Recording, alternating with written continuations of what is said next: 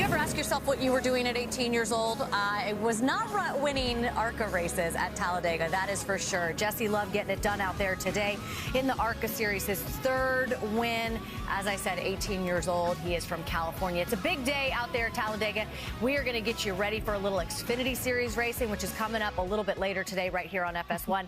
Hi, everyone. I'm Shannon Spake, America's crew chief Larry McReynolds, Jamie McMurray, Daytona 500 champ. We got a little extra bonus coverage for you before we get to Xfinity Series race day.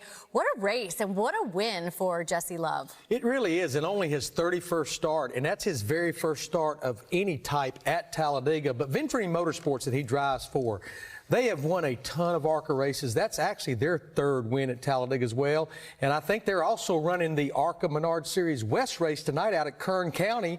And so maybe they can win two races in one day at two different tracks. Overachievers. Yep. Overachievers. I mean, Talladega is one of the biggest races on the ARCA Series. So I know that all these kids grew up watching the Cup Series race at Talladega. So that's really special for him to get not only his first win, but for it to be at a track like Talladega. It's pretty special. Yeah, and you know the Cup drivers are sitting around watching, the Xfinity Series drivers are sitting around watching. So you do make a name for yourself out there in the ARCA Series. All right, as I mentioned, we've got race day coming up at 3 o'clock. Here's some of the things that we're going to be looking ahead to. Jordan Anderson, he had that fiery Talladega crash in the Truck Series last time we were there. He's fielding 2 Xfinity cars. We'll hear from him. Josh Berry is going to join us. We're going to chat with him about jumping in that car today. And we're going to play a little game, Spotter Code. It's so important out there at Talladega, talking to those spotters. And so we're going to kind of break that down. It's a fun little piece. Adam Alexander leads that. What are you guys looking forward to in today's race? Well, and not because he's my son-in-law, but the story, the feature on Jordan Anderson, you know, a near tragedy at Talladega last year in the Fall Truck Series race. And then talking a little bit about his journey from a single truck owner that he drove himself with a dually pickup and a gooseneck trailer to now being the owner of 2 Xfinity Series teams. Yeah, I'm looking forward. We're going to get to have a two-way with Josh Berry and asking him, you know, if you look back to Daytona, Junior Motorsports looked like they were in the best position to win, and none of them won, and a lot of those guys ended up wrecking. Just like, what's the plan today? Like, what have they come up with? Maybe a different ending to this race of how they can work together? How about not like last time? How about not doing what we did? Not Daytona? like last time. Let's change that. Okay, so qualifying took place earlier, and this is how they're going to line them up out there at Talladega. We've got RCR in the front row. Austin Hill, he's pretty good on these types of racetracks. He's won 4 of the last 8 drafting tracks. Of course, Sheldon Creed. What do you think that conversation's like for teammates? Well, in Sheldon Creed, he has speed every single race, especially when we go to the super speedways. Remember, both those guys driving for Richard Childress Racing, but still trying to break that bubble of finding that very first career win in Xfinity Series. But we're going to go 113 laps, 300 miles. Probably a really good chance we're not going to know who's going to win this thing till they come out of the trial with the checkered flag waving in the air. No, and his teammate Austin Hill is clearly the best in the field at this type of racing, whether it's Daytona, Talladega, Atlanta, which has turned into a super speedway style of a race.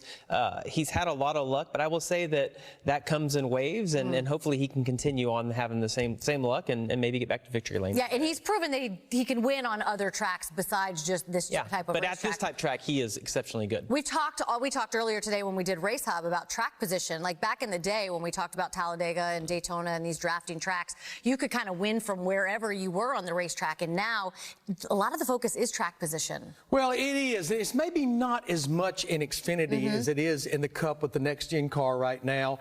But I've always said... So we might still see madness. The safest... Well, you're going to see madness. So it's not... If we're going to have a big one, when are we going to have a big one? But to me, the safest place, and sometimes it's not even safe, is being at the front of the pack. You do not want to be back there in the eye of the storm. And when it gets crazy to me is when they start chasing those stage points at the end of stage 1 and stage 2, or maybe that one playoff point for winning the stage. That's when the madness breaks out. I think every driver and crew chief has said what Larry just did. Is like, well, the safest place is to be at the front. Unfortunately, when you're not at the front, you drive like a madman to try to get there to be in the safest place, and that's when we see those wrecks. But the one thing about this type of racing that's changed a little bit is when we have the green flag pit stops, that's when you see the biggest, like, comers and goers within the field. You couldn't help yourself, I looked it at Larry, just came it's the to your first thing that came to mind. Yeah, but look, that exchange of green flag pit stops, how you get on pit road, off of pit road, whether you're doing 2 tires, 4 tires, no tires, just gas only. I like that. I mean, the strategy that plays into that is pretty interesting. Yeah. Okay. So of course we're leading. I know, that's so funny. I saw you looking for the phrase, and you found it. Who found victory lane last time we were there in the Cup Series was, of course, the Watermelon Man. That is Ross Chastain. It's the fastest, most unpredictable speedway on earth. As they come to the line, green flag. Oh, I just got a feeling somebody's getting turned around here. Can't lift now. Got to go for it. Both lines pushing. Here comes a run with the 5. Does it go to the outside? Gonna have to. Opens the door up for the one of Ross Chastain. Ross Chastain. Ross just kept it straight. Holy cow! Yeah! Trackhouse Racing in victory lane again this season. All right, well, Ross Chastain getting it done. Last time we were there, here's what the top 12 looked like in that race. Austin Dillon finishing second. Kyle Busch, who's now, of course, no longer in that 18 car. He finished third. Kyle Larson, last week's winner, was fourth. And MTJ, oh, yes, that guy right there, he finished fifth. Who are some of the... We know Denny Hamlin's on the pole for this race. We know Denny Hamlin's very, very good on these type of tracks. But who do you sort of have your eye on? Well, again, all we have is qualifying. We do not have practice. We have no measuring stick whatsoever. But when I look at qualifying earlier today, where in the world are the Chevrolets? Hendrick Motorsports, only one inside the top 10. It was all about the Fords. It was all about the Toyotas. But I go back to that race a year ago. Christopher Bell sat on the pole. He sat on the pole for both races last year, had his hands full when they dropped the green flag on that race. They did, and if you go back to Daytona, it seemed like it was all about the Fords at this type of a racetrack. They had the best cars in the race. I know that a Chevrolet with Stenhouse ended up winning, but I think tomorrow we're going to see a lot of the same thing. Brad Keselowski is a name that I think you're going to have to look at. He's won here 6 times before. He's pretty methodical. You mentioned Denny Hamlin as well, but I think Brad tomorrow could be his day. Yeah, we got a lot of long winless streaks that's pending right now. Brad Keselowski being one of them with a 71 race winless streak. But when you go back to the top 10, Ryan Blaney finished second at Talladega last fall to Chase Elliott, 2 Talladega wins, and he's sitting on a 55 race winless streak right now. Well, yeah, it's funny because I feel like last time Brad won at Talladega, I picked him to win, and we were like, I could not believe that he won 6 races at Talladega. And you just said that you think it's his day. That would be 7 wins at this racetrack, which is just astronomical because we talk a lot about luck, right? But when you look at it from that vantage point, it's got to be more than luck. So look, it's interesting you said luck because when I just watched that piece with Ross Chastain, Ross didn't make some methodical move that they gave him the win. It was like the seas parted and he just went up through the middle. He was and a it worked out for him. But listen, to win at this type of racetrack, you have to be in the right position. And that's where Ross was. And that's the one thing that Brad or Joey Logano or Denny Hamlin or Dale Jr. back in the day, that's what they did such a good job of. They put themselves in the best position possible at the end. Sometimes it's your day, sometimes it's not. Here's a Larry McNugget for you. Of those 6 Brad and the fingers, yeah. 4 of them a last lap pass, including that very first career win back in 2009 when he and Carl Edwards got together in both races last year, to Jamie's point. Ended up with a last lap pass. You say last lap. Normally, it's the tri-oval on the last lap coming to the checkered flag. You had a front row seat with Dale Earnhardt to watch someone who is so good at this type of racetrack. What was that like, just sitting in those meetings, sitting in the haulers, sitting on the pit box and kind of watching him do his thing? What in the world could I possibly do to screw this race up when you got somebody like Dale Earnhardt driving a car? You knew, question everything about that race car, engine, car, chassis, aero, but never question the guy gripping the steering wheel because nobody was better when it came to Daytona and Talladega. To be on a fly on the wall in one of those conversations would be really cool. You wouldn't want to do that. No, what about Ty Gibbs? I mean, we've sort of haven't really talked about him this season, but I mean, he's, listen, he's a rookie who is really doing great things and starting up front. Yeah, and he's been really consistent lately, and Larry's talked about this quite a few times. He hasn't made a lot of noise, which I think in Ty Gibbs' position has been a good thing, but he's doing a really good job, slowly getting better every single week. And we talk about it. I mean, this is an opportunity race. I wouldn't be shocked to see Ty Gibbs win. Wow. Toyotas have been great in qualifying. We know that if you have a fast car in qualifying, you typically have a fast car in the race. That would be 12 something. drivers, first career win. That Talladega. would be something. Racing from Talladega is going to continue tomorrow, as we just mentioned, right here, race day FS1 at 1:30. Then we go on to Fox all the way through that checkered flag. We got a little Fox Bet Super 6. You got another free shot to win some money. Scan the QR code, download the app, make your picks for Sunday's Cup race. The jackpot's $25,000. After the break, we're going to get you ready for Xfinity Series. It's race day coming up. Welcome to Talladega. It's a 500-mile full-throttle party. Let's go, baby. Holy cow! With danger at every turn. Geico 500 at Talladega, Sunday on Fox.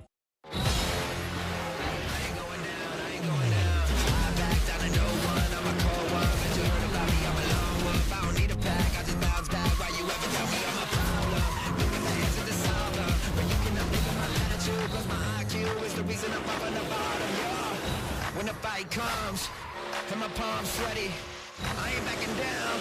Better believe I'll be ready. When you take on the high banks of Talladega Superspeedway, come prepared. This is going to be a fun race. At this track, all bets are off. So forget the past. The stakes are higher. This place is special. And 4 drivers have some extra motivation as they dash for the cash. The bonus $100,000. Expect danger, excitement, and aggression. Whether you're a competitor or a fan, the heart rate goes through the roof. It's too late to turn back now. Welcome to Talladega.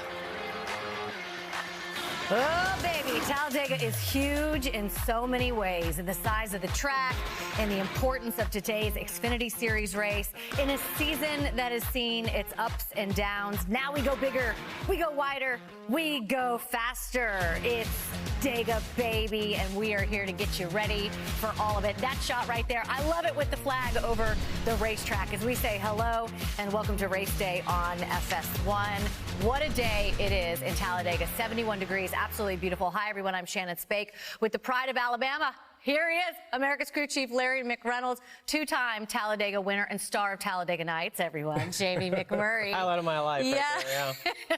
Listen, Larry, I know you've got a lot of McNuggets on your list for this race. Where do you even start? Well, I think the best place to start, go back last week, we were at Martinsville, one of the smallest tracks on the schedule, and here we are, Talladega, one of the biggest ovals on the schedule, and the most banking of any racetrack we go to, 33 degrees, and most of the day they're going to be 2 wide, 3 wide. They might even attempt 4 wide, and it'll be 7, 8 rows deep, and it's become a very unpredictable race. 34 previous races there, 28 different winners, and there's only one previous winner in the field, Jeb Burton, so we may add to that number today. You know what I love about Talladega is I saw in FS1, FS2, they were replaying old races. And even when you know the winner, when it comes down to the last couple of laps, your heart starts racing, you start sweating, you get excited. And when I think about the race today, I know that you're going to have that at the end of it. And that draws me into this race. I loved and hated going here as a driver, but I just can't wait to watch today. Do you go back and watch your own wins there? Yeah, Shannon, that's all I do. It's on like a replay. Do you know who interviewed you in Victory Lane after one of your, it wasn't Regan Smith, who is actually down there right now at Talladega. He's an Xfinity Series winner, and what a great day it is to be down there at Talladega. Regan, what do you got for us, my friend? Shannon, it is an absolutely perfect day at Talladega. As you see behind me, the Xfinity cars getting pushed out to pit road. ARCA race just wrapping up. These teams are getting ready. And it's been a quiet morning for the Xfinity teams, really throughout the garage, kind of very subdued right now as the buildup always takes place to the main event, which is this Xfinity race today. One of the guys that we will certainly be watching all day long, Austin Hill, of course, winner of the last 4 of the last 8 Speedway races.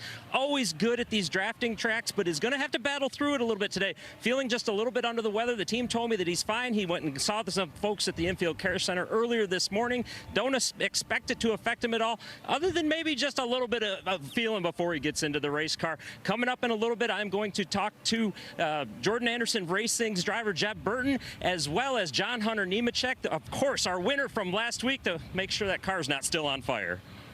Thank you so much, Regan. It's Austin Hill's birthday. Maybe he had too much birthday cake. That's why he's not feeling so well. A quick reminder, today is race number 3 in the Dash for Cash series. We got 4 drivers going for an extra $100,000. John Hunter Nemechek, of course, won the cash at Martinsville, so he's in it again. The other 3 high-finishing drivers from that race, Cole Custer, Josh Berry, and Sammy Smith. All right, here's a look at the starting lineup. Austin Hill, I just mentioned it's his birthday, not feeling very well. He's on the pole, his third career pole. Where else are you looking, Jamie? Yeah, I'll go back here to row 3. You see Jade Buford, only one start this year at Daytona, finished 25th. Does have a 12th place finish here at Talladega. Beside him, though, Anthony Alfredo. This has been a pretty good track for him. 2 of his 4 starts, he's been in the top 10. He could be our first-time winner today. Well, let's go back to row 6. It's all about the Smith guys back there. Chandler and Sammy, no relationship. Both do have a win so far this year. Look at Sammy Smith, though. First start of any kind at Talladega, only Speedway experience. He ran the truck race and the Xfinity Series race at Daytona back in February. All right, you guys remember in school when you would get some progress reports? Least favorite part of the year. The least favorite? Yeah. Okay, so what we're going to do is we're going to do some progress reports, and this is because we're pretty much halfway through the Fox portion of the season. We are going to grade these guys in certain categories. I used to change mine at home. Oh, because it was all never works pencil. out well. It was all in pencil. You could erase it back then. It's all electronic now. Don't listen, everybody. So, okay, we got a couple categories. We're gonna grade them, and we're gonna give them tires instead of stars. So 1 to 4 tires. And Jamie, you are gonna go first. 4 tires being better than 1. Would be better than 1. 1 would not be good. One's not good. Jamie, Cole Custer, what do you got for him? Yeah, so his qualifying for Cole Custer, I'm going to give him 4 tires. He's actually been really good in qualifying, ranks 3rd in the entire series. Average running position, though, only 3 tires. A little bit worse, got some work to do there. But then the finish hasn't been there, Shannon. I'm going to give him 2 tires there. So an average of 3. Got a little work to do on our finishing position. And if I were to give him the little note that the teacher gives you at the bottom of the progress report, I would tell him if he wins the Dash for Cash today, I want him to take a little bit of that 100K and start Cole Custer reviews one more time because I missed that part. Oh, my God. Okay, Professor McMurray. Larry McReynolds, Sam Mayer, what do you got for him? I'm just all over the place. Right? Yeah, Sam Mayer in that 1 car. We're going to take a look at him. In his average qualifying, I'm going to give him 2 tires. Only 3 top 10 starts this year. Average winning position, 1 tire. He ranks 12th out of all the full-time drivers. Average finish, 2 tires. Sam, in 59 career starts, has 20% DNFs. That all averages out to about 1.5 tires. My teacher note for Sam, keep your finger to yourself. You're only 19 years old. That's not very nice. And know when to be aggressive and when not to be aggressive. Look at that smile on his face. The irony in Larry saying keep your finger to yourself because he always uses his finger. That's great. The funny thing is his picture kind of looks like my high school picture as well. You're like this. Okay, Chandler Smith, Jamie, what do you got? Well, Chandler Smith is going to get a progress report like I never got. It's pretty good. You see his average qualifying. I'm going to give him 3 tires for that one. Average running position, 4 tires. Has been really good. Obviously, he has the win at Richmond, so his average finish, I'm going to give him 4 tires as well. And my note at the end for Mr. Smith, I'm going to give him an attaboy, Shannon, because he thanked Jesus and his smoking hot wife all in one sentence. I want more of that in the future. That is Talladega Nights right there. I think it was. He knows Ricky Bobby. Was it on sale to get it at Walmart? Larry, Austin Hill, 3-time winner on the season. What you got? Well, they're our pole sitters, so driver that 21 car. Average qualifying, I'm going to give him 3 tires. He only has 2 starts outside the top 10 this year. Average running position, 4 tires. He has led 6 of 8 races this year with 195 laps led. Average finish, are you kidding me? The man's won 3 races, 4 tires. That averages out to 3.5 tires. My teacher note for Austin, get back to basics and how you kind of started the season. Let's not forget, he won 3 of the first 5 races, a little off at the 2 short tracks of Richmond and Martinsville. How many times did you guys... We said tires 16 times in 2 minutes right there. I think at least 16 times. Did you count them? How many times did you go to the principal's office when you were in school? My mom was a teacher, so I had a little bit of an out, so she had a little bit of a connection, but I probably wasn't the best. I think I spent more time at the principal's office. Shannon was never even at school. No, I wasn't. You're right. I spent more time this past week at my high school than I did when I was in high school. Coming up, it was a scary moment last fall at Talladega for Jordan Anderson, who found himself inside a burning race truck. Yes, it was very scary. Today, he's back as a team owner. We'll hear his story. Plus, how in the world do you prepare for what Talladega Superspeedway has waiting for you? We're going to find out from the drivers themselves. And the secret language of drivers and spotters. Can they decipher their own codes? Adam Alexander is going to find out. It's coming up on race day. Back here on race day, and you know there are 3 words you never want to hear at Talladega. No, it's not no more beer. Are you okay? No. Are you okay? It's the big one. He said will it crank? Oh, no, that's not either, but it's the big one. But you know it's looming around every one of this track's corners. It's race day at Talladega. You might just end up in the big one. A big-time multi-car lick. Oh, wow. It's far from over. Crash through the tri-oval. Big moves, big blocks. And there goes one. Oh, a couple of big hits right there. I love this place. It's getting intense here, guys. One car out of control. Wrecking behind you. We seem to always see it at Talladega. We all know racing on the super speedways takes a different type of mindset to go 3-4 wide, close to 200 miles per hour, inches from another driver's bumper. You just have to be wired differently. So we asked drivers about their approach. How do you prepare yourself for a crazy day at Talladega? Mentally, a grueling race. You're always a little nervous heading there. This is when it gets to be logjam city. And there's a crash. Caution is out. When you strap in for Talladega, it's a different mentality that you have to bring in. You have to have a mindset that you're willing to take risks. You got to keep your head down, keep digging, and be optimistic. Control what you can control. Try and make the smart moves. If you think too hard about super speedway racing, it'll psych you out, and it'll make it almost harder to go out there and do your job. Accept the fact that you don't know what's going to happen. It's not if we're going to have the big one, it's when are we going to have the big one. There's going to be wrecks. There's going to be mistakes. You just have to pick and choose who you're drafting with, who you're pushing, who's pushing you. Hopefully it's the right choice. Can't lift now. Got to go for it. Jamie, there really are 2 different types of mindsets at Talladega, aren't they? What are they? Yeah, I mean, I just feel like if you're a driver in the Xfinity Series race or the Cup race tomorrow, you view Talladega or Daytona differently. If you enjoy going to those tracks, they're a lot of fun. You can't wait to get to them. If you don't have good finishes there, you typically hate going to these tracks. So when you listen to these guys interview, you can almost tell their results based on their interviews, because it's one of those places you either love or you hate coming to this place. Yeah, and as a crew chief, and this resonated with me a year ago when I went to Talladega and crew chief for Jeffrey Earnhardt, that 3-car Richard Childress Racing. Once you know you've made your final pit stop, and it's only about halfway maybe through that final stage, you almost feel helpless. You sit back on the pit box and to some degree become a race fan because you know there's nothing you can do but watch the race. Now, I will say a nervous race fan, but pretty much you know from that point on, it's in the hands of your driver and your spotter. There's just nothing as a crew chief you can do. You have to remind the driver all day long, maybe making green flag pit stops, don't make a mistake or we're going to lose a draft and our day will absolutely be over. Hey, I've had plenty of races at Talladega that the crew chief thought it was the last time I was coming down pit road, and then you get involved in a little wreck and you're like, can you tape it back together so I can go back out? Yeah, Will Craig. Of course, this week is all about the 2.66-mile track at Talladega, but last Saturday, just a mile and a half that the drivers had to tackle. The one who did it best, John Hunter Nemechek. Take a look. John Hunter Nemechek, you got to be smelling some cash, right? He's going for the $100,000. 5, 4, 3, 2, 1. Go. And there it is. Huge launch for Nemechek. Wins stage 1, wins stage 2, leads nearly 200 laps. Gonna get his 2nd win of the year. John Hunter Nemechek on fire at Martinsville. What a night for John Hunter Nemechek. What an ending it was to last week at Martinsville for John Hunter Nemechek. Of course, burning the race car down on the racetrack. One of the coolest victory celebrations we've ever seen. John Hunter, is this team still flying high on that win? Yeah, I definitely think so. I feel like we have some really good momentum on our side for this number 20 Toyota GR Super team. Man, we've been as fast as Xfinity 10G every single week, and we just have to execute a little bit better, in my opinion. We've been fast, but I feel like we've given a couple better finishes, if not wins, away so far this year. So just proud to be here at Joe Gibbs Racing and underneath the JGR banner, and I'm ready for today. Hopefully we can go get it done. I think you won here like 10 years ago or something, so hopefully we can be like Regan Smith 10 years ago. Thanks for pointing out how old I am, John Hunter. Yes, that was 10 years ago. As you speak to today, what is it going to take? So much chaos happens on the racetrack at Talladega. What will it take to have your car up front at the end?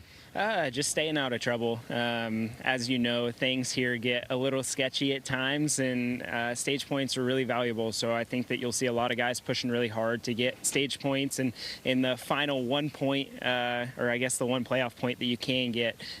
We know that the RCR cars have been fast at super speedways. Daytona earlier this year. Austin Hill obviously is a really good super speedway racer. So hopefully we can go out and better him today. But overall, just have to stay in touch and be there at the end, have a clean car and try and go for it. So execute on strategy, don't mess up on pit road if we have green flag stop, and try and work with our teammates to be there at the end. A lot to think about, Shannon, as he tries to get his 3rd win this afternoon. Yeah, thanks, Regan. I got to tell you, that's the face of a guy that just won a big race last week at Martinsville, right? Because you could tell he's got a lot of enthusiasm and energy going into this race. Well, and I mean, he should, because you look at these first 8 races, him and his crew chief, Ben Bayshore, they almost don't even have any weak racetracks. They've got 7 top 10s. They have led races, 7 of 8 races this year at 340 laps. They're the points leader right now. And this should be a good day for John Hunter Nemechek. Finished a very close 2nd at Daytona back in February. He actually has 2 Cup starts at Talladega, finished top 10 in both of those races as well. Yeah, he talked about giving away a couple of good finishes, but if you look at where he is from last year, he only ran 11 races last year. And if you look at the comparison between this year and last year, the 2 extra wins, he has more top 5s, more top 10s, average finishes way better. He's led more races. And look at the laps led, 340 laps led this year. It's been, I feel like at the beginning of the year it was all about Austin Hill. But really, John Hunter Nemechek's been a little more consistent. Larry talked about it, like no weak tracks, other than the road course. Really, it's been just pretty amazing year for him. Yeah, he rolls off 3rd tonight, so he's got that track position going into that very first lap as well. Up next here on race day, we're going to talk to that guy, Josh Berry. He is today the day his strong finishes turn into victory. We'll ask him how in sync, not the boy band, are drivers and their spotters. We're going to put them to the test. We got a beautiful day out there at Talladega, and as the guys are pulling that 9 car, Brandon Jones out there getting ready for the race. He's looking very bright, huh? Sheldon Creed's car also making its way out to the grid. He starts on the front row. We'll be right back.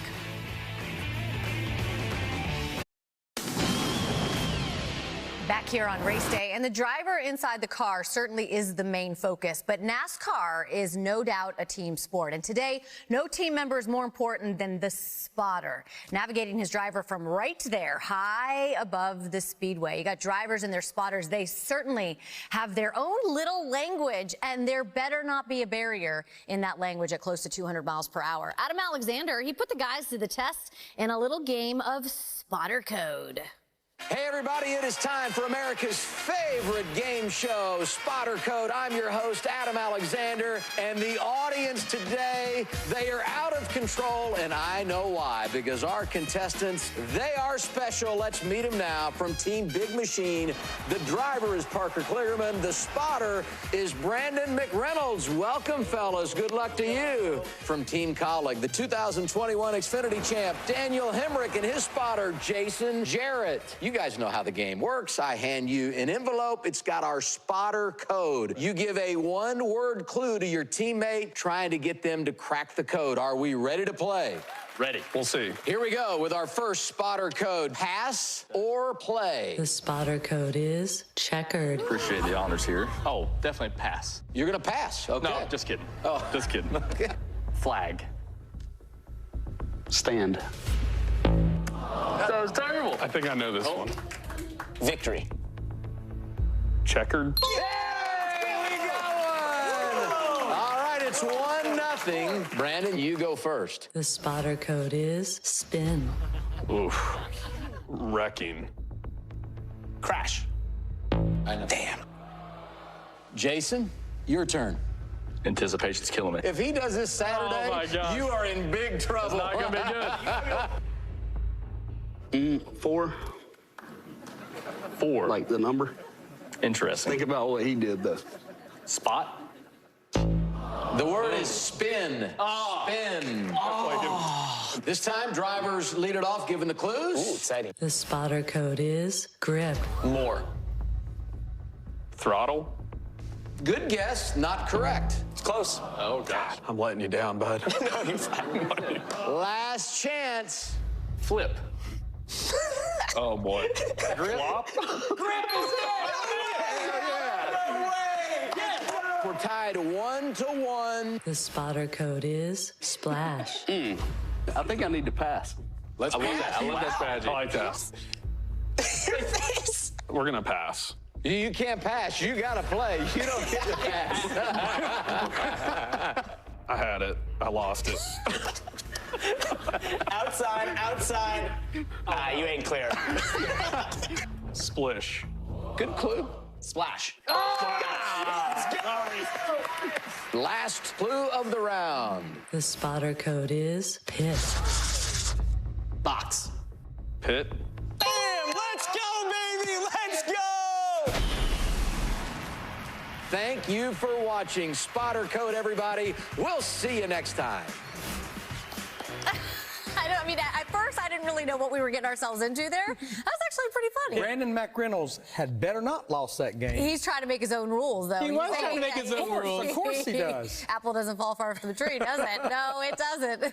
Did you have any kind of like codes with your? I know we talked about this earlier. It wasn't really about codes, but you gotta be on the I mean, same the page. one thing that I would say about the spotters, every driver uses them a little bit differently.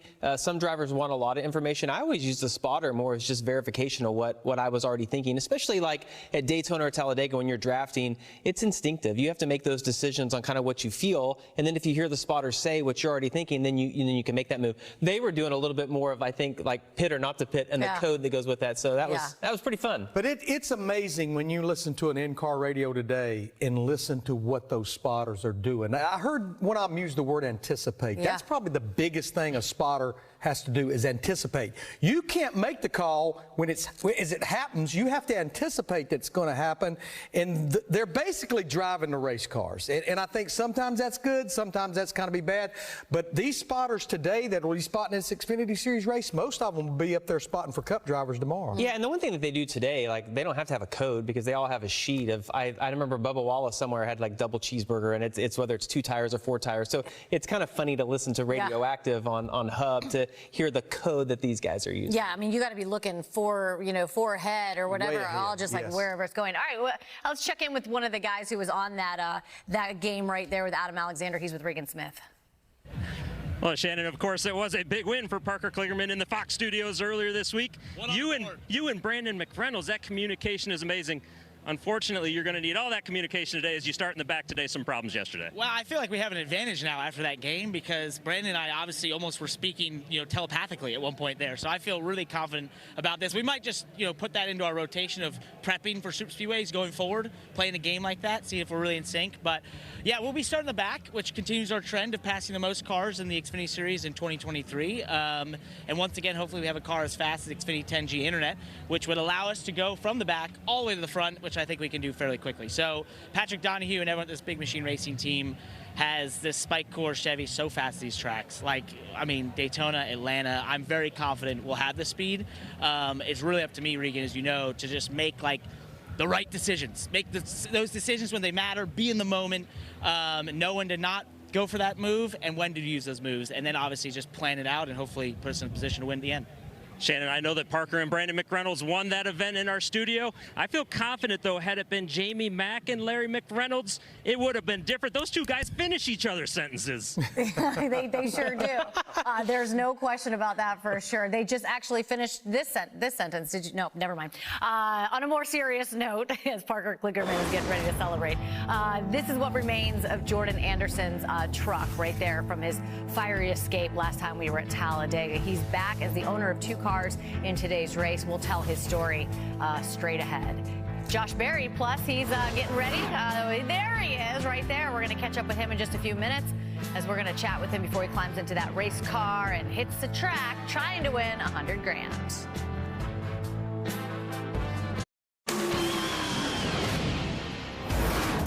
Getting you ready for racing at Talladega. And that car right there, the number 8, Josh Berry is the driver, and he's certainly one of the feel-good stories in the garage. He's gone from driver looking for a ride to a 5-time Xfinity Series winner. He's also currently riding a streak of 7 consecutive top 10 finishes. A few more season numbers for Josh Berry right there. 4 top 5, 7 top 10s, as I mentioned. 8.3 average finish, but yes, he is still looking for that first win. As we say hello to Josh Berry, who joins us now from Talladega. And Josh, thanks for taking a few minutes to join us. I do want to ask about the emphasis that the entire junior motorsports team has on a place like Talladega, because we know, number one, the team is really, really good on this types of track, and your owner, Dale Jr., is also really good. So what is the emphasis team-wide? Yeah, no, definitely. Talladega is a really special place for everybody at Junior Motorsports. Obviously, Dale has set an amazing precedent for us as what it takes to be a good restrictor plate racer here at Daytona and Talladega. And, you know, everybody at Junior Motorsports works really hard to bring really fast cars. Hendrick Motorsports gives us great motors and pit stops, and, you know, we're ready to get out there today and see what happens. Josh, when we think about Daytona or Talladega, you think about your teammate and trying to work well with them. If I go back to Daytona earlier this year, all 4 Junior Motorsports cars were lined up. Looked like you guys were in position to, you know, beat Austin Hill in that race. But chaos broke out over the next 3 or 4 laps. I know you and Brandon Jones got together. Sam and Justin were involved in accidents as well. What's that meeting like on Monday at the team shop, and is the plan any different as you head into today if you're in the same position at the end of the race? Well, I mean, first off, you know, to be transparent, I mean, it was uncomfortable. I mean, we had some uncomfortable conversations with each other after that race. You know, we were in a great position as a company to bring that one home, and Daytona is such an important race to your season, but the company as a whole. I mean, we, you know, definitely, I think all of us would do things a little bit differently in that scenario, and you know, we had to sit down and have conversations about how to be better in that spot. I think, you know, we talked through different scenarios going into today, you know, but ultimately we found ourselves in that position because we worked together well through the race. We didn't necessarily follow each other through the pack, but we worked well with each other and helped each other out when we could, and executed our pit stops and got the track position there at the end. So, you know, our game plan really isn't necessarily entirely different today. I think we want to continue to work well with each other, but, you know, we've talked through some of those scenarios at the end and how we can do better. So, Josh, let's lay the teamwork aside and let's just talk about you and your 8 team today headed into this race. We know one of the biggest challenges, we saw highlights just a minute ago, is just getting to the end. You're starting 20th. This is your 5th start there in Xfinity Series at Talladega. How does Josh Berry navigate this race? Do you even weigh out risk versus reward when it comes to trying to score those stage points? Yeah, I think it's tough. I think obviously you want to race up front, and if you stay up front, you seem the risk of being in an accident. It's a little bit better if you can stay out front. So that's ultimately how we view this place, and how my crew chief Taylor Moyer, they've done a great job with strategy to keep us up front, and you know, that's our ultimate goal. I think sometimes you have to know when the time is right. If you might feel like you're in a bad spot, if you're not sure you're going to get stage points, you know, maybe that's an opportunity to avoid some chaos. But ultimately, we're here to race. We're here to put a show on for these fans, and you know, I got a great team behind me. We got a bunch of people from Tire Pros here today, dealers all over the country come to support us today, and you know, I'm excited to go to work. You know, I got TJ Majors up top. You know, obviously him and Dale have had a ton of success together, and him and Brad as well. So we're excited. We're ready to race today. All right, I do have to ask you about maybe your influence over some of the younger guys, specifically Sam Mayer, right? Okay, it's a case of angry birds, right? We've got last week, we've got a little, you know, a little bird flying out there at Martinsville, and then of course we're also showing yours from 2021. Double birds! Double birds! Who did it better? Who did it better, Josh me Berry? For sure.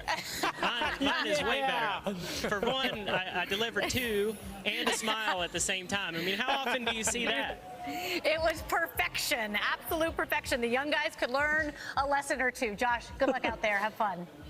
Thank y'all. Enjoy the race. Okay, that's fun. That's the way to do it right there. Up next, Jordan Anderson's remarkable story from escaping a scary fire last year at Talladega to owning 2 cars in today's race. We're going to check in with him as we get set to go racing.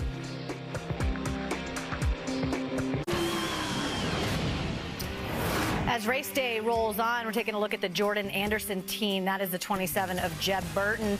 Also Parker Retzlaff in the 31. Two of those guys racing for Jordan Anderson. And of course, for Anderson last fall at Talladega, he faced a scary situation on the track in the Truck Series. It was his last race behind the wheel, and it turned into a situation of survival. Now he looks back at that event as he looks ahead to a possible victory.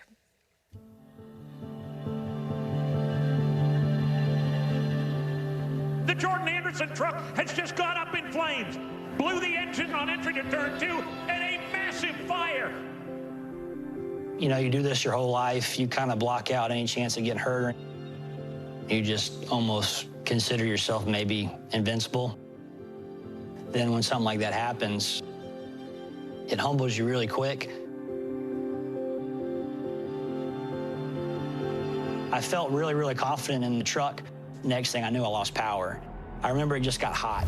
Everybody scatters to try and go around. Anderson is still at full speed, and he's trying to come out of the truck. I made my mind up I was going to get out of it while it was still moving. Didn't care, didn't know where I was at the time. Whatever was on the outside of that truck was going to be better than sitting in there. And that fire was just any pain I'd ever had times 10. Anderson is out of the machine, hands on his knees, lies flat on his back behind that truck. The adrenaline was gone at that point, and then it was like, all right, I'm injured pretty bad. That weekend was interesting because my wife, Kendall, wasn't supposed to be at the track. I remember when I got to the care center, her and my dad were the first ones to me, and I was telling her it's going to be all right. Like, she was telling me, like, I should be telling you it's going to be all right, but I was like, no, it's going to be all right. I'm going to be okay. And I remember waking up in the MRI, just trying to process what just happened. I don't know. Like, it just, I keep saying that none of it felt real. And even when I looked in the mirror, I'm like, this is almost like shock. Been so good to hear that Jordan has been released from the hospital. He suffered second-degree burns. One night, my dad, my wife, Kendall, and I, we came over to the shop, and they had brought the truck back. Just wanted some closure to see it. It kind of started to sink in what had happened and how it could have been potentially worse. A second or two earlier could have been a little bit different story. Anybody in their life can go back to something bad that happened. You can't let it define you, but you can let it motivate you. You can let it inspire you. Being a part of somebody else's journey now is kind of a special turning point. It's not about me anymore. Now it's like, how can I help Jeb and Parker continue their career and make this thing keep ticking and moving forward every week? So this sport is tough. There's a lot of bad things that can happen and will happen, and how you handle them and overcome them is what's going to define your next chapter. And embracing the journey brought us to where we are today. As you saw in that piece, Jordan is married to Kendall McReynolds, formerly McReynolds, who is, of course, your daughter, so he's your son-in-law. What can you tell us about him and just how that entire process and experience affected him? Yeah, and it was really surreal watching that right there, because I was here in the studio when that happened, and Jason Avery, Lindsay Mandia, they were good enough to let me leave, and Linda and I flew straight to Birmingham, and we didn't have a whole lot of information, but we knew that it was probably not going to be that good, but it was a miracle. We walked into the hospital, and they were wheeling Jordan out, and they were going to discharge him. You know, there were some things, obviously, that went wrong there with that wreck, obviously. But you know what? At the end of the day, there was a lot of stuff went right. A lot of stuff went right. I've kind of been on in some bad wrecks before. Talladega, flipping, rolling over and over, and those don't necessarily hurt. But I've also been on fire, and when he explained, like, it didn't matter, like, it was so hot inside the car, he wanted to get out. I know that feeling, and it's unlike anything that you can explain to anyone. And obviously he was burned severely, and you saw him get out and kind of collapse on the ground.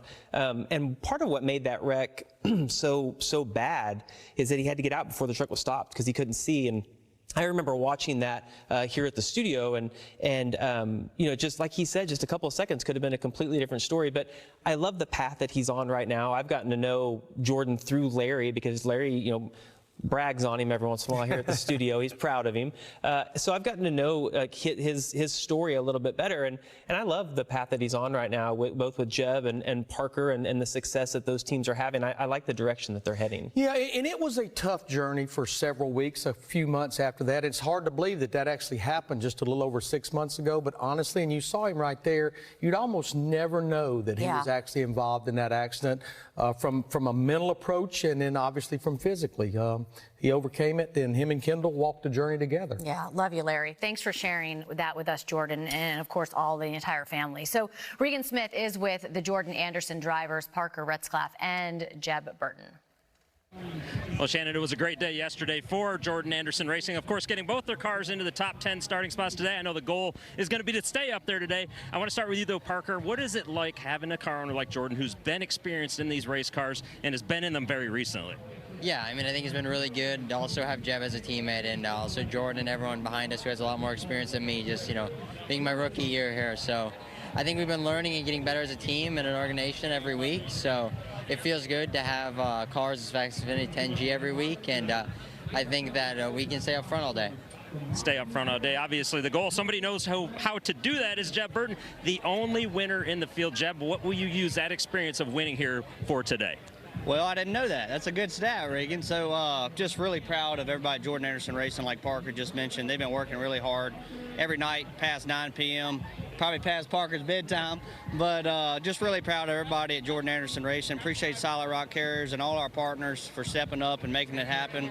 And just excited for today. I led the white flag lap in the 8 car the year before the 10 car win. So Talladega has been really special to me and my family. And hopefully today we can get another Burton in victory lane. Shannon, it's been a lot of fun watching this team as they're growing, and these two drivers in particular. See, all he needed to do was to ask Larry McReynolds, and Jeb would have known that he was the only past winner. Yeah, I didn't know that. I thought that was a good little fun fact Regan gave us right there. You didn't listen to me earlier. Yeah, I didn't listen to him earlier. What do you think about these two guys, Jamie? What stands out? Well, I look at Parker finished 4th in Daytona earlier this year, and Jeb obviously is the only winner in the field today. But listen, we talk about this being an opportunity race, and this team is not an A-tier team, right? It's not a Richard Childress or Joe Gibbs, but it's just below that. And when you look at the finishes of both of these drivers, they're kind of in that like 10th to 14th place every single week. But this is a track that either one of those guys can get it done at today. And when I do look at the owner, Jordan Anderson, and I had my father-in-law hat on a while ago, and I apologize. I'm going to take that hat off now because his journey is actually pretty amazing. He went to Daytona as a single truck owner driver in 2018, had a dually pickup truck with a gooseneck trailer that he hauled it down there, went down there and got a top 10 finish. He and John Bomarito, they decided to make the transition in 2021 with Jordan as a driver to the Xfinity Series. They were pretty fast in practice at Daytona. A 15-minute rain shower washed out qualifying, and that's the year when we were not qualifying most tracks. They couldn't even go to a racetrack to try to make the race until Austin Jordan made the decision, I'm going to put people like Josh Berry, Tyler Reddick like that in that race car to make these races, and here we are in 2023. The owner of 2 Xfinity Series teams. The kid is absolutely tenacious. Labor of love, this sport is, right? You got to love it, and he absolutely does. We are going to love what's coming up next, as we're going to check in with Adam, who's in the booth, with Brad Keselowski and Joey Logano on the call. Those guys know how to win at Talladega. We have much more. Oh, Fast Pasta. What do you think about that? Starting 6th today. Good qualifying. There he is. We'll be right back.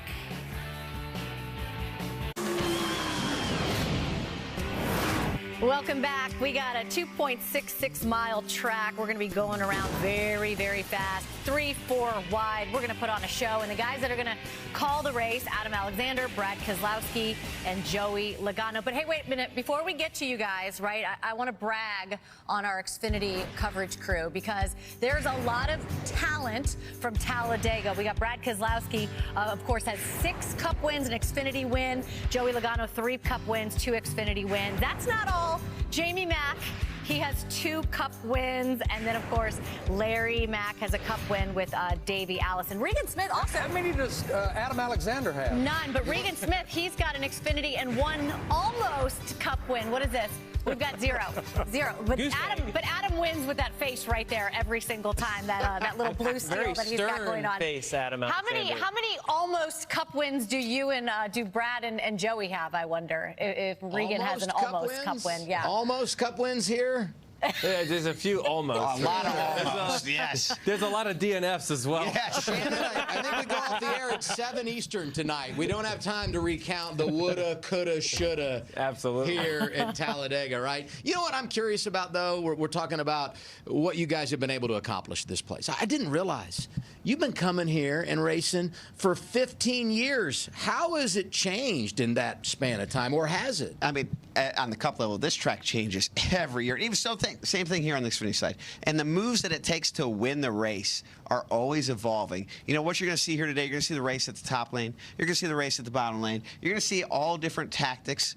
And at the end, nobody has any idea what's going to work and what's not. But you have a whole race to try to figure out and plan for that last lap move that's probably going to be the difference maker. And that's where it gets tricky. You know, Brad talks about the track evolving. It's really the competitors that are evolving over time. They go back, they learn from what their mistakes of the last race, and then they come back and try something different. Well, as soon as they do that and the next person does it, well, now it's a whole different race again, and everything you learned last time, you have to be willing to change quickly on the racetrack is what I'm trying to say.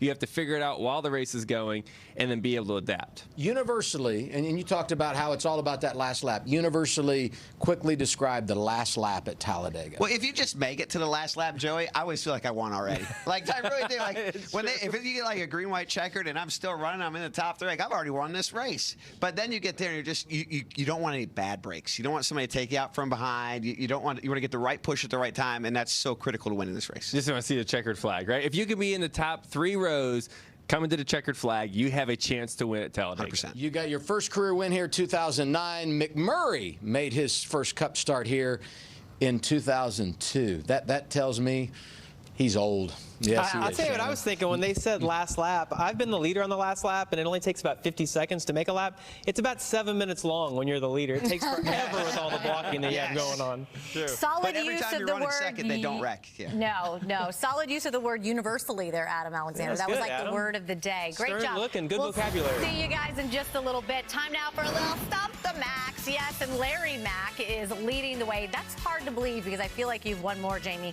but you haven't. So you'll go first. NASCAR Hall of Fame driver that won last career Xfinity race in Dega in 2007. He's a Hall of Famer. He won his last Xfinity Series race in Talladega in 2007. Yeah, Larry knows it. He's also Bobby Labonte. Yeah, Is it Bobby? I knew it was Bobby or Tony. Love it. I think he's driving for Harvick. Larry, of the 23 drafting tracks that we've had, the races that we've had at drafting tracks since 2017, there's been 23 of them. How many have Chevys won? 23. There's 23 Xfinity Series. So there's 23. How many of those 23 has Chevy won? I have no idea, but I'm just going to throw it out there. I'm going to say 20. 21, close enough, but you know what they say about close enough. Good guess. Jamie, the famed Alabama coach, Paul Bryant, what was his nickname? Oh, my God. Oh, my God. Bear? Yeah. Yeah. Why don't you just ask him what his children's name is? I'm not from Alabama, Larry. Exactly. Take it easy. All right, here's an Alabama question for you, Larry. Who is the fictional character from Greenbow, Alabama? Oh, Forrest Gump. Good job, Forrest Gump. I wouldn't have known that one. My name is Forrest. 2-1, so you technically won, but we'll go with the tiebreaker anyways. Martin Truex Jr. has the most Talladega Xfinity Series wins. How many does he have? Who goes first? You go. It's a tiebreaker. We're just okay. Larry, go. 3. No, Larry wins. There you go. Well, damn, you still don't win. I could have said 3 too. There's no ties in racing. No, Jamie, congratulations, Did I win Jamie finally? Mack. You finally Wait a minute, did. I didn't get credit for that. No, you didn't. It was just an extra. Sorry about that. We've like got my son. You make the rules as we go. We do. We've got some extra coverage for you tomorrow. Of course, it all starts right here on race day at FS1, 1:30 Eastern, and then we're going to head over to Fox. We'll be all the way through the checkered flag and beyond. And Talladega is like a box of chocolates, right? You never know what you're going to get, especially when you play the Fox Bet Super 6. Just scan the Super 6 app QR code to download and make your picks for Sunday's race. $25,000. That's what you could win this weekend. Money too. It's getting higher, I feel like. You love it. The countdown clock is on, just under 4 minutes before we give the command to start engines in Talladega. Oh, look at that little guy. Tonight at 7 Eastern on Fox. The Memphis Showboats take on the Birmingham Stallions. Unbelievable. Then tomorrow at 7 on FS1, the Michigan Panthers battle the Philadelphia Stars. Week 2 USFL action heats up this weekend on Fox and FS1. Larry, you know how big Talladega is? 2.66 miles. You know how big the actual area is? Really, really big, right? That's big. It's Just technical big. term. That's super technical, That's the Shannon. metric system. It's really big. Or the imperial system for you. Let's check out who's behind the stage getting ready for driver intros. There's the pole sitter. Austin Hill sits on the pole by 2.5 tenths over his teammate. He has a couple of wins at Daytona. He has a truck win at Daytona, but his best Talladega finish is 14th. Yeah, there's Justin Allgaier. Started off the year with 3 straight top 5s. It looked like he was like the guy to beat. But it's been a little bit of a struggle lately. Only 2 top 10s in the last 5 races. But he does have 3 runner-up finishes at super speedway tracks. Jade Buford going to start off 5th in that number 5 car today. Only his 2nd start of the season. Ran Daytona back in February. He did finish 12th at Talladega back in 2021. And we got to get to know right here. This is CJ McLaughlin. Look, Shannon, listen to this. He likes Belgian waffles, favorite breakfast. His favorite apps, Instagram. Yeah. He's a dog guy. And look at this hidden talent. He can work the room. Listen, full disclosure, I actually met CJ at Pit Fit here in Cornelius, a gym. He's putting the work in. Wants to make a career in racing. I think he's got the ability. Who'd you pick for today's race, Jamie? Wow. Let's just get to the point, Shannon. I am going to go with Austin Hill. I think he's the best guy at a drafting type track. So throw him up there. He's pretty good. Yeah, I would say he's pretty good. I think this is the day for his teammate Sheldon Creed, going to finally get that first career win. Yeah, I am going to go Cole Custer. Going to the rear. I know. I was just going to say that. I kind of want him to win. Bob Pockris, we've got a couple guys going to the rear. We've got Cole Custer, Sam Mayer, and Parker Kligerman. So all those guys will have to make their way from the front to the back. They'll be comers and goers. What's this? I don't know. From the back to the front. Why don't we go to the front of the track right now? Let's go trackside for opening ceremonies at Talladega, baby.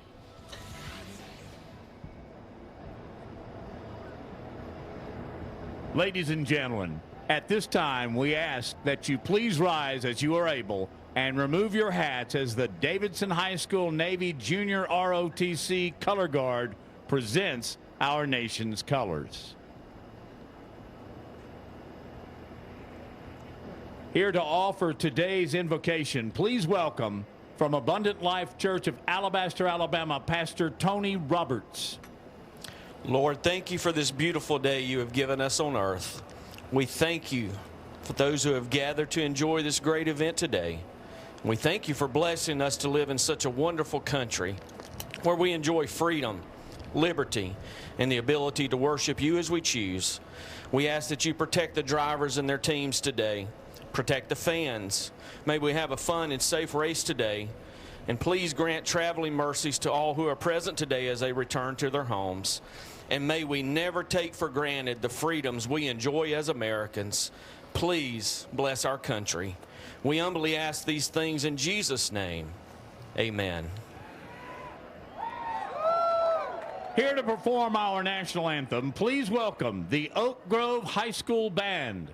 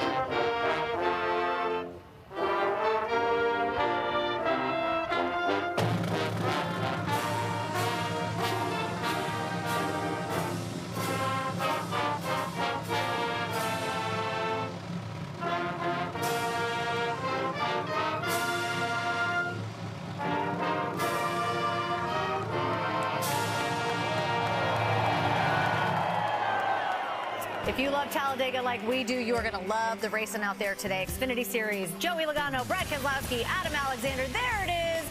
The American flag. Love it. NASCAR's biggest and baddest track is back. I love this place. And with size comes speed. Here we go, Talladega. Lots and lots of speed. Ready, green flag, green flag. Colleague Racing has found success here in the past. The Dinger has done it again. What a finish. But Austin Hill is looking to continue his super speedway dominance this season.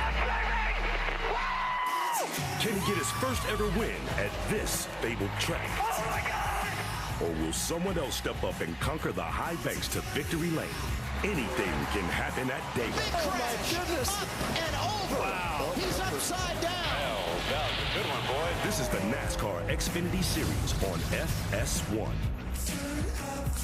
Fox NASCAR live at Talladega Superspeedway in Alabama. We've been coming here since the 1960s. Plenty of history, tradition, and the racing here is awesome. This afternoon, NASCAR Xfinity Series teams doing battle for the 35th time, and boy, do we have a great day for it. 72 degrees, plenty of sunshine, and the flag is standing out. It is windy.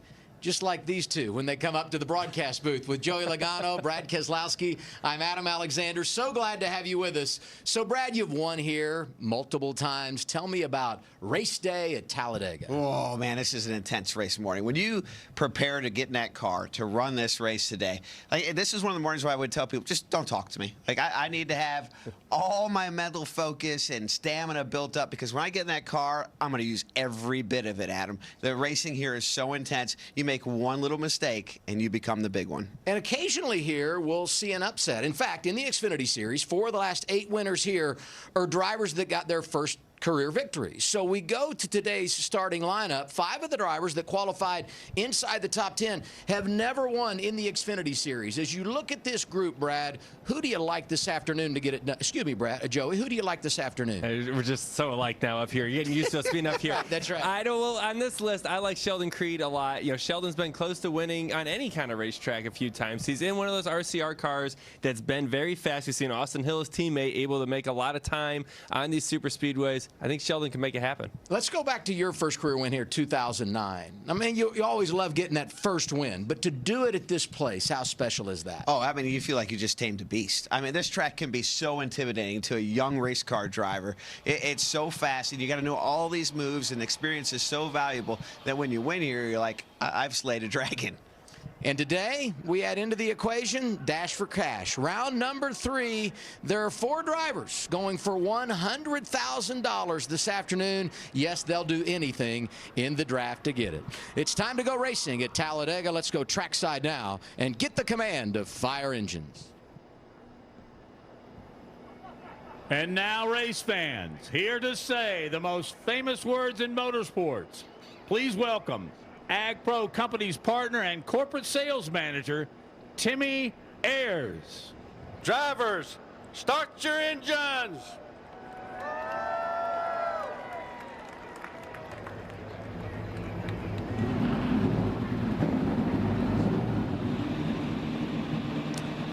In the last 3 years, we've raced here twice. Only one trip in 2023. If you're going to win at Talladega, you need to get it done today. We're going green next.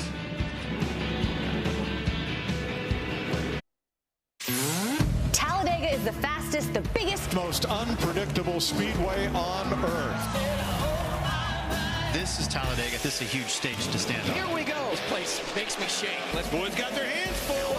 He's in the wall. We might be done here. You just need to survive. Show me the money. That's right. Show me the money. Let's go! NASCAR Xfinity Series teams ready to ride for the 9th time in 2023. There's the sign. This is Talladega. And I guess you could say the favorite this afternoon is Austin Hill, because when it comes to racing in the draft, lately he's been virtually unbeatable. That's Austin Hill in the 21. Big crash. First career victory. What a superstar Austin Hill is becoming. For a second consecutive season, Austin Hill wins the season opener at Daytona. Austin Hill wins once again. He goes back to back here in Atlanta. almost automatic when it comes to Daytona and Atlanta. Can he get it done here at Talladega? Look at the numbers. Since going over to RCR full-time last year, he's won 4 of the 8 races on drafting tracks. Starts on the pole today. Let's go from the driver's seat and hear from the driver out of Georgia. Austin Hill, Joey Logano, and Brad Keselowski up here in the Fox booth. You got me? I got you. All right, man. This is your wheelhouse. Won 4 out of the last 8 Speedway races. You're up front again. You got a teammate up there with you. You're looking strong. My money's on you. Yeah, everybody back at RCR and ECR have done a really good job getting our Bennett Realtree Chevy up front this weekend. Really cool to have a RCR front row. Hopefully Sheldon and I can work really well together all day. Keep the 21 and the 2 up front and see who can come home with it here at the end. But you know as well as I do, these races get kind of crazy. They get wild, and all it takes is one wrong move, one bad mistake, something like that happening, and it can ruin your day very easy. So you got to be sharp all day, minimize the mistakes, and just be there at the end. Oh, you know the deal. Good luck out there, man. Stay safe. Yep, appreciate it, man. How about this? It's the 4th time RCR has swept the front row for an Xfinity race here at Talladega. I mentioned the Dash for Cash. These are the drivers going for the big money. John Hunter Nemechek got it done last week with that win at Martinsville. You got Sammy Smith up there, his teammate, starting 12th today. Cole Custer, Josh Berry also in the mix. Let's hear from the rookie out of Iowa, Sammy Smith. Sammy, Brad Keselowski up in the FS1 booth. You get a copy? Hey, Brad. Yep, I got you. 10-4 sounded good, looking good out there, starting 12th. And I found out today that you have 1 career lap around this track, and you're about to start one of the wildest and craziest races at Talladega. What's going through your mind as you're about to start this race? Yeah, I'm excited. Don't have really any laps here. Don't have much laps on speedways, but I'm excited. Try to do as much studying as I could to be prepared for today. Hopefully have a fast Flying J Toyota GR Supra, and we can stay at a trophy at the end. Well, we're wishing you the best. Look forward to seeing a great show. Have a good one out there, buddy. Yep, thanks, Brad. You've heard from Brad, Joey, and me. Now let's meet the other fellas covering the action for us today. Coleman Presley on the spotter stand. The winner here in 13, Regan Smith on pit road with Josh Sims. Hey, Josh. Well, Adam, you mentioned it. A lot of drivers look at these type of races as opportunity races. Certainly the case for Anthony Alfredo. He said the 78 team spent a ton of time and prep work this week, knowing that these drafting tracks are their best chance at getting a win. Now, earlier this year at Atlanta, he led 18 laps. He said, I know it's a different track, but it's a drafting track, and that confidence he got there bleeds over to this track where he qualified 6th. And he said now the next goal, add his name to the list of drivers getting their first win here at Talladega, Regan. Well, Josh, when we come to the drafting tracks, most of the time it is all about Austin Hill. But Sheldon Creed, his teammate, told me earlier today, do not sleep on him. He has slowly been getting better each week when we come to these drafting racetracks, and each time that we come to these drafting tracks. He said that he's been studying. He's been studying what Austin does, what he does, and things he can do differently. He said it comes down to some very small, subtle differences, one of which is he's got to be selfish in that race car at the right time. He knows his car is fast. He starts 2nd today, looking for that first career Xfinity win. Coleman? We've heard the guys in the booth. We've heard the guys on pit road. Prep is the key to this success today. Not only on the driver's seat, but also in the spotter stand, watching film, watching the SMT data provided. We got to try to predict what's going to happen a half lap later, what's going to happen in turn 3 on the final lap to maybe put your driver in the right lane, come to the start-finish line, all the way down towards turn 1. The guy I'm looking at today, Brett Moffitt, he has speed in his car, qualified 9th, and he's also always known as a great pusher. I'm excited to see what he can do today.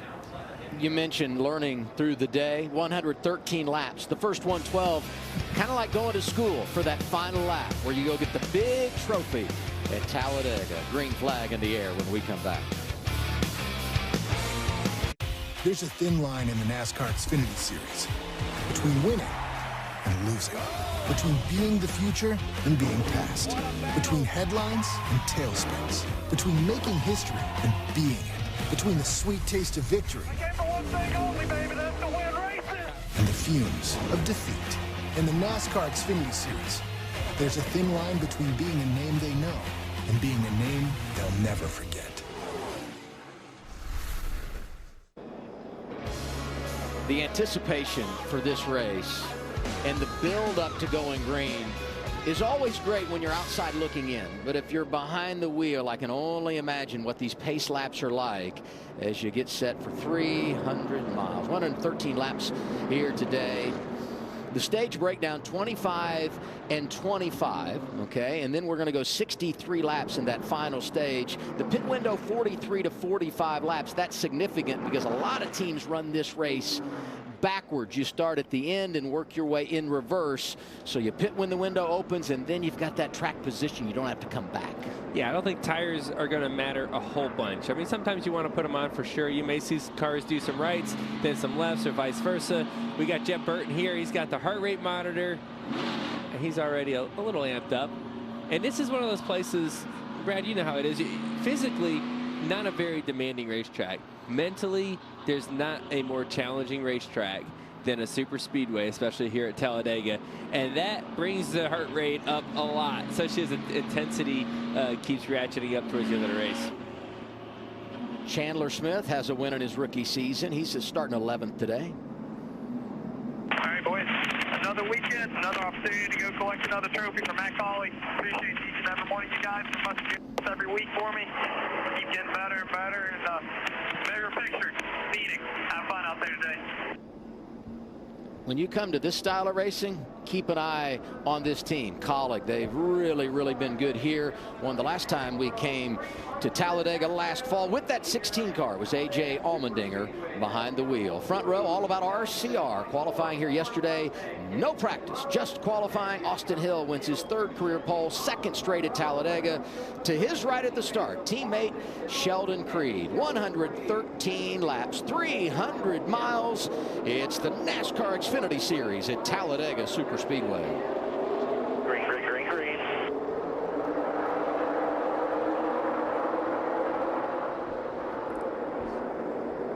See an issue there mid-pack where they're 3 wide before the line. You wonder kind of what happened there.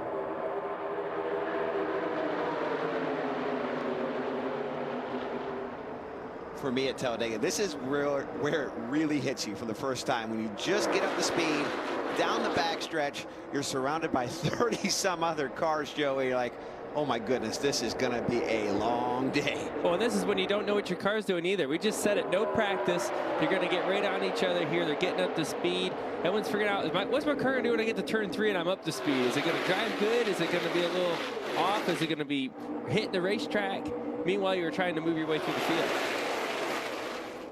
Sheldon Creed slides down in front of his teammate. Outside lane being towed around by the rookie Parker Retzlaff in the 31-78 Anthony Alfredo. And right behind him, and that's his teammate Jeb Burton in the white and blue 27. And they're still staying formed up, 2 by 2 for the most part. No, not many cars. You see one car there on the outside. I believe that's Josh Berry out there on his own. Not where he wants to be. When they stay too wide like they are right now, it's just kind of a race between lines, right? Who can connect better? Who can get their big runs at the right time? You see the top doing pretty well with Parker getting out front. And now Alfredo making a run for the lead. 1 in front, half in front. Maintain gap right there, still tight behind. This is the Bennett Transportation and Logistics onboard camera. Austin Hill started on the pole, currently scored 4th. Good gap there. It's Brett Moffitt going by in the 25, and here comes the rookie in the 18, Sammy Smith.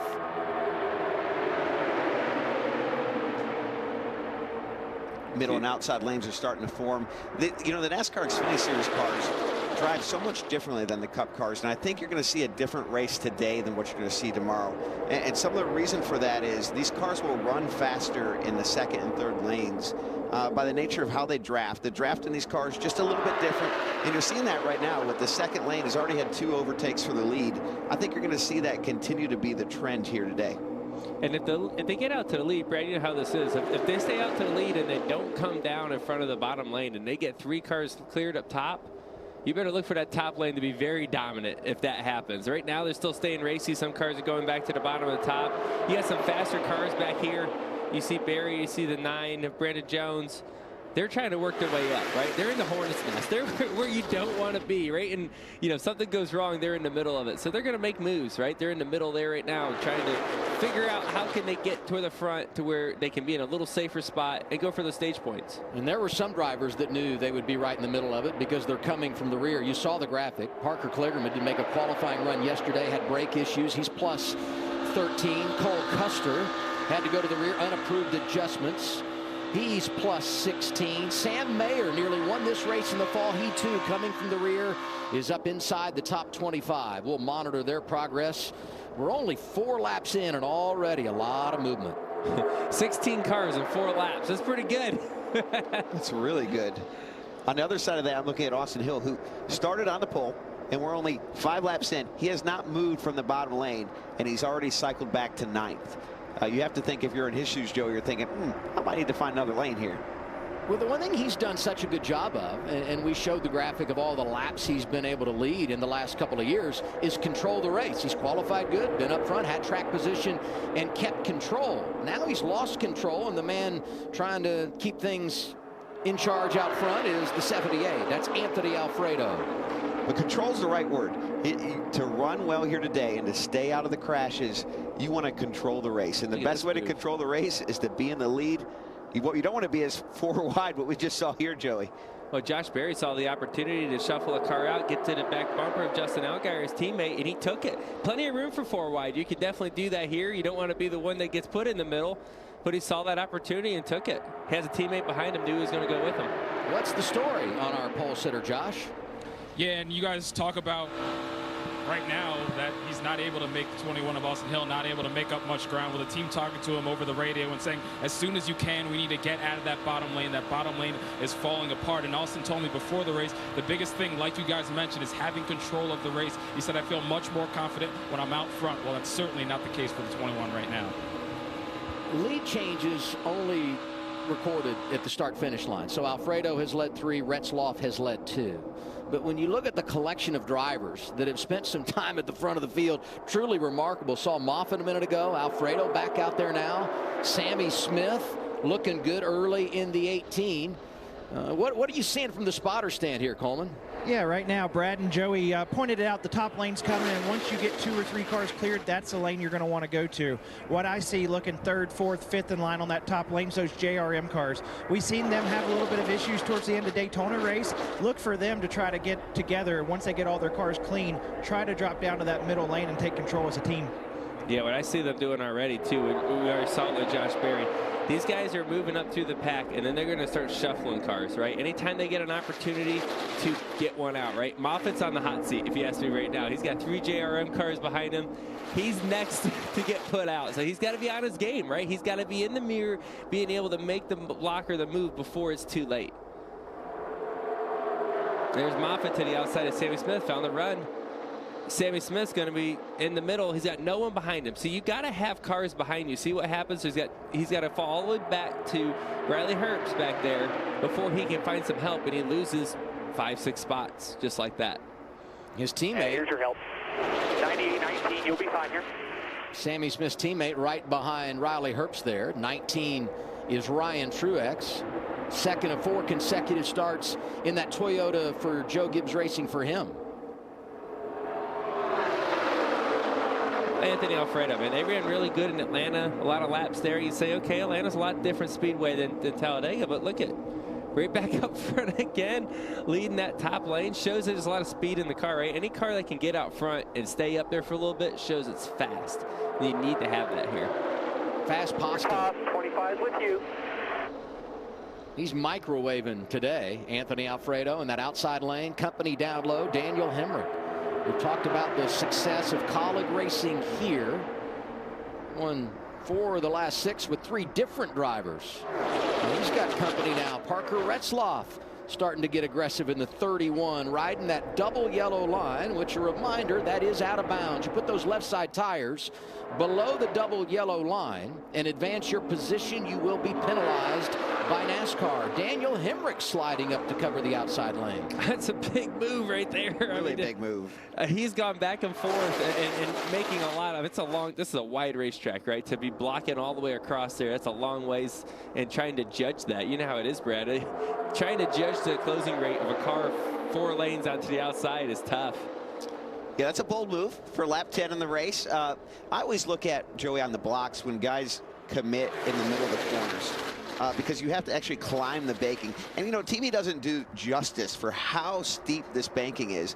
And when you take a car from the bottom lane to the top lane, you're literally climbing a hill at 200 miles an hour. It's going to slow it down, and so your gap tightens up very quickly, and it can lead to contact in tough situations. I mean, it's a couple stories up, right, when you think about it from the top to the bottom. On board with Jeb Burton. This the state water heaters onboard camera. Heart rate hitting 162. Saw Sammy Smith last week at Martinsville in the heat of battle, up right around 175, 180. And there it is, 171. And that's all adrenaline. Right? That's all that is. We talked about it earlier. Physically, not very challenging here. Mentally, everything. And you see that's what he's dealing with right now. Only driver in the field that's won here in the Xfinity Series. And looking good in the early going. Daniel Hemrick out front. Moffitt, Burton, Alfredo, Allgaier, your top 5. It's early for the Xfinity Series in Alabama. Have a good time.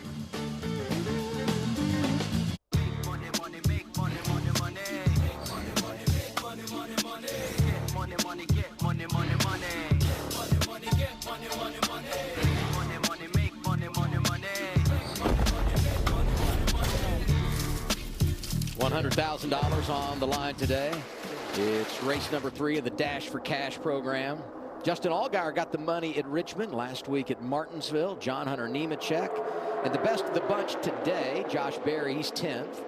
Nemechek back there in 17th. You see Sammy Smith, Cole Custer have some work to do. All these drivers going to be highlighted in purple on the scoring pylon today. Sheldon Creed now showing the way at Talladega, Regan.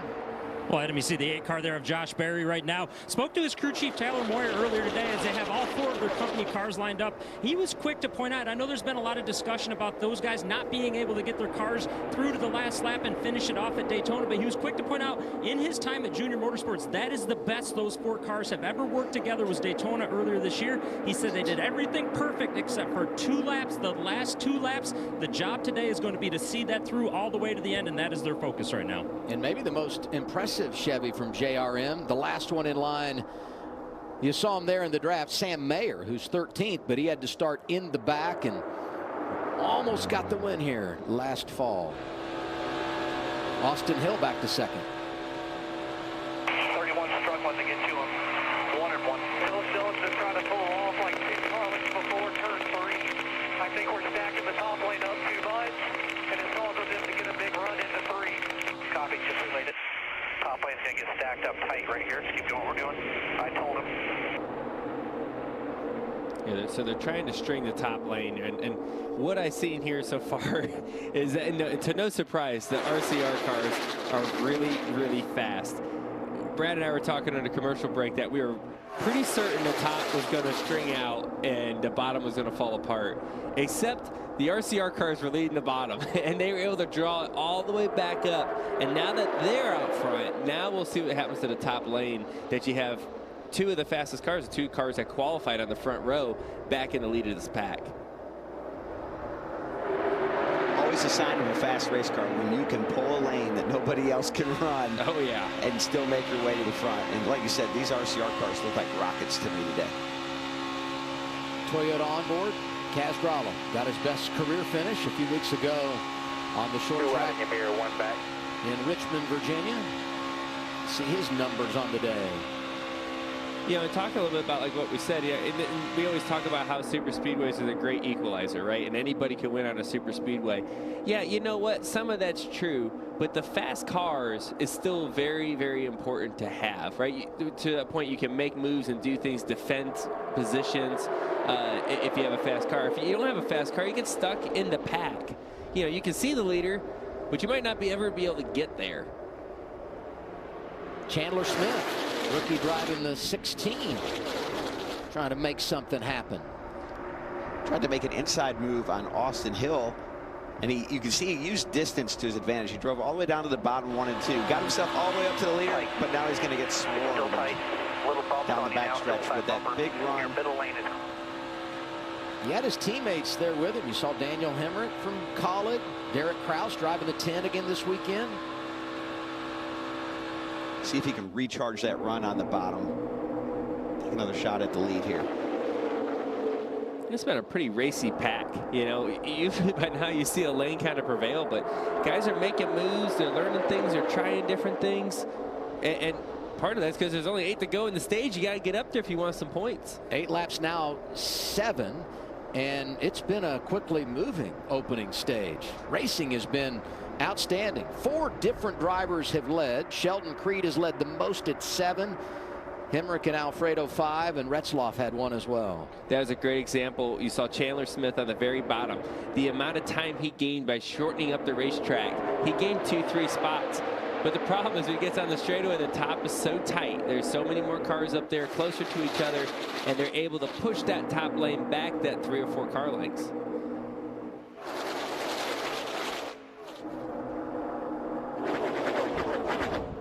As we head toward the end of stage 1, I want everyone at home to notice where the start-finish line is. Not in the normal place here at Talladega in the middle of the tri-oval.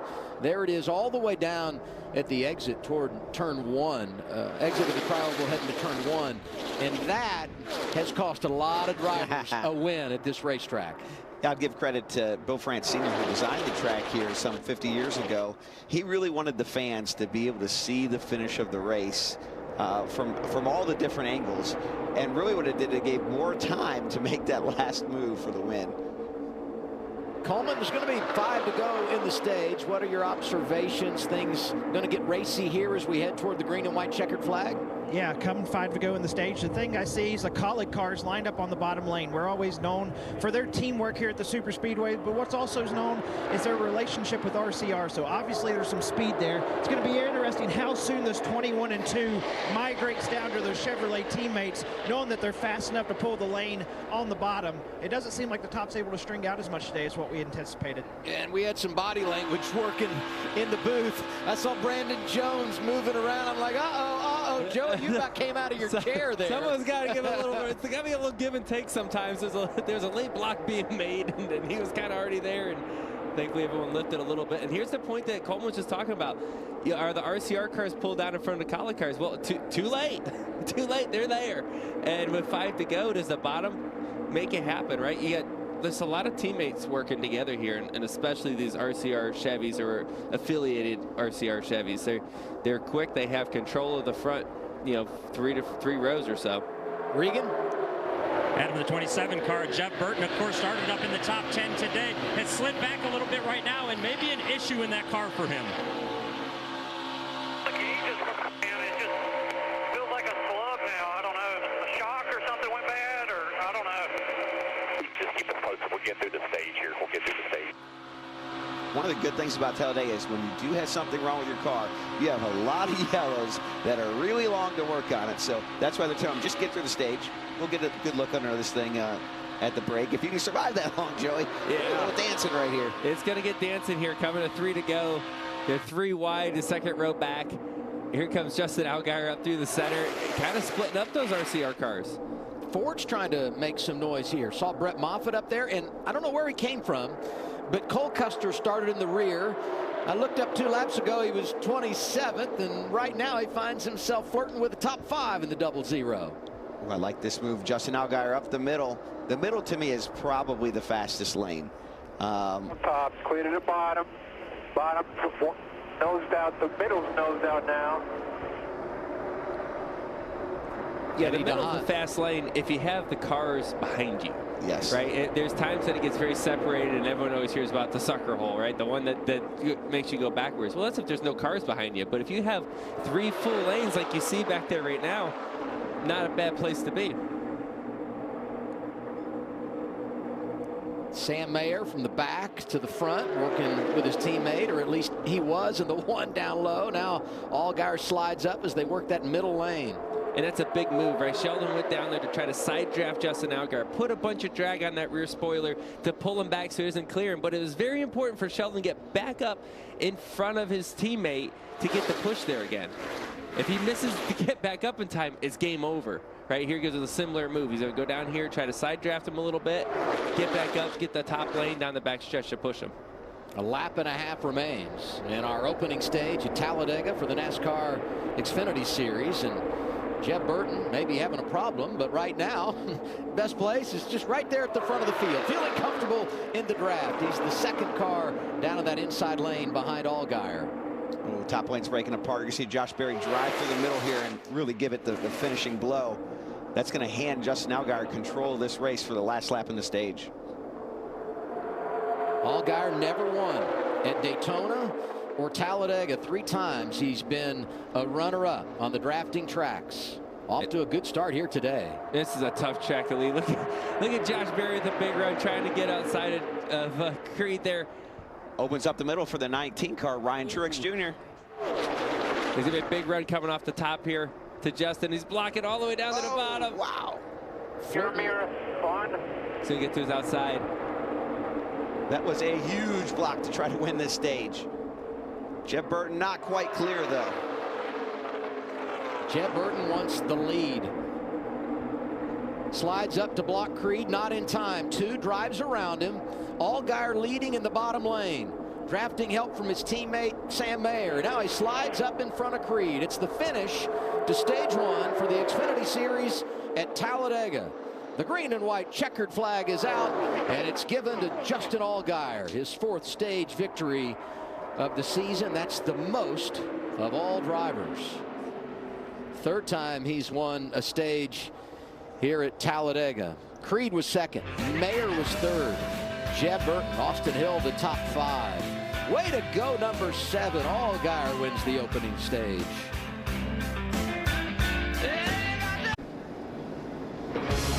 Stage 1 complete for the NASCAR Xfinity Series here at Talladega Superspeedway with Joey Logano, Brad Keselowski. I'm Adam Alexander. Allgaier gets the green and white checkered flag in stage 1. You see the stage point breakdown here after 25 laps of competition. Here's a stat for you. The stage 1 winner has won the last 4 races in 2023. So that bodes well for Allgaier, who's not won at Talladega, hasn't won at Daytona, hasn't won in the draft in the Xfinity Series. A surprising stat. That's an interesting stat, but I tell you one thing, it doesn't matter. Because this is Talladega, it's a different world.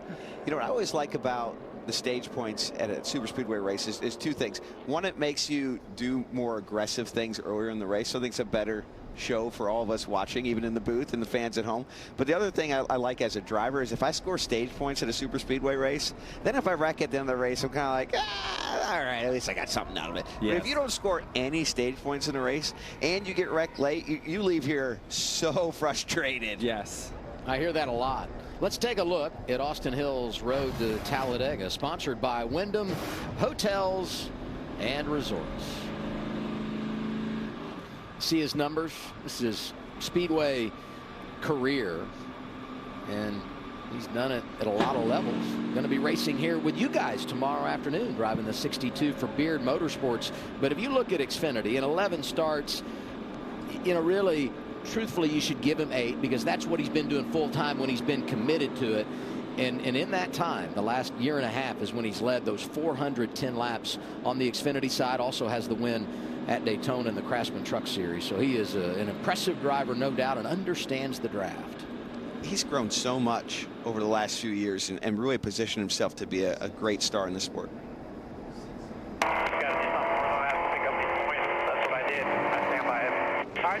It was just too early, and you guys are lucky you got back up to the 3rd and him winning with jumping to the middle. We were in a good spot, but I'm telling you, the goal is to work with teammates. If you want to do your own thing, have fun at the end of the because nobody's going to work with you. Oh, boy. The teammate drama. Oh, yes. Always happens on speedways. We had this with Junior Motorsports at Daytona. To be continued. Pit road is open, Josh. I'll start with the 21 of Austin Hill, the pole sitter. Said he's not fully comfortable with where his car is at right now. Said in the draft he's not able to move and be as comfortable as he wants right now. So they're going to make a move to tighten him up, make an air pressure and a wedge adjustment, see if it helps him out, Regan. Well, his teammate in the 2 car of Sheldon Creed, happy with his race car, said it's decent, no issues. You'll see him take a round out of both rears, though, trying to lower the back of that race car. The 7 of Justin Allgaier, phenomenal was the word from the driver. No changes there. And the 1 car of Sam Mayer, you heard the radio about working with his teammates. Balance is good, otherwise a little tape on the grill for him.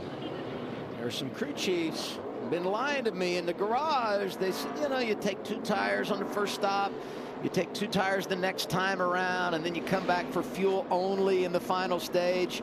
A lot of teams electing to go 4 tires there. Top 3 off pit road did take 2. Ryan Truex, John Hunter Nemechek, and our stage 1 winner, Justin Allgaier, came off pit road 2nd.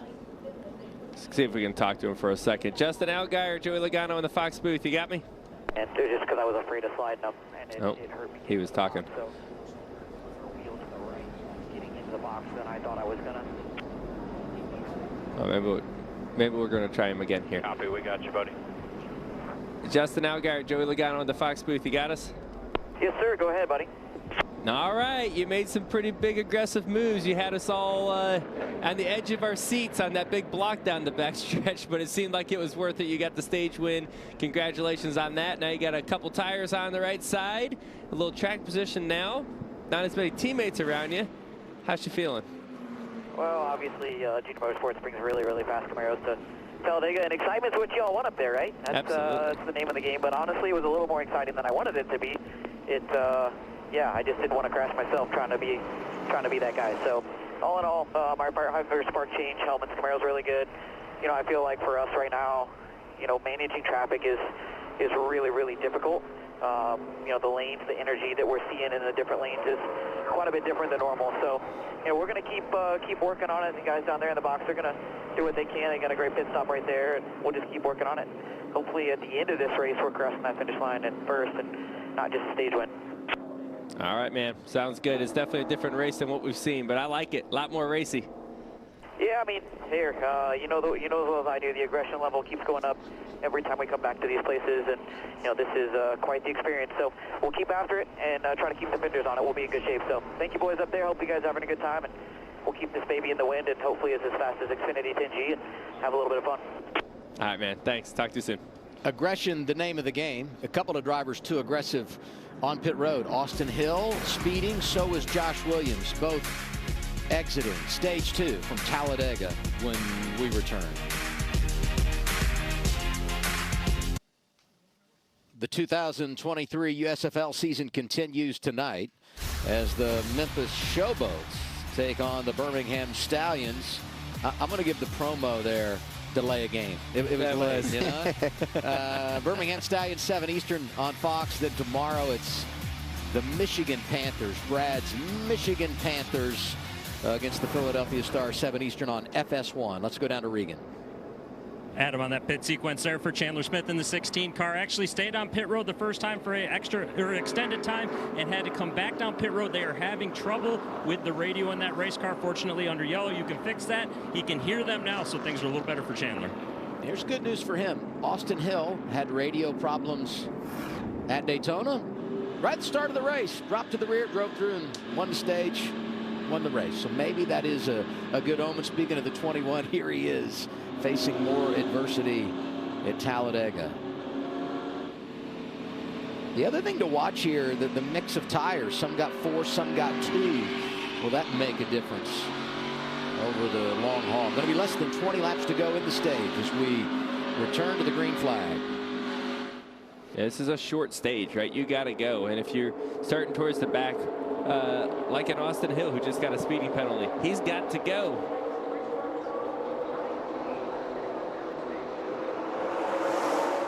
Ryan Truex outside lane, got his teammate John Hunter Nemechek behind him. That's a bit of a new cast of characters up front. We haven't seen the Gibbs cars up here yet. You see them able to push along pretty well in the start. Sammy Smith's up there too, third car inside lane. So all those Gibbs Toyotas got a chance to hook up in the draft as we are off and rolling here in stage number 2. Josh Berry had an extended stop, saw him in the outside lane. Getting a push from Anthony Alfredo. And immediately you see him go 3 wide again. Now, these guys are not afraid to go 3 wide. They've seen success in any lane. And I love seeing that, right? That's a great super speedway race. There's room for it at Talladega. And that there's no one's that committed to running one single lane right now.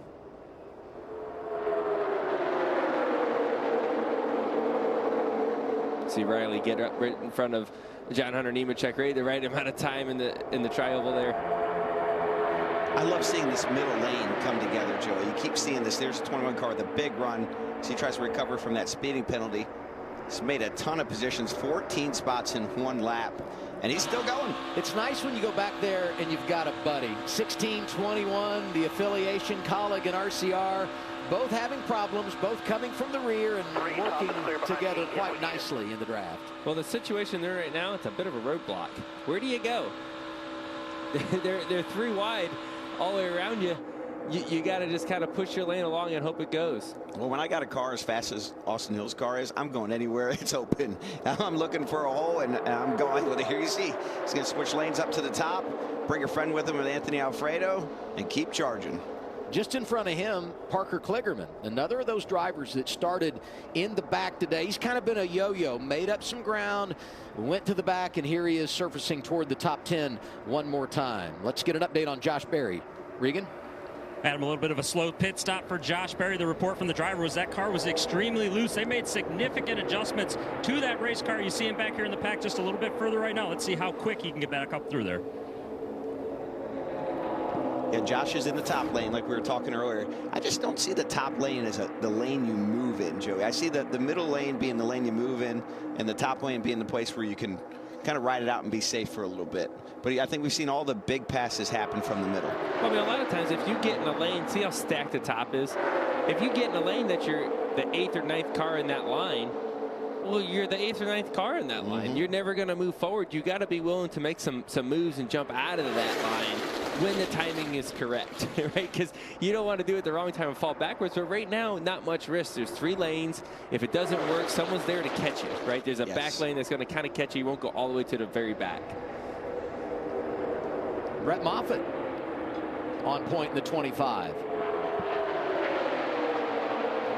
Not the first time we've seen his car pulling a lane around this afternoon. Justin, textbook leapfrog type pass, right? The run down into the corner, go to the bottom of the hill, get the run down the bottom of the hill, get the shortest distance, clear that car, back up at top. But Moffitt says, you know what, I'll give it a shot too, but he's doing it in a different place. He did it into the tri-oval, and it may not work out for him. I don't think it's going to work at all here. Justin's going to easily clear him back for the lead. He's going to get Riley Herbst to jump down behind him. So now he's going to use the distance in turn 1. And I think he might get beside him, but I don't think he'll be able to clear the 7 here, Joey. There's just a lot of distance between all those cars. A very loose pack right there. And not a lot of, manufacturer help up there. And the 2 Fords are working together, but then, well, actually, as I say that, a sitting duck is the Chevrolet of Justin Allgaier. He was the one that I was thinking about that really didn't have a partner to play with. And right behind him, those 3 Toyotas from Joe Gibbs Racing all took 2 tires on that last cycle of stops to gain some track position, and they are on the move outside lane. 51 fading back.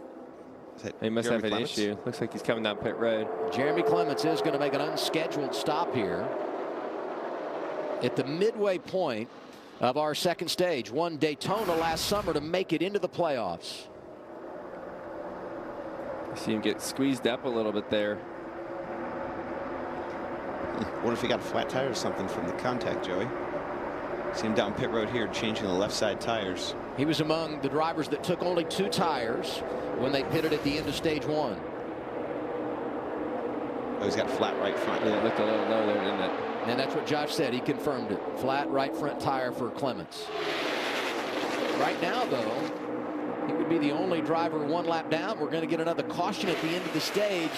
Don't write him off just yet. Plenty of time left, and so much can transpire over the course of the day here at Talladega. Brett Moffitt leading the way. Herbst, Custer, Jones, and Mayer, your top 5. 12 laps down in stage 2.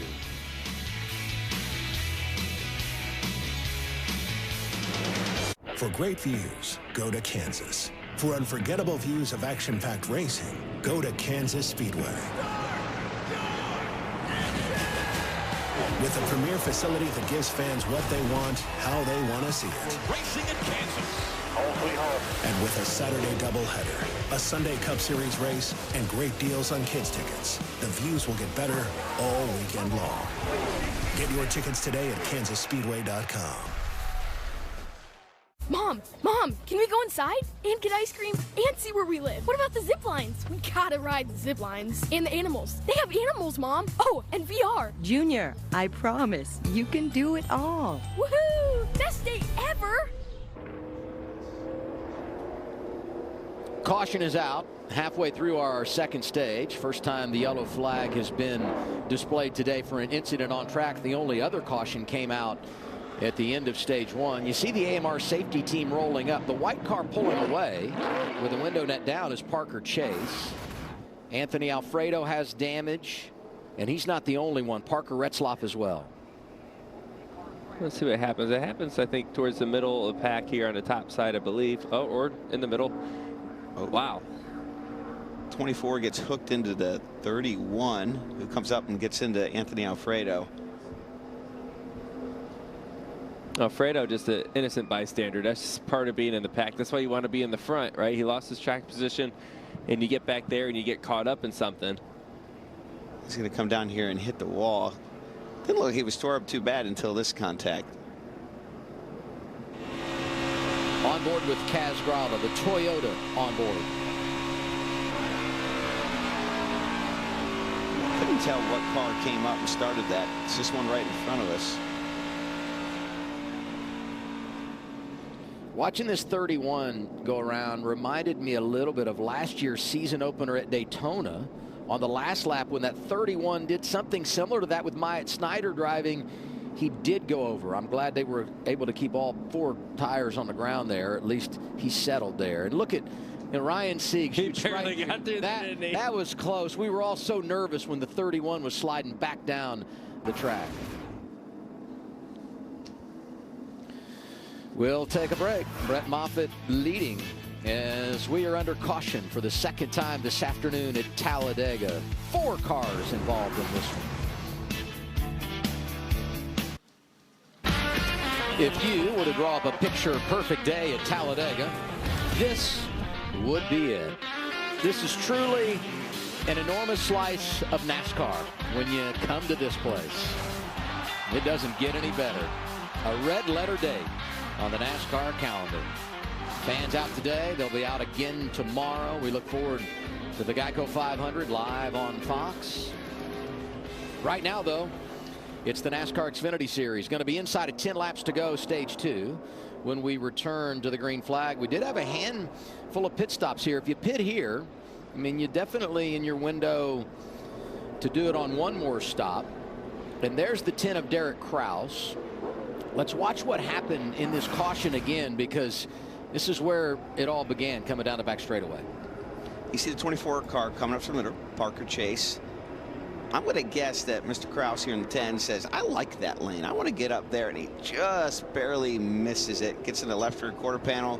Then you just see this chain reaction, right? The bottoms, or the middle spins to the bottom spins to the top. Next thing you know, you got 3 or 4 cars. We're lucky we didn't have a lot more cars caught up in this wreck, Adam, but it's just looks like a little bit of a timing mishap. If you're Derek Kraus here, young driver, only his 3rd career start, something like this happens, but you get away unscathed. How hard to put that behind you, knowing what you've caused here. Yeah, you feel bad, right? Like like we've all been in this situation before. We've made a mistake, misjudged it, or something like that, and you're just like, oof. You feel bad, but it stinks, right? But the facts are, you got to keep pushing forward, right? Like, it happened. You learned from it probably. But you can't just lay up the rest of the day and be too soft. Like, you got to go back racing. You still have a car that's intact. You still can go win the race. I'm sorry, racing is a selfish sport, and as bad as you feel doesn't mean you're going to go park your car because you caused a crash. You got to complete it. And then you're going to have to deal with it later, right? I mean, it doesn't go away, but you got to finish the job that's at hand right now. Race now.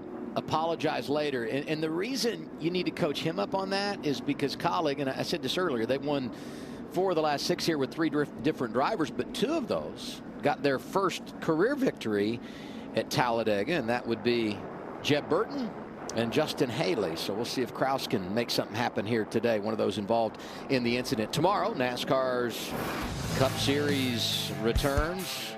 All the fun begins on FS1, then we're over to Fox.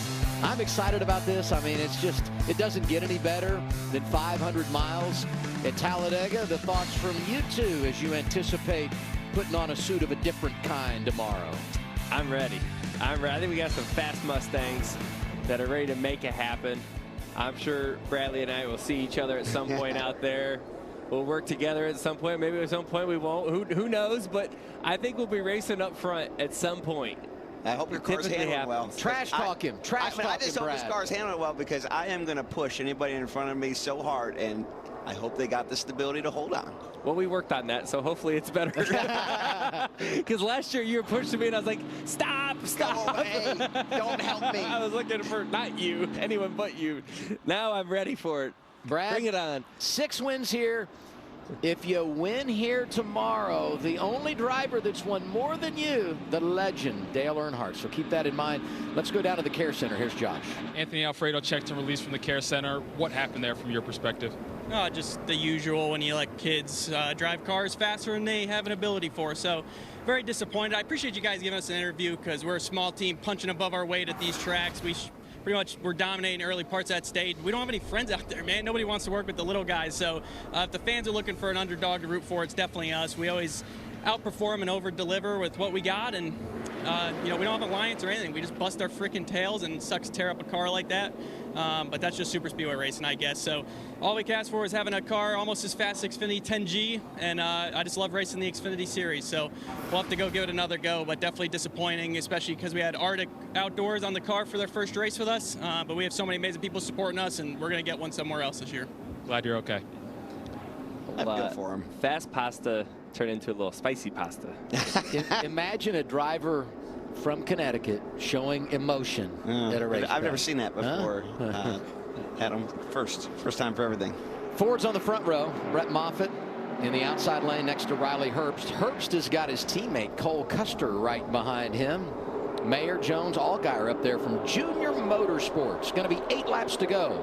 Stage 2 as we hit the green flag.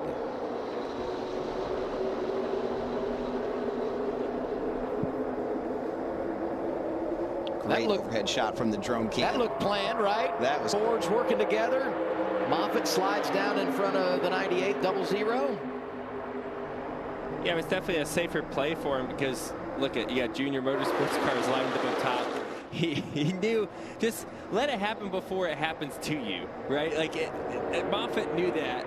At some point, I'm going to get shuffled out by these Junior Motorsports cars. Let me just pull down to the bottom. I have a chance of surviving right now. Don't get too far. He's out in front. That's how Mayer lost this race last fall. He got so far out in front of A.J. Allmendinger, and then the Dinger rallies and passed him.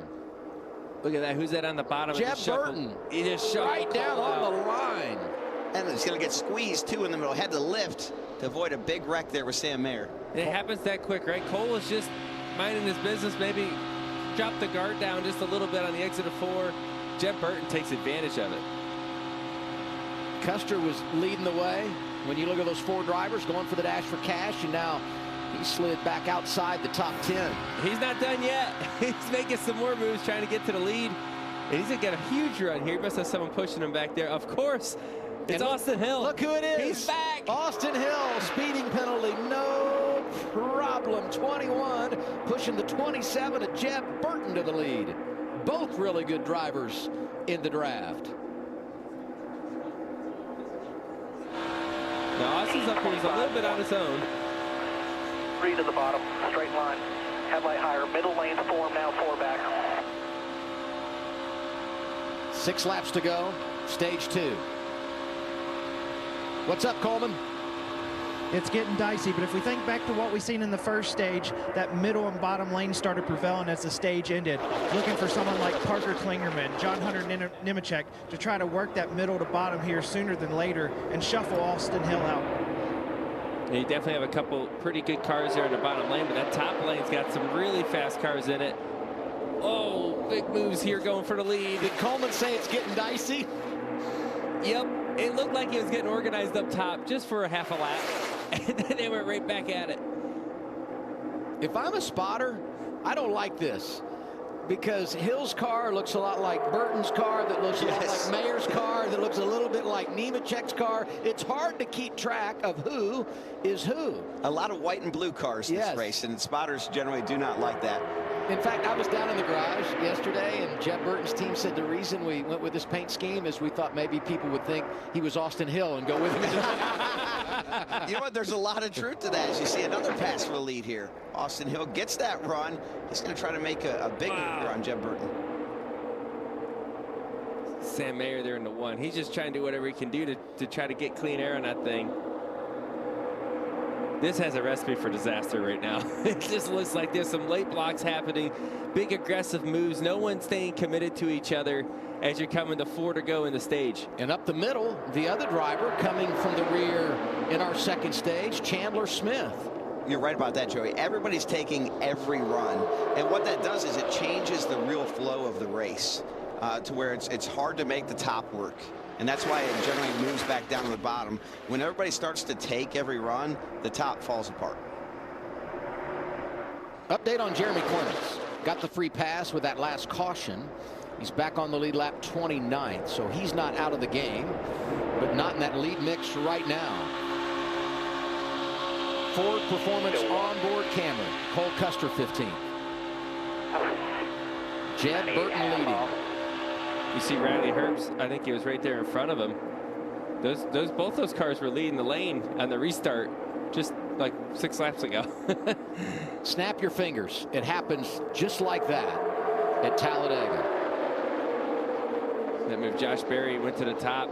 He was praying somebody went with him. The 19 Ryan Truex went with him. That's what he needed. If that didn't happen, Josh Berry doesn't move forward on that type of move. Oh, but it didn't last long. Ryan Truex, not Junior, back to the middle. He's going to make the pass on Josh Berry. Hey, wait a minute.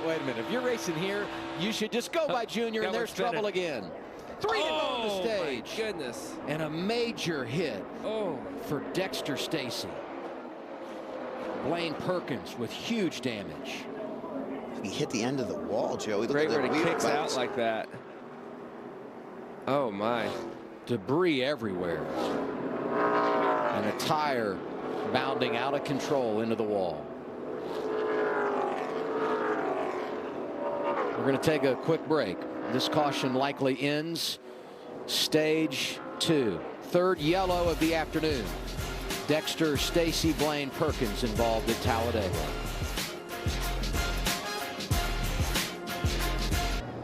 Third caution of the day at Talladega has turned into a red flag. It's Blaine Perkins climbing from the 0-2. AMR safety team was right there to be by his side, and they needed to respond quickly because his crash was spectacular.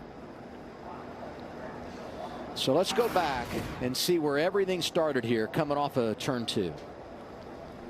So we're going to see a spin from the middle, the 66. He's going to come down and hit the inside wall very, very hard. And this is where the wall kicks out right there. And that shot doesn't do justice. And look at this car. Barrel rolling down the backstretch. And that wasn't the half of it. By the way, Dexter Stacy has also climbed from his race car. So this is Blaine Perkins. You see he's going to get hit. The car's going to catch the air, land right here on the roof, and here comes the barrel roll. Right when you get sideways like that, it starts to bite, and then off it goes. And at this point, you hope when it's up in the air that it doesn't land on the roof. Look at the parts and pieces just coming off that race car as it barrel rolls down the back straightaway. It's at 6-7 times I think I saw that car go around. Yeah, some big hits within the rolls, right? The revolutions at that speed usually isn't bad. It's the impacts when you come down back onto the racetrack. Those are the ones that hurt. He just gets tagged in the right rear, sends him up like that. And this hit, oh! You see the safer barrier move, Joey. Thank goodness there was something to give there, but the wall comes out on a little angle there to allow the safety crews to get out on the track, and that angle is not forgiving. As you can see, parts flying off of Blaine Perkins' cars, tires, exhaust. And that car disintegrated while it was rolling over. We're under red flag now as NASCAR addresses all this.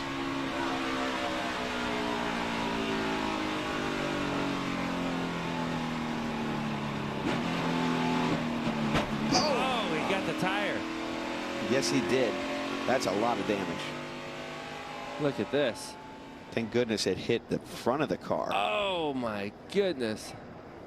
I don't know what the data would say, but he had backed completely out of it to avoid the incident, and then wham, that tire comes down and gets him. Jade Buford was in the 5. He was the other driver on the front end of the accident.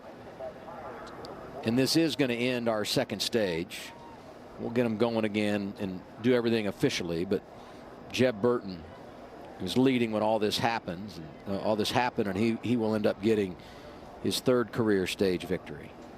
You see the hood there on Cascarala's car pushed in a little bit from that tire. I mean, dude, you hit a tire, that's like the scariest thing for all of us, right? Because that thing's going to get launched. It's hitting a very heavy basketball, right? It's got air in it. That a lot of energy. Launch. Mm-hmm. Thank God everyone's okay on this one. There's some big hits there. Obviously the rollover, but also that inside wall hit, the tire. Things could have looked a lot worse on this one. I'm glad we went to commercial to make sure everybody was okay before we came back and showed the replay, but certainly a nasty hit. Just a big reminder of why we say Talladega can be so intimidating and intense as a driver, because moments like this can happen at any time. Glad everybody's okay. But everybody in the pack, not only are we thankful that these drivers were able to climb from the race cars, also lucky not more involved. Under the red flag here at Talladega.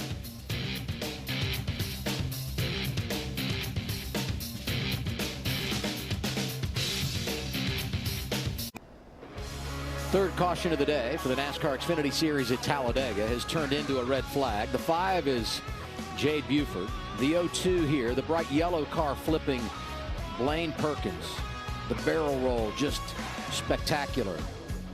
And behind all of this, Dexter Stacy gets shot out of line and makes contact with the inside wall. And if you're just joining us, all of these drivers did climb from the race car. It's crazy seeing it from that view, how high the car is, right? Up on top of all those motorhomes, you can see a car just flying above that. So here we are back in the broadcast booth. Joey Logano, Brad Keselowski, I'm Adam Alexander. So many things to be thankful for in this situation. I said it going to break, but number one, these drivers got from their race cars, which is huge that they were able to walk away. Number two, there weren't more involved because the pack was together as we were anticipating the end of the stage. Yeah, sometimes you just get lucky and it doesn't turn into a bigger wreck than it was. Huge contact still, either way. And, you know, I think one of the things that is so important for our fans to understand is when the cars come apart like that, that's actually kind of a good thing more times than not. It's dissipating the energy, and rather than the driver feeling it, it's just shedding parts off the car. So great design to this car for NASCAR, and just a true testament to everything they do to make it to where the drivers can get out safely. But whew, still a close call. Yeah, absolutely. And we kind of seen it coming, right? You're coming to the end of the stage. These guys are really racy. They're 3 wide, 4 wide, shuffling a lot. Guys, this is what we're going to see the rest of the race. This isn't the very end of it. Yes, hopefully nothing that big of a crash again or hits that hard. But as the intensity ratchets up, right, we've seen at the end of the stage this time. Well, you said not a very long third stage either, right? And then everyone's going to keep shuffling like they've been the whole race. And it's going to probably end up in a wreck at some point again. Yeah. I hope it doesn't, but most likely the chances are it happens again. Let's go to the care center. Here's Josh. Well, Dexter Stacy checked and released from the care center. From your perspective, what happened there? We were just caught up in the middle, and I don't know if the air just loosened me right up and took me for a ride or somebody punted me. To be honest with you, I really don't know until I watch the video. Here we go right now. Yeah, I just got free. Somebody just took the air from me, and I lost it. That's all. Thanks, and glad you're okay. No problem.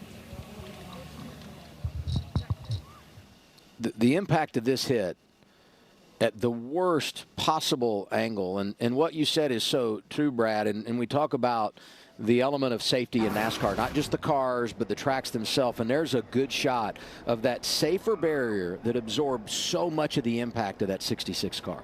Yeah, I mean, these are car crashes at almost 200 miles an hour. I mean, it's just amazing that the drivers were able to get out. A lot to be thankful for here at Talladega. We continue under the red flag as we go back to our Charlotte studios. Here's Shannon. Thank you so much, Adam. Yeah, I mean, they just mentioned the fact that these drivers were able to climb from those cars. Listen, we love this type of racing at Talladega, but the unfortunate side of this type of racing is what we just saw out there. A very, very scary situation for all drivers involved. Yeah, but I do want to iterate what Brad Keselowski was saying. You know, that is a violent crash. That's not a crash that I would want to be in. But as long as that car is turning and moving, it's throwing that energy off. It's when a car just hits that wall and just stops. That's where a driver can get in trouble. What you really fear for is that car was barrel rolling, and I counted 6 times it barrel rolled down the back straightaway, is if someone else comes along and hits him while he's barrel rolling. Fortunately, that did not happen. Yeah, so I've been in one of the barrel rolls down the backstretch, and it honestly doesn't hurt that bad as we're just talking about as it's flipping. I remember as I was rolling, closing my eyes because everything was spinning so fast, not wanting to remember or to see it. One thing I would say about this hit, you see him, the angle that he hits at, and as they pan out and you see the way the wall comes out, it's just so weird to me that there's not a better layout for the racetracks of the way the backstretch wall is. I remember Jeff Gordon hitting one of those at Vegas years ago. But as we see right here, this flip, I remember everything getting really quiet right there as the car went up in the air, and you just don't know what to expect. And as we watch this car, it's the tires digging in right there that then starts this violent roll. But honestly, as long as no one else hits you other than being a little bit scared and disoriented of everything that's happening right there, another fear that you have as a driver, and it's, you know, we talked about this with the Jordan Anderson piece in the pre-race show earlier, is fire. That's probably the biggest fear that you have as a driver, is hoping that you land on your tires or the right side up, because it's hard to get out of the car when it's upside down. But then also just wondering, is there going to be a fire? Is the car full of fuel? Is there going to be oil on me? It's the unknowns that you can't prepare for. Yeah, I know you've told me many times, which I think is really interesting, that you would always close your eyes before those big I didn't want to remember it, right? If you have your eyes open, you have a visual of laying down that night of a memory, and I just remember I always shut my eyes because I'm like, I don't want to remember this or have any more detail of this than what I have to. Yeah, they are making some track surface repairs. We're going to get back to the booth and Adam and the guys, but I heard Brad and Joey kind of commenting on what they saw on the wreck, wondering from the guys that are on the track who just saw this happen, how hard is it to kind of shake it off? What's that process, guys? I've never thought about closing my eyes, but I love the idea. Yes. I might have to give that a shot. Yeah, I mean, that is something it's for real, though. You know, I remember when I barrel rolled here or rolled over last time, and it's no doubt it goes through your mind that night when you're going to sleep of, holy cow, I was a little closer to the end than I wanted to be, and that plays in your mind for sure. You got to get over it. As you can see, the red flag has been lifted, and whatever repairs that needed to be made to the racetrack evidently have been completed. And they'll ride around here under yellow to complete the stage. We had a couple of laps left, and we just got a report that Blaine Perkins will be transported to a local medical center for further evaluation. But the good news, as we stated, he climbed from his race car and with some assistance was able to make it to the ambulance, but he will be transported to a local medical facility for further evaluations. Blaine Perkins driving the 02 that went flipping down the back straightaway. Jeb Burton has had a productive afternoon. There was a time when we were concerned about his race car, but they've got it where it needs to be, and he's going to win this second stage. It's so bittersweet when you come here and race, and I think about Jordan Anderson racing and the opportunity that's provided to them when you come to a place like Talladega. Jeb Burton going to win a stage and be in control of this race and have a real shot at his second win here and first of the season into the playoffs and all that. His teammate Parker Retzlaff involved in the last crash, wrong place, wrong time. It's the highs and lows of racing at Talladega Superspeedway. One lap to go on the stage, but it's going to be Jeb Burton who gets the win. Behind him, Chandler Smith, Ryan Truex, Josh Berry, Daniel Hemrick. Will step aside. Kaz Grala taking the hit with a tire.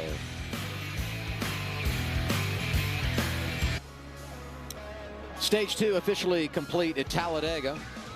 This is the caution that ended it. We eventually got a red flag. Blaine Perkins. I mean, you just can't watch that video enough to appreciate all the things that are happening there and the safety of these cars. As Blaine Perkins, we told you earlier, was able to climb from the race car. He's been transported to a local medical center for further evaluation. And if you tuned away and have come back, Dexter Stacy was taken to the infield care center, interviewed with Josh. He has been released. And we understand now that Blaine Perkins has been transported out of an abundance of caution. So you don't want to read between the lines on anything like this or try to anticipate what the situation is. But all signs very positive after a very, very scary crash here at Talladega. And now we get back to the competition. Time for pit stops as we've wrapped up stage 2. So this is where it can get interesting. There's some cars that pitted under the last caution, put tires on and filled it up with gas. Maybe their pit stop can be shorter this time. Maybe they do fuel only, have to put less fuel in it to get full, and they can gain some track position here. They're heading your way, Josh. Yeah, let's start with the 19 of Ryan Truex. His biggest complaint is that even when he's out front, he just feels slower than the other cars out there. So they need something to help him out in this one. As far as Austin Hill, well, he was getting a little too free towards the end of that run. So similar to the first stage, they're going to tighten him up. And the biggest thing, no speeding on pit road. That's the crucial thing for the 21 here, Regan. Well, 16 car Chandler Smith happy with his car, said it's neutral right now, I don't need anything. And the 27 car at Jeff Burton, they are going to take 4 tires. On the previous pit stop, they showed some cords on the right front and the right rear. I had heard a few crew chiefs this morning saying we're really going to monitor these tires because we're concerned about tire wear. Having said that, the Colleague team 1-2 off pit road, Hemrick and Kraus. They go fuel only. Behind them, some drivers that take 2. Austin Hill, the first coming off the pit lane that took 4 tires there. Let's check in with our winner of stage 2, Jeb Burton. How about it, Jeb Burton? You got a copy? This is Brad Keselowski up in the FS1 booth. Yes, sir. I got you, buddy. Man, you're shaking and baking down there, looking really good. I think you're one of the few drivers in the field that's won here before. Looks like you might have a shot at winning again. We heard earlier you might have had a problem with your car, but it's looking pretty good. Everything all right down there? Yeah, man. At the beginning of the race, pulled out to try to make a move, and maybe the wind down the back straightaway just messed my run up or something. Just felt like I lost a little horsepower, but once we got back in the draft, it seemed to be fine. So really appreciate Jordan Anderson Racing and all the guys there. They're working their butts off, man, and as you know, it takes everybody as a team, and they're doing a really good job. And just a pleasure to drive a fast race car again. So a couple good stages. Hopefully we can finish it off here. You betcha. We are looking great there, Jeb. Keep it up, and look forward to seeing another finish to a great race. Thanks, man. Appreciate you guys. Hey, we talk about the highs and lows. Some real good news to report for Jordan Anderson Racing. Jeff Burton wins the stage. Parker Retzlaff stays in the game, gets the free pass. So that's good news for the 31. Final stage coming up.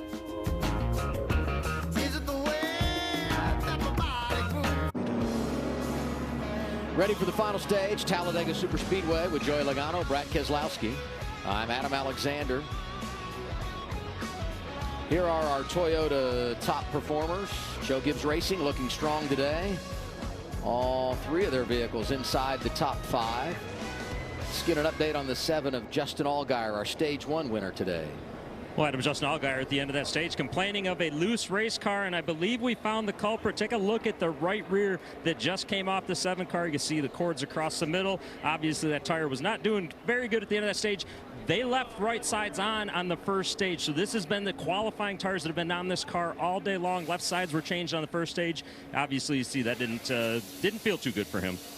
Well, it's a pretty green racetrack right now. You know, I know we just ran an ARCA race on it, but they really don't run 3 wide very often. If you start running that top lane, they're rubbering it in. That should get better as the race goes. Optimist Joey, I like that. Optimist Joey. Yeah. You know, I was going to circle it on our nice sketch-a-pad here, but I think you could see the cords. It's pretty obvious on that tire. That's a lot of wear, but I think maybe they underestimated what they told him a little bit. Like just a little. You think they told the driver just a couple? Just a little wear. Yeah. Getting ready for the restart. What are your thoughts, Coleman?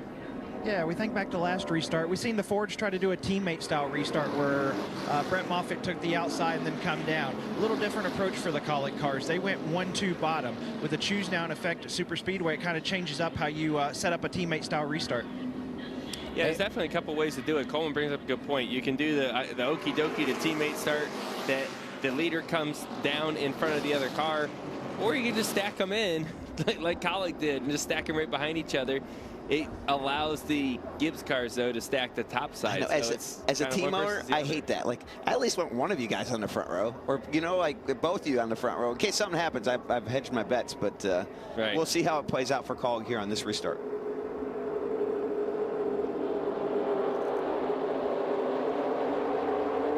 Daniel Hemrick getting a push from Derek Kraus.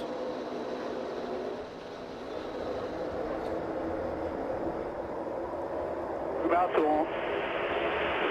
10 still with you. They haven't called the 10 yet. He pushed you way out. You and the 10 are 3 in front of the third place, 2 in front. Jason Jarrett on the spotter stand for Daniel Hemrick. Side 19, 2 back behind him. They're getting grouped up quicker. The 10's going to get a push in the middle lane, 10 getting a push middle lane. You know, the spotter's so important throughout all this, you know, especially when you're in the lead. Your spotter's got to, I always say, paint a picture. Tell me what's going on 2-3 rows back so I know what lane I need to be in. That is the most important information. Your spotter's got to understand it too. It's not just saying what it is, because there's a lot of useless information your spotter can tell you and actually hurt what you're doing. So your spotter has to be very educated on the draft itself as much as the driver, so you can get the information needed. Looks like that restart choice worked out. Daniel Hemrick's going to maintain the lead with his teammate in third place. Look at these guys pushing up top. Now you can't lock bumpers here, right? That's the Xfinity rule. The Cup cars, they can lock bumpers and push all the way around if they can. The Xfinity cars, to prevent the tandem draft that we used to see so much, you can bump, you can kind of stay there a little bit and give them some taps back and forth, but you can't lock on. You can't just make it a solid push and push through. Coleman? Yeah, excited to see what happens here. You see 5 guys strung out on the top. I look for Austin Hill here to go from the top to the bottom and start to recharge this lane before it singles out here pretty quickly.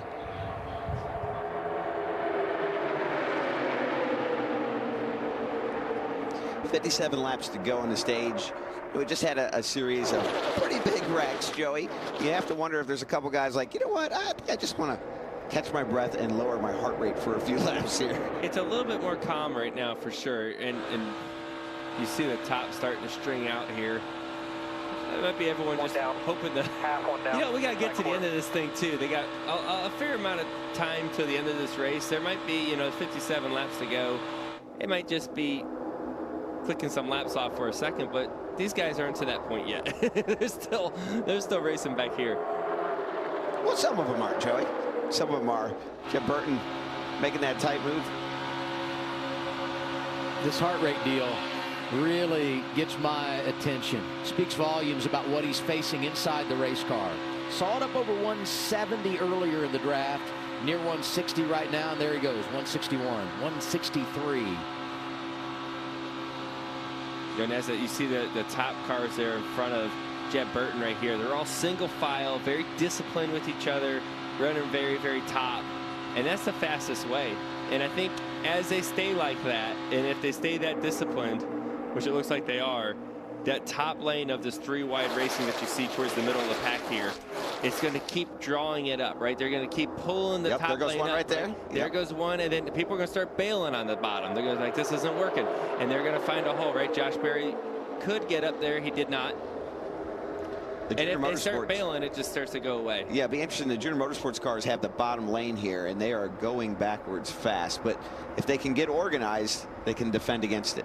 You know, he's in a lot of trouble. Sammy Smith, he was up there on this restart with his teammates at Joe Gibbs Racing. There you see him, red, white, yellow Toyota, middle of your screen. He got shuffled out, sent back, and he finally finds a hole in that outside lane.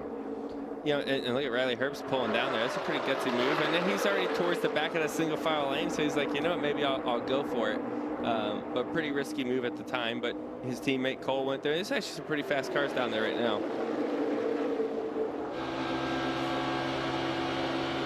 But you know what? When I think of the Xfinity Series, and I think of, there's a lot of young racers that are learning out here. One thing I think when you go to a super speedway and you're a young racer, make moves. Go for it, right? Staying in line, you learn nothing. And you're never going to win if you don't learn. So you have to be willing to make mistakes every now and again and make some moves. If you just follow the guy in front of you, you're not progressing your career, I don't believe. Well, I think they're listening to you, Joey, because they are making a lot of moves right now. Austin Hill trying to make a move to get up to the front here. He was running 6th, and now you see him all the way up to 2nd. Well, we know that's probably the 2 fastest cars on the racetrack. We're talking about the 21 and the 2, those RCR cars. They qualified up front. They are quick enough to drive through the field, kind of on command, and you're seeing it happen again. He told us yesterday, Austin Hill, after winning the pole, I'm not going to ride around in that outside lane unless I'm the leader. Starting to see the aggressive moves here as he slides behind his teammate, now slides down underneath of him, getting dicey at the front. Hemrick blocking the 21. It was kind of interesting. Sheldon kind of bailed on Austin there. Yes. And then Austin, I think, so you know what, if you're going to do it to me, I'll do it right back. And now they split each other up. Huh. That was very interesting sequence of moves. Those two could have easily stayed together and took the lead, but they kind of left each other both out hanging. And that's how this racing works, right? Like, oh, we're all buddies, everything's good until one thing happens, and then it's, well, you did it to me, so it's game on now, right? And then you start to grow this offense against each other, and it gets tricky. Yeah, it does. Here. You got to work with people, but you want to win. It gets really hard. DW used to say frenemies. Yeah. Co-opetition. I think I've heard that one too a few times. Yeah. Josh Berry, red and black number 8, sliding down in front of all the way up. Jim all the way up. On board Kaz Grala. It's just amazing this car's still in the race. It is. By the way, he hit an entire tire and wheel assembly, probably going 60, 70 mile an hour. I don't even know how that race car's still running. One here. Jeb down there at the bottom of 3. 8.25 here. I love how these guys are rolling the race today, because there's definitely a moment where it could have single filed out and we would have been sitting here trying to talk about something. Not today. These guys have raced the whole time. Austin Hill to the outside. It's going to buy Daniel Hemrick here to take the lead. You can't block every lane. Hemrick slides down low. Austin Hill drives by. Hemrick in line behind the 21. Just behind him, Austin's teammate, the 2 of Sheldon Creed. And here comes Junior Motorsports down low. Barry getting the push from Allgaier. Sam Mayer is there. JRM winless in 2023. Great recovery here. You remember just a few laps ago, they were on the bottom lane, and there was no friends, no help. It looked like they were going to fall back into the 20s, and now look at them challenging off for the lead. We're going to get some green flag pit stops in probably less than 10 laps, and we'll have them for you as we roll on from Talladega. Austin Hill, your leader.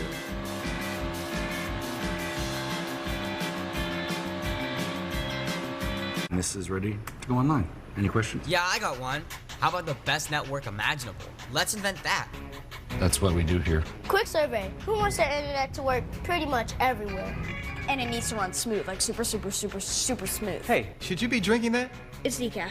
Because we're busy women. We don't have time for lag or buffering. Who doesn't want internet that helps AI do your homework even faster? Come again? Sorry, what was that? Introducing the next generation 10G network, only from Xfinity. The future starts now. I got a heart like a truck. It's been drugged through the mud. Ram owners have heart for being fearless, determined, and bold. That's why it's time for you to be a Ram.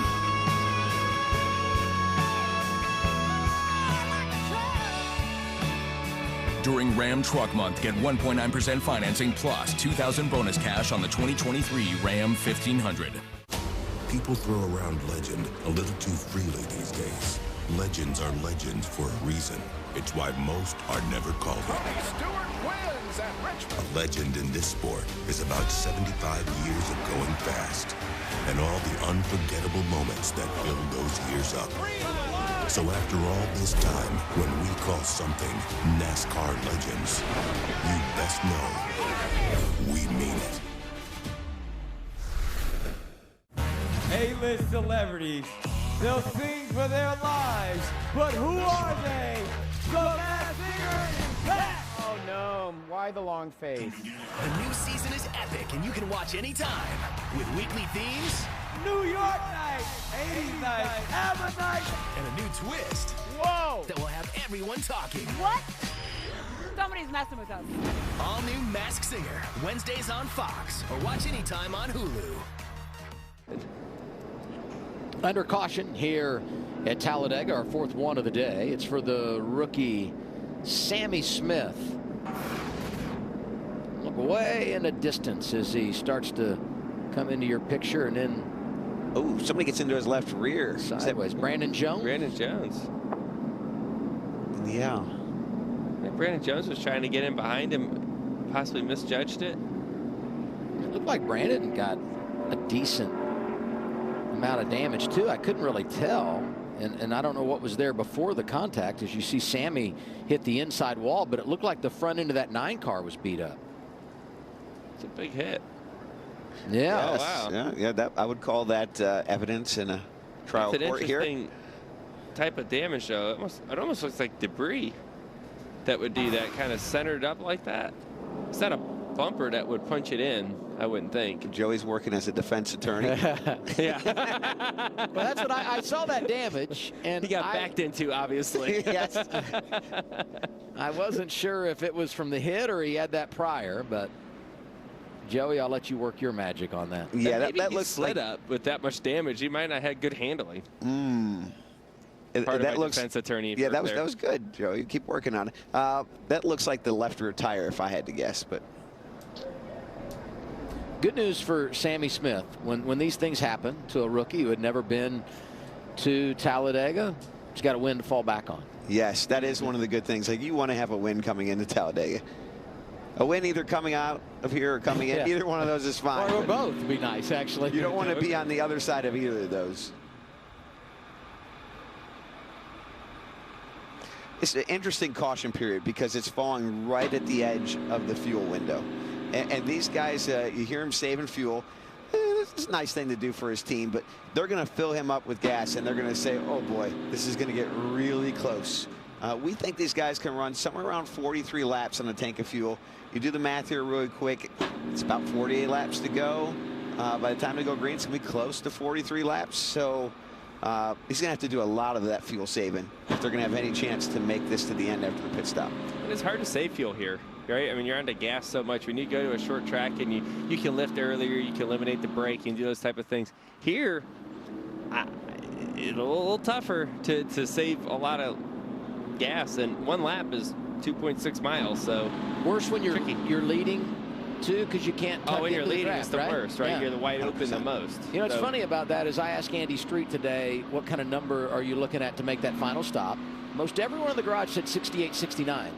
Andy Street said 70 plus.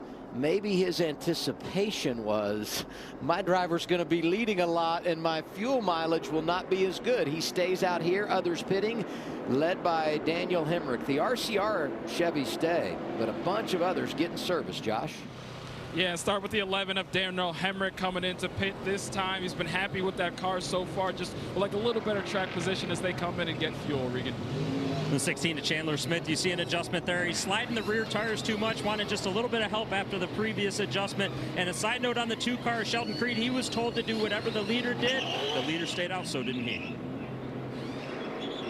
Everybody getting some fuel, and they do it with 47 to go. Could this turn into a little fuel mileage race late? 4th caution of the day for the rookie, Sammy Smith. Talladega, the scene for the NASCAR Xfinity Series, racing for the 9th time in 2023. RCR having a good day. Swept the front row yesterday, 1-2 today. Let's talk to the Vice President of Competition of this Xfinity program over at RCR, Danny Lawrence. Let's check in with him. Danny Lawrence, Joey Logano in the Fox booth. You got me? Hey, Joey. How you doing? We're doing good.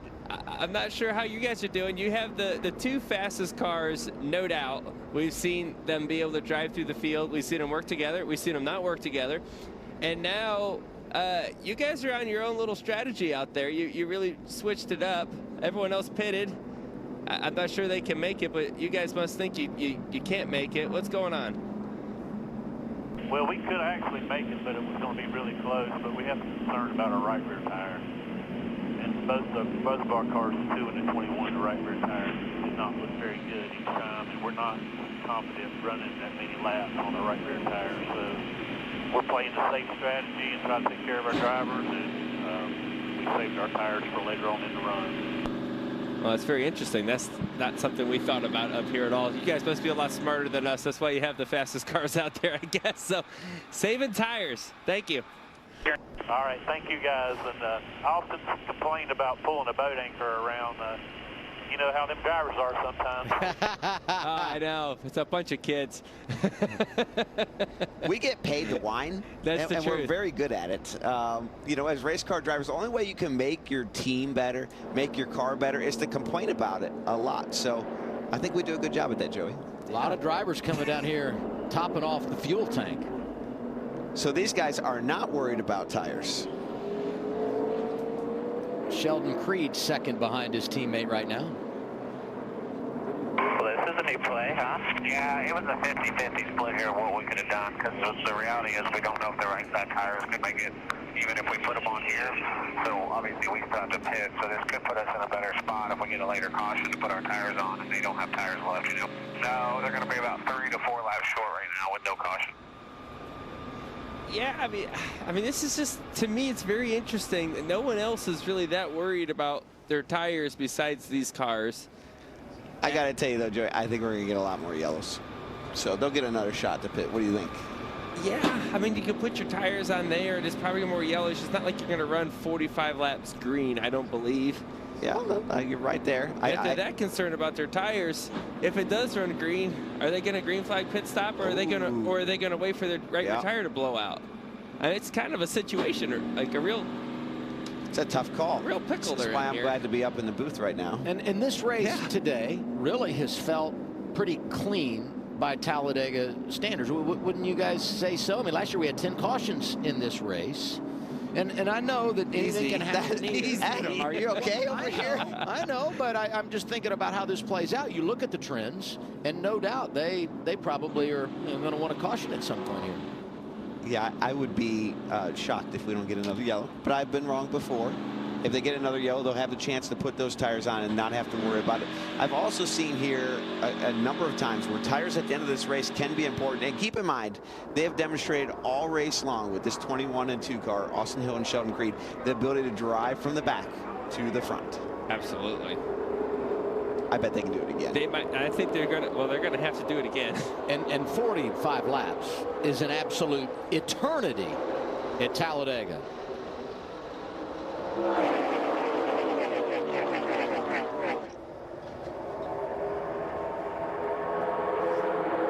Big pushing up top there. Really tight. That's going to help that top lane get rolling, especially when you get onto the backstretch.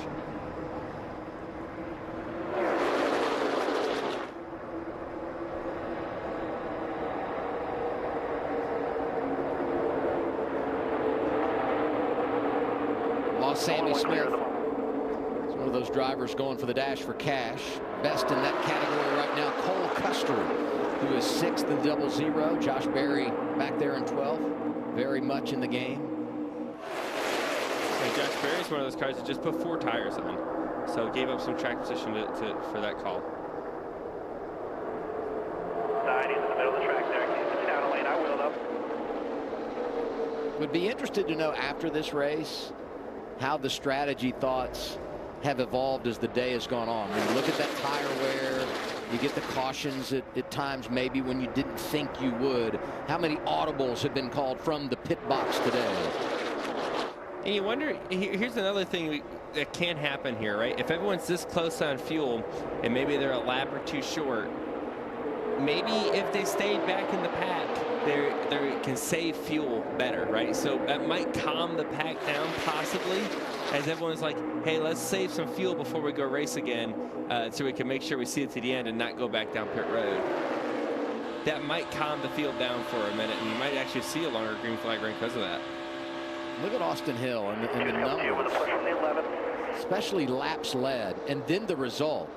Daytona, Atlanta finishes the deal. Last year, so good here, but his average finish in the two races was like 20th, despite the fact he led just half the laps.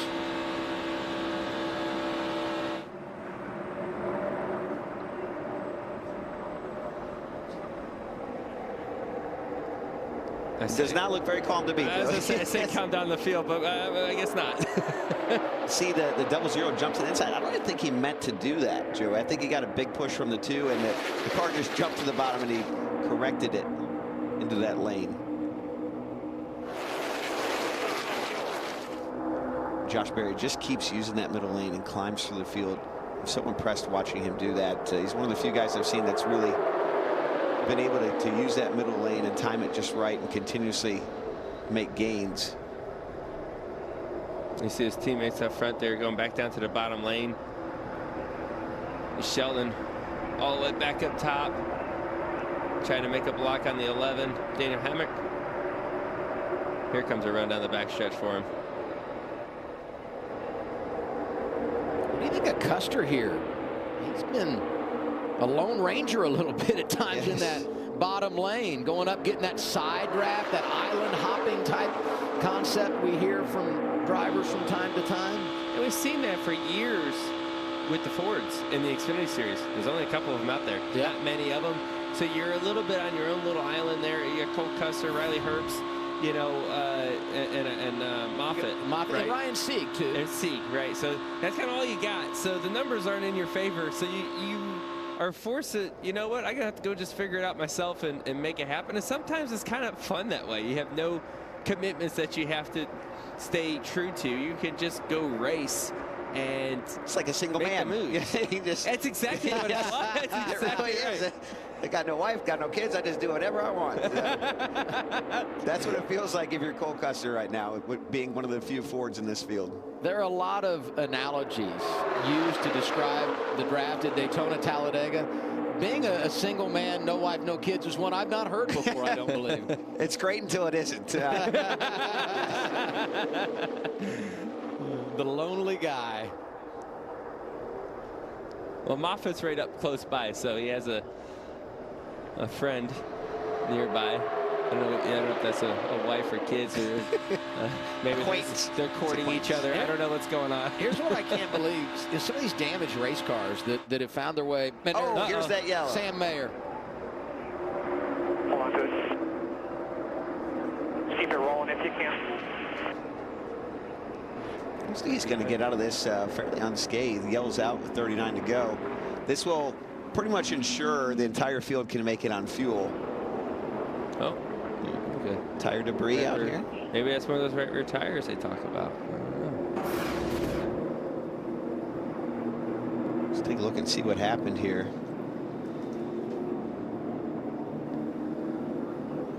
Well, it looks like something happened to the 9. He's checking up, stacks everyone up, and then the one car maybe gets punted. 98 kind of gets the outside wall with Riley Herbst. Couldn't tell how bad the damage was for Riley Herbst. You wonder if a right front went down. You remember the 9 had a lot of damage on the front of his car. Maybe got on the splitter there, or maybe that damage cut a tire down.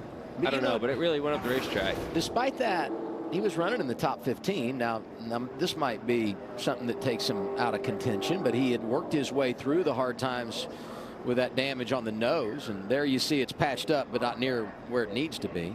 You got to wonder if something, you saw that damage in the front got shoved back into the right front tire. They cut it down eventually. Yeah, it sure looks that way. That damage from when he got backed into, right, Joey? Yeah. Yeah. Yeah. Joey Logano, attorney at law. You don't want that, guys.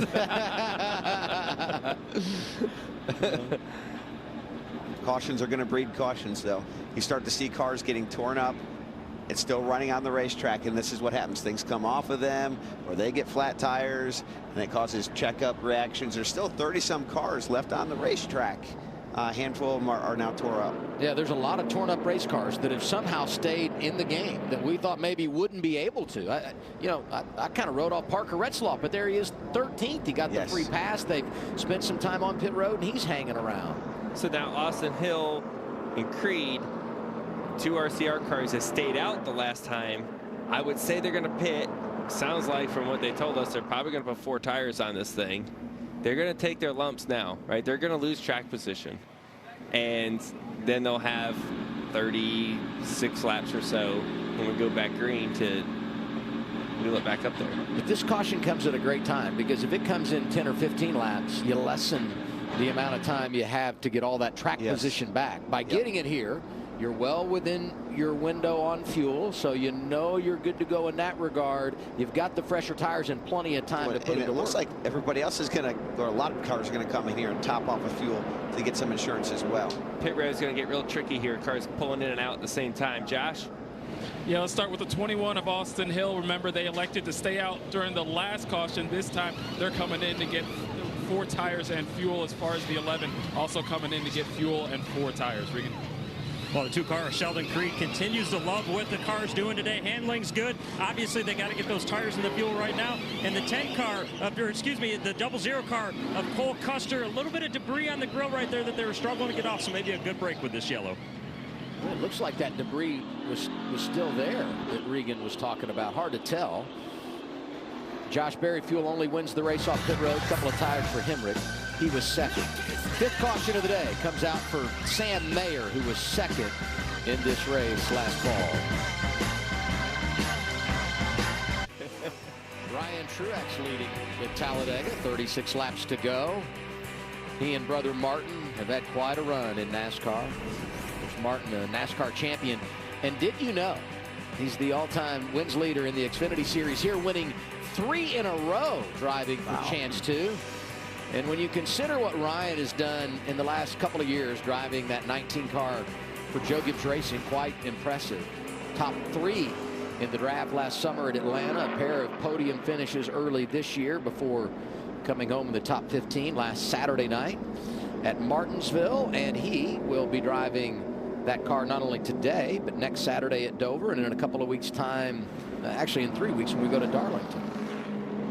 36 to go, Coleman, and I look at the top 20 and strategy and level of competition and rating of damage on the race car is absolutely all over the board. It is all over the board, but you got some fast cars back there with some tires and plenty of fuel to make it to the end. Looking at Austin Hill, we heard Brad talk about Josh Berry utilizing the middle lane. A few other guys I've noticed do that during the race. Jeb Burton, Austin Hill, the few times he's had to come from the rear. And those are guys that you've seen up front constantly. So I really look for the middle lane, especially here in the trial, to prevail here, to cycle yourself forward.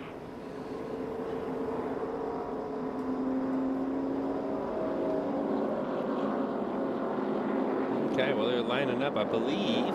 For the choose here, right? They're going to choose. Austin Hill, Sheldon Creed only fell back to 17th and 18th, so clearly they have plenty of time. And yeah, that's right, 17th and 18th. I thought maybe they would pop up a little more as a few more had come down pit road, but they had already cycled through on timing and scoring. You know, with this choose rule here, man, I don't see one lane being better than the other right now, so you end up just picking the shortest lane and hope it's the right one. If not, make moves, because that's what everyone else is doing in this race. Coming up next, the MLB season continues on FS1. It's Brad's Tigers taking on the Orioles. It's just a Michigan day here on FS1. Got Brad in the booth and Detroit playing Baltimore. It's coming up next when we're done at Talladega, FS1 of the Fox Sports app.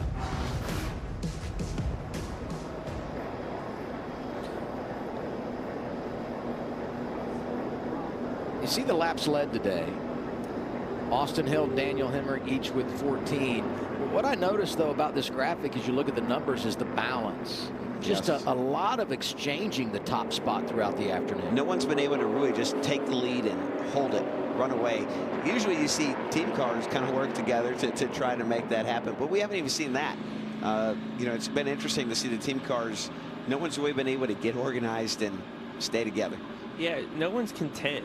You know, it's interesting to see that, because for years we've seen, especially the more recent years, you've seen the manufacturers team up, or teammates, like Brad's saying, really team up.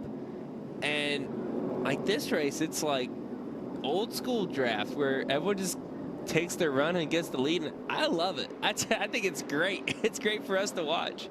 It's fun to watch. Really frustrating for team owners. Oh, absolutely. Like if you're a team owner right now, you're saying, will you guys just work together? Hey, you've been on both sides of the fence now, Brad. Some of these cars on the restart look like they should be racing at Talladega. Others look like they just left Bristol. 31-26, battered and beaten, but they've come back and they're in the top 10 as we get a restart. 34 to go. Ryan Truex in charge in the outside lane. Get to your point, Jeremy Clements. Last time I saw him, he was on pit road going a lap down with flat tire. He's back in the top 10 now. He's got a shot at this too.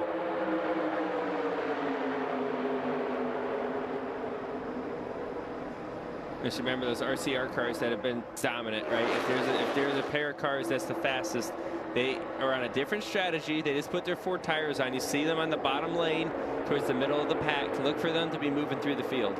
What's the balance of patience and aggression for them? Because the safest place is at the front, but if you're too aggressive in getting there, it could be all for naught. Yeah, you got to get there now, because it's going to start getting really sketchy. And right there, they're in the eye of the storm. They're right in the middle. When the wreck happens, they may not be able to get out of the way. So you got to go before it's too late. And when you get trapped back there, or two, you get caught up in the wreck. Brett Moffitt has put together a real nice afternoon. Working the front of the field in the 25. Quick update on the Dash for Cash. Barry's in the top 10, but the best of that group right now, John Hunter Nemechek, won last week at Martinsville. Earlier this season at California, was second at Daytona. He can do it in the draft, and he's getting it done today. 4 wide. Parker Kligerman way up top, having a big run down the back straightaway. Haven't said Parker's name a lot today. Started at the rear, didn't make a qualifying run yesterday because of a brake problem. But here he is surfacing with just over 30 laps to go. By the way, hello to his owner, Scott Borchetta, involved in an accident a couple of weeks ago, doing some road racing, getting better. Scott, get well soon. We can't wait to see you back at the racetrack. And maybe today the team can bring you home a trophy. Absolutely. Big racing supporter. And it's gone all out. There goes one. John Hunter Nemechek out of line. Hard contact with the inside wall. That's a big hit to the driver's side. He almost had it turned around in time to come back up. You can see it's broke the rear track bar of the car that controls the rear suspension laterally. That's why you're seeing it shake back and forth. You heard him come over the radio and say he's okay, which is good to hear. That was a pretty flush hit. You know, you hope they hit one corner before the other or something, but that was a pretty flush hit. Let's see what happens. You see John Hunter get up top, you know, to try to get the push from his teammate. And you know, the cars are light there leaving the tri-oval there, Brad, and just the timing was off a little bit. Car's light, and caution number 6.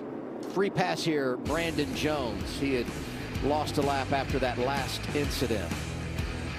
He never got hit. Another restart coming your way with right around 30 to go at Talladega.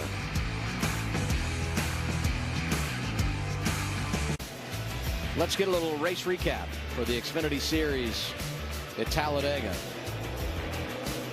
Parker Retzlaff getting turned back in front of the field. He stayed in the game and being scored in the top 5.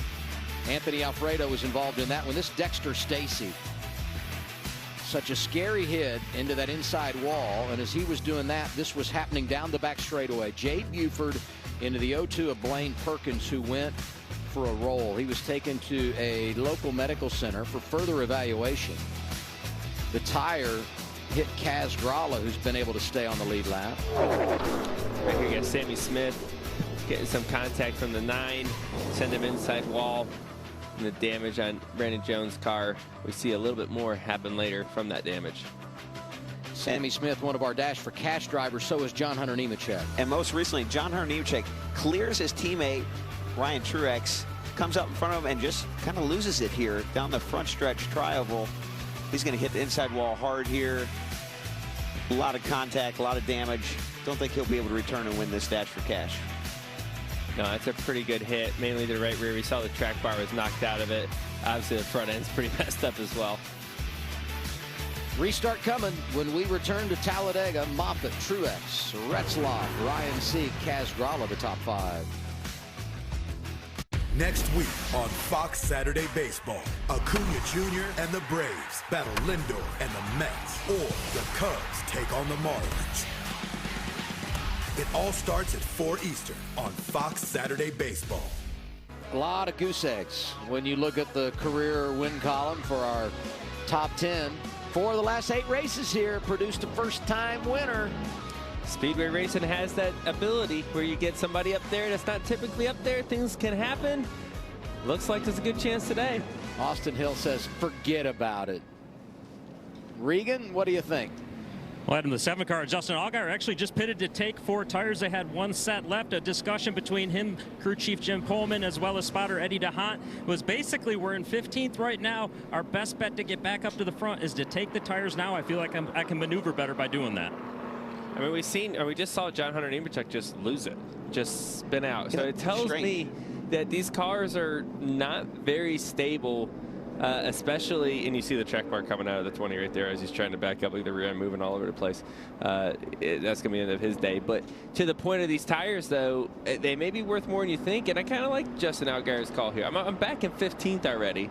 You don't do that from running inside the top 10. But if you're that far back, I agree. Throw them on and go. It looks like they're struggling with the handling in these cars, Joey. I think, you know, you look at Dexter Stacy, he's kind of spun out that way as well.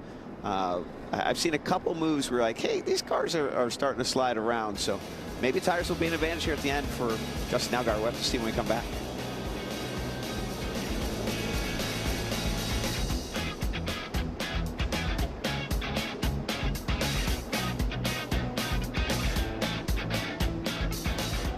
There's a thin line in the NASCAR Xfinity Series between being a name they know and being a name they'll never forget.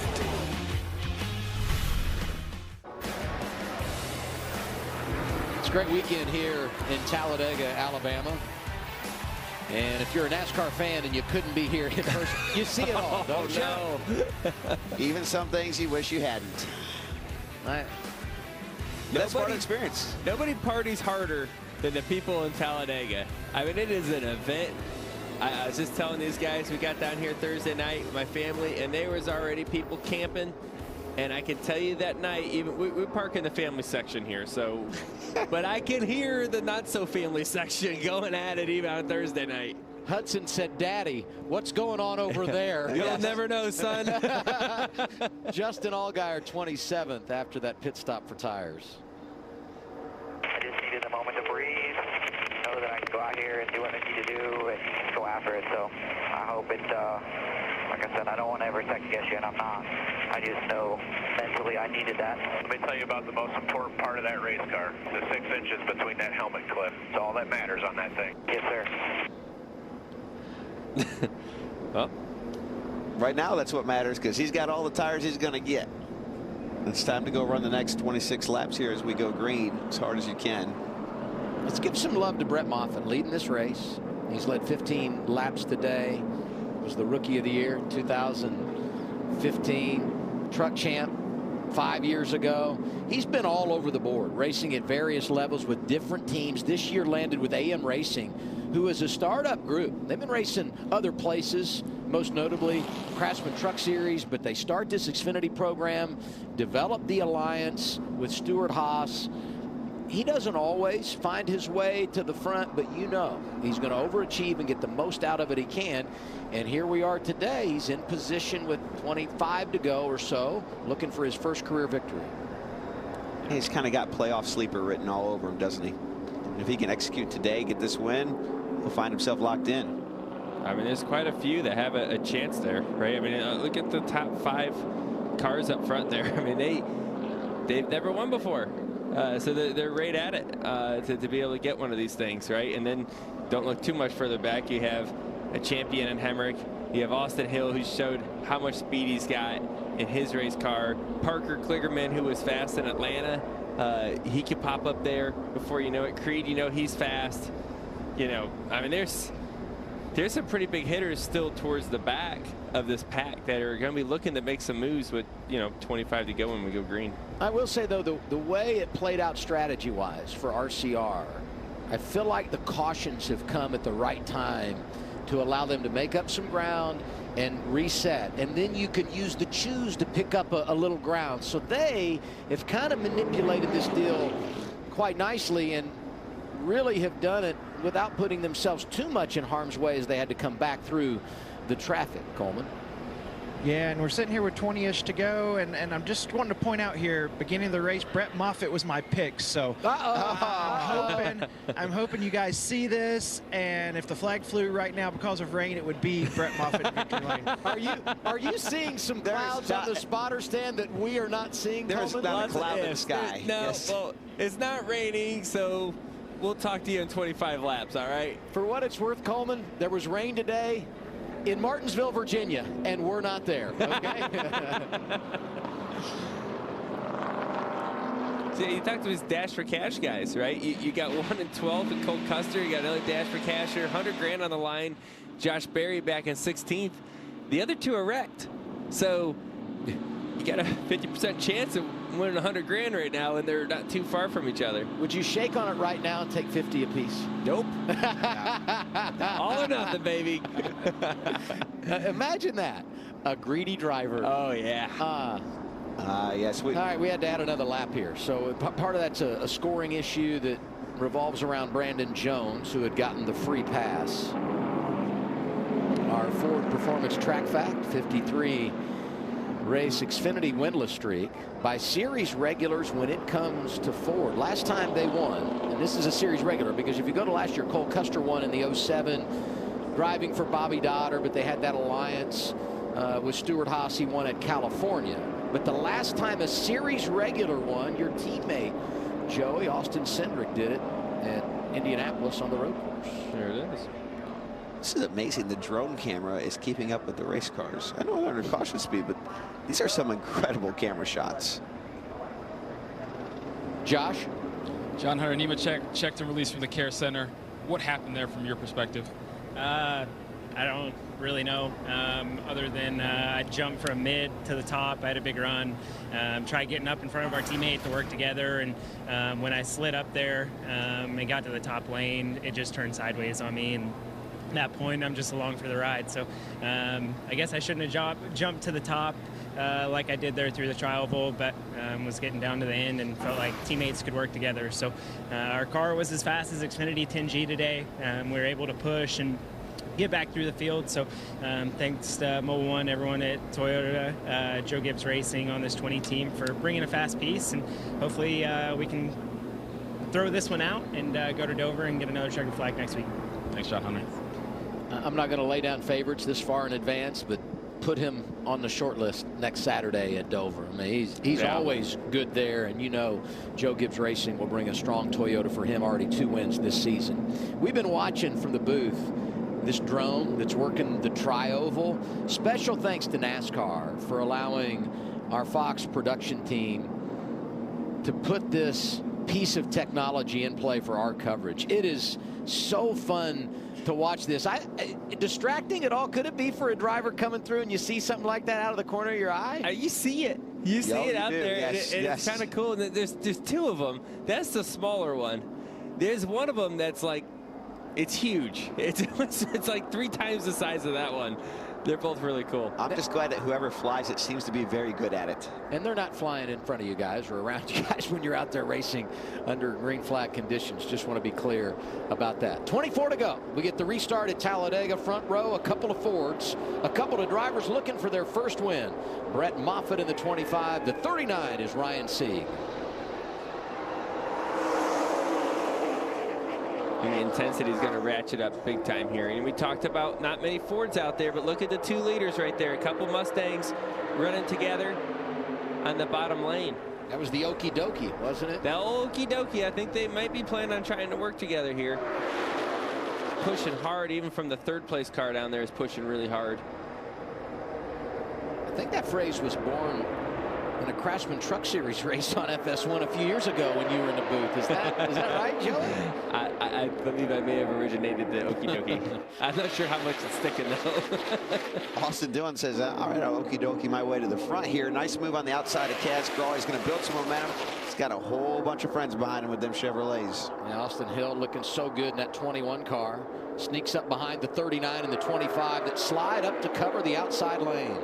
And Austin's, I just think Austin's going to take every run he can, and there he is right there. He tried to squeeze it in there, and actually the 26 kind of closed the gap. Great defense by Kaz Grau. That's how you stop the middle lane right there if you're the bottom guy. You just don't let that hole open up. You know, Kaz Grau's got that damage from hitting that tire. You know, I'm not sure he's going to be the best leader. How is he up there? I just cannot believe the 26 for Sam Hunt Racing is making it work, but he is. Yeah, I mean, he's doing a good job staying up there. You can tell his car's slow, though, right? It's just by these moves that are happening to him. He's got to keep someone in front of him, right? He's got to hide himself from the wind, and, you know, he's just not going to be a great leader. Just 2x2, there's no third lane. 2x2, there's no third lane. And just to remind people, he hit a tire and wheel assembly going 50, 60 mile an hour.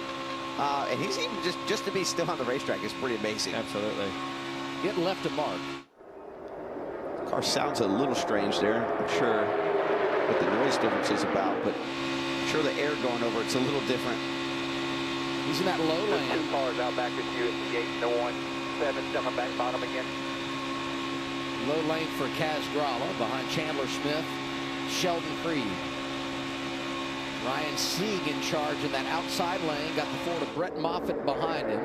Then it's Austin Hill. I keep watching for the 21 to slide down in front of the 2 and those RCR Chevys to hook up one more time. Yeah, you got a feeling it's coming. Yeah, you see they're side by side right now. The 21's not quite clear. Now he is. And he's kind of hanging up there. It's interesting with the 39 and 25, both Fords but sitting 14th and 16th in points. Both of them kind of close to that playoff cutoff line.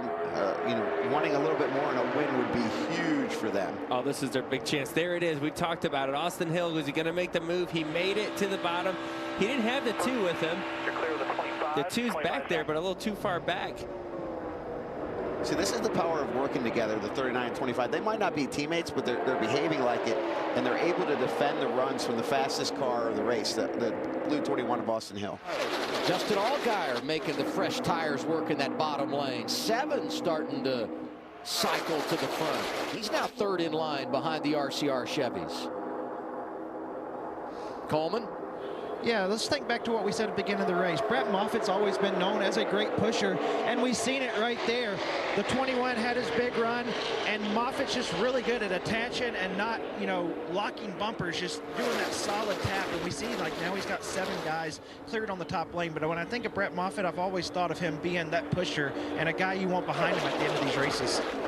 Well, you said it, Coleman. We know that's the one you picked.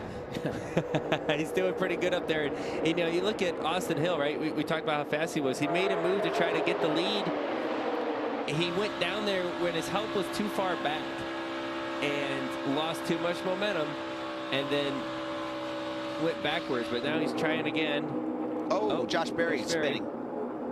No caution yet, and there it is. Incredible save for Josh Berry. Went down on the apron, brought it back up, no contact. Now the question is, what do they have for tires left? Because obviously he's going to want some tires, I think, after that spin. He was in the top 10. And maybe the bigger thing here is the loss of track position, as he's one of the 2 drivers remaining going for the Dash for Cash. Here's what happened, bringing out our 7th caution of the day. Kaz Grau looks like behind him.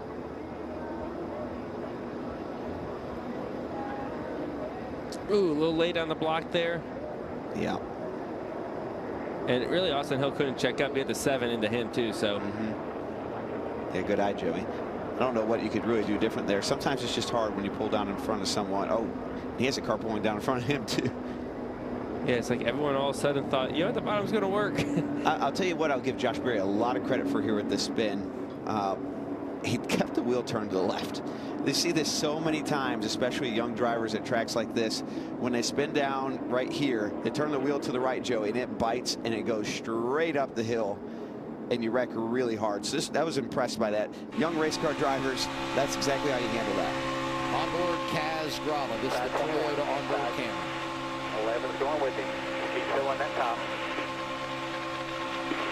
Still green here. Still green. Stay in it.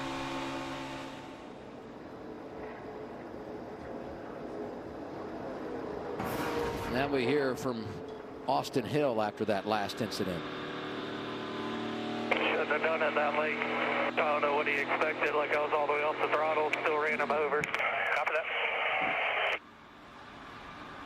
Yeah, honestly, I think some of it was happening is they saw Austin Hill. He has a reputation now, a good reputation on a super speedway. Somebody says, when this car goes, you go with him, right? He's known to have a fast car. He's known to be very smart on the super speedways as well. If I can attach myself to the 21 car, I'm going to the front, right? And so, or get in front of him, right? And I think everyone saw him going down there and like, oh, here he goes. I don't want to be late to the party. And so you drive it down there in front of him or try to get behind him, try to get near him so you can get up there to the front with him. So much of super speedway racing is reputation, and there's only one way to earn it. It's winning half of the last 8 races, right? And that's what he's been able to do on these super speedway tracks. He's done that in the Xfinity Series, but he's racing with you all tomorrow in the Cup race, driving the 62 for Beard Motorsports. So what's your evaluation? I mean, you just sang his praises, but now tomorrow the game goes to a whole new level. Does that peek into the back of your mind as you start thinking about how to race here tomorrow if you're around him? Well, the draft is just so different in a Cup car than it is an Xfinity car, right? You see a lot of this 3 wide, big wide, 4 wide even. Everyone's taking their run. You know, the draft tomorrow is going to be completely different, right? Better or worse, who knows? But it's going to be a lot different. We know that. And we know the competitors that we race against every single weekend. We don't race against Austin Hill every single week. I get to watch him up here. But in that scenario, you know, I don't think he has that reputation like he has in the Xfinity Series in the Cup level yet. Yeah, you have to earn it there at that level for sure. You know, I think everybody's a somebody at the Cup level, right? Right. And so, you know, you have to earn it at that level. So it's kind of, I don't know if I would call this a block. I really think he's trying to get a push. It's just a little bit late. I think it's faster. The 21 car's closing rate is faster than I think Josh Berry was able to predict, and just didn't come together.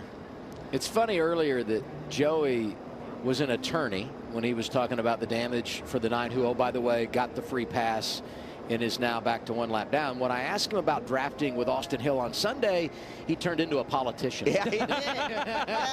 Yeah. You know, let me tell you, it's a different group of people on Sunday. Yeah. You just need to go kiss some babies. Welcome to the big leagues, brother. No, it's gonna be different for sure. The most politicians start out as lawyers, Adam. Just, you know, so it does fit the bill. You guys are not helping me out today. Here.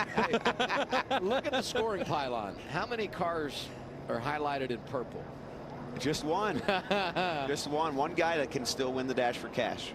Now, we don't know exactly, you know, what's going to transpire here with Barry, because they did come down pit road. But as you cycle through, he's back there in 26th. He is still being scored on the lead lap. Of course, the other 2 cars out of the race due to accidents with Sammy Smith, John Hunter Nemechek, 32nd and 33rd. There you go.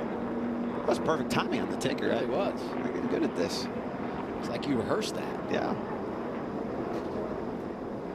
The starting and stopping. Rhythm is something. I feel like every time I work a race with Kevin Harvick, he talks about rhythm. Find your rhythm. Find your rhythm. And rhythm is key at every type of racetrack, even though what type of rhythm it is can be different depending on where you are racing. I feel like we have not had rhythm today. How challenging now to focus and get ready for 15 laps, maybe more if we go to overtime. Yeah, we lost the rhythm, for sure. We had it in the first stage, and they went green. They raced it. It was really good. Second stage, a little bit more intense. Got a car hitting the wall. Got one rolling over. And then, you know, now we're into the end of the race where everybody's making moves like we just saw, and it's just going to keep bringing the caution out towards the end of this race. If you're just joining us late on this Saturday afternoon, you're watching the NASCAR Xfinity Series live from Talladega Superspeedway. With Brad Keselowski, Joey Logano, I'm Adam Alexander. This is one of our earlier cautions that eventually brought out the red flag. That was Dexter Stacy. Got shot out of line, hit the inside wall. He walked away, was okay. Jade Buford in the 5 hits the 0-2 of Blaine Perkins, who goes barrel rolling down the back straightaway. Parts and pieces flying everywhere. The tire here hitting the nose of Kaz Grala. Blaine Perkins did climb from his car. Blaine was the one flipping there. He was transported to a local medical center for further evaluation, but we understand that was all done out of a total abundance of care and concern. But they felt like when he left here, everything was in a pretty good place. 97 of 113 laps are complete. Sieg is your race leader. 13 different leaders today. We've had 25 lead changes. And there are 28 cars on the lead lap. Had 10 cautions here in the spring race a year ago. 3 last fall. And cleaning up our 7th today as we anticipate the restart. Well, I mean, you still got drivers up front that their season relies on this, right? Where this is your big chance to make the playoffs. Not saying these guys can't win in other places, but their chances of winning are definitely higher when you come to a super speedway. And when you look at a Sieg, a Moffitt, I'm not sure Kligerman and Hemrick fall into that, or Truex, but Kraus, Jeb Burton, you know, some of those guys that don't get the opportunity to run up front every single week. They come to Talladega and look at it, the opportunity. When you're in that position, you're willing to do anything to win the race because it's all that matters, right? If you finish 30th and wreck, it's no different than finishing 2nd for them right now. They got to go for the win. They're going to make big moves, and that's what's it's going to get very intense here at the end of the race. See if they do the teammate restart, even though they're not teammates here, and Ryan Sieg slides down in front of Brett Moffitt. Fords have been working together here late in the race. 15 to go.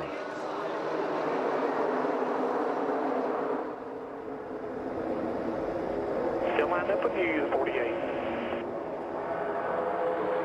Listening to Ryan Sieg radio. Stay down on him. Still right with you. Half a part below you. Back up to you now. He's got a car link behind him from the bottom. I like this push from the top, Joey. 39's going to clear for the lead. And as soon as he gets cleared, goes for the pass. Now they're both pretty far out there. Neither one of them has help, and as the cars catch them, they're going to catch them pretty equally. Looks like they'll keep racing side by side. See those two Fords get together again. Those two have done the best at working together. If they can keep that up, they can kind of control the pace of this race. They got to get clear, though, to control the race. Right now, it's nice they're working together, but they don't have the pack strung out like they would want. They're going to have to work really well together down this back straightaway, which they're going to have a pretty good opportunity to do off the corner here. Look at Justin Allgaier trying to create his own lane, running right down the middle. The push is definitely getting more and more aggressive. You see him wiggling down the back straightaway. They get the wiggles there. That means the shoves are getting a little bit bigger. 4 wide. Yes, that's what I'm looking at. We're looking at the same thing here, Adam. 4 wide into turn 3. And you're right. Justin Allgaier is making moves, carving up through the middle. Derek Kraus in the 10 getting shuffled, making his 3rd career start today. Riley Herbst working back toward the front. Involved in that caution a handful of laps ago. He's in that outside lane, driving the 98 for Stewart Haas. Along with Jeb Burton. Jeb Burton, of course, winner of stage 2. We haven't seen much of him here in this final stage, but he's just now starting to break into that top 7 here. State water heaters on, board camera. Behind him, Austin Hill. In front of him, 48, Parker Kligerman. Well, that's where it gets scary to me. When they get that tight on each other, it's a little bit off-centered. One tap the wrong way is going to send Parker to the right pretty hard. Top tacking up. Sam Mayer there's a crash. Sam Mayer around. Derek Kraus involved. The 8 of Josh Berry. The 7 for Justin Allgaier. Got 3 of the junior motorsports cars right there.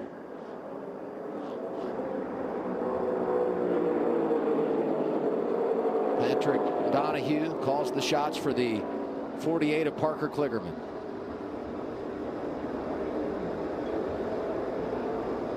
I have to see the replay there a little bit. I saw that it looked like maybe the one car got turned or got sideways, Joey.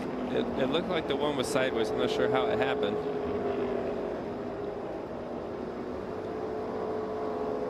Cole Custer appeared to get through that unscathed, and with the heavy damage for Josh Berry, it puts Custer in the catbird seat to take home the cash. Yeah, it doesn't look like Josh Berry will be able to keep running here today. It almost looked like those two cars were locked together when they were sliding down the track. You said about Cole Custer, he might can just go for it now. He's got nothing. He can probably DNF this thing and still win the 100K. Might as well go for it. Survival here. Great to see Sam Mayers climb from his race car. The winless streak at drafting tracks continues for Justin Allgaier. He is out, and Josh Berry is not only out, he's got the helmet off and wearing the hat as he talks with his teammate. We got a splitter hanging out the front of Greg Galding. Yep. A splitter in the splitter. Yeah, I think it was in the grill opening. I think they'll have to stop. They're going to want to take that out. Pull that out, yeah. On board with Cole Custer as we look at the wreck that brought out caution number 8 at Talladega. Yeah, watch the number 1 car on the outside, the blue car. He's going to get turned somehow as they go into turn 3 here. So you got a little push down the back. Oh, he has to stacks lift up for the block in front of him, and that's just kind of put Josh Berry into him. Interesting, that was Truex sliding up. If you rewind last Saturday night, they got together at Martinsville. Yeah, looked like racing to me. Oh yeah, yeah. That's kind of I would agree what it was. You know, it's strange sometimes in racing how there's just certain cars you can't get away from. I mean, Truex was trying to get up in front of him there. And Sam did what he had to do, right? Sam had to check up for that. Yeah. And by the time the chain reaction gets back to the 3rd car, that's what happens. Saw Parker Retzlaff sneak through there. There's Greg Galding. He's already picked up the splitter at that point. He must have Sam Mayer's splitter, I think.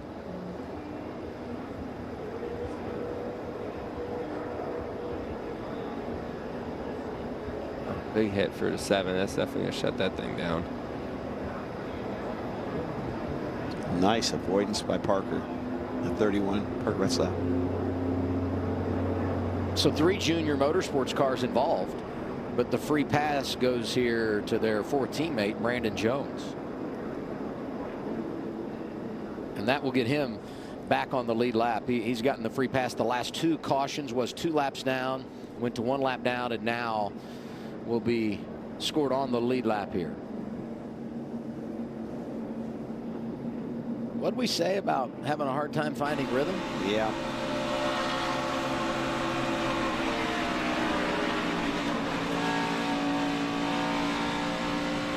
Man, all I know is when that happens in front of you all the time, and those wrecks happen, you see it happening, and you're like, oh, and you're on the brakes, you're like, just stay up there, let me get through here.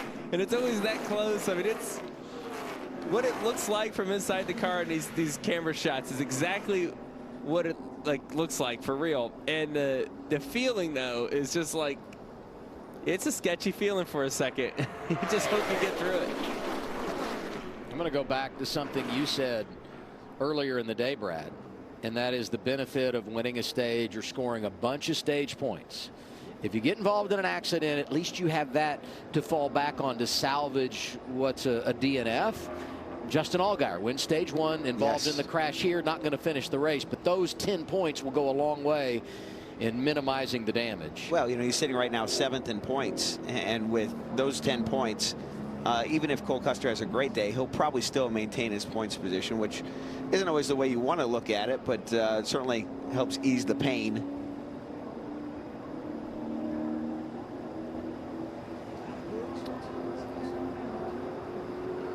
Cautions breed cautions, though. We say that all the time. And it's the old racing cliche, but it really holds true, especially at these types of tracks like Daytona, Talladega, Atlanta, these restrictor plate, big open tracks. What do you think? Is that the last one? No. No, that's a hard no. That was. Well, I guess my thought is, we've wrecked this many times. Why not wreck again? We're this much later, and it's just going to get that much more aggressive. I would say this. If Austin Hill were up front and in control of the race, to me it's a little bit of a different game. With so many others up there that haven't been in control and looking for their first win, I just feel like that changes the dynamic a little bit in the way they race. I don't know. That's why the hard no. I shouldn't be analyzing this. That's just my thought. I think you're right. What an impressive day for Parker Kligerman so far. Started last today, up in 4th place right now. Crew Chief Patrick Donahue. Does he have enough to get those last 3 spots? I think so. I mean, we just got to pick the right lane right here, and then hopefully we can push and then get a little break over in 3 and 4. Parker's done a heck of a job. Brandon's done a good job spotting, and see if we got enough. I mean, we started last. We've fought for track position. Pit stops haven't been pit road hasn't been our strong suit today, and I don't know if I've called the best race, but he's done great. We'll try to get that spike coolers up front and have some in victory lane. I want to say hi to Scott and everybody in Nashville, and let's try to bring it home for you. Good luck. Thanks. Sam Mayer has been released from the infield care center. This would be an unbelievable story, wouldn't it?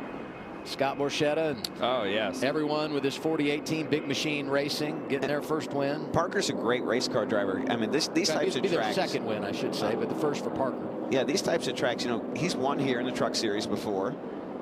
You know, he's got, I think, what it takes to close this race out. I think he's got the team to do it. So opportunity is knocking right now.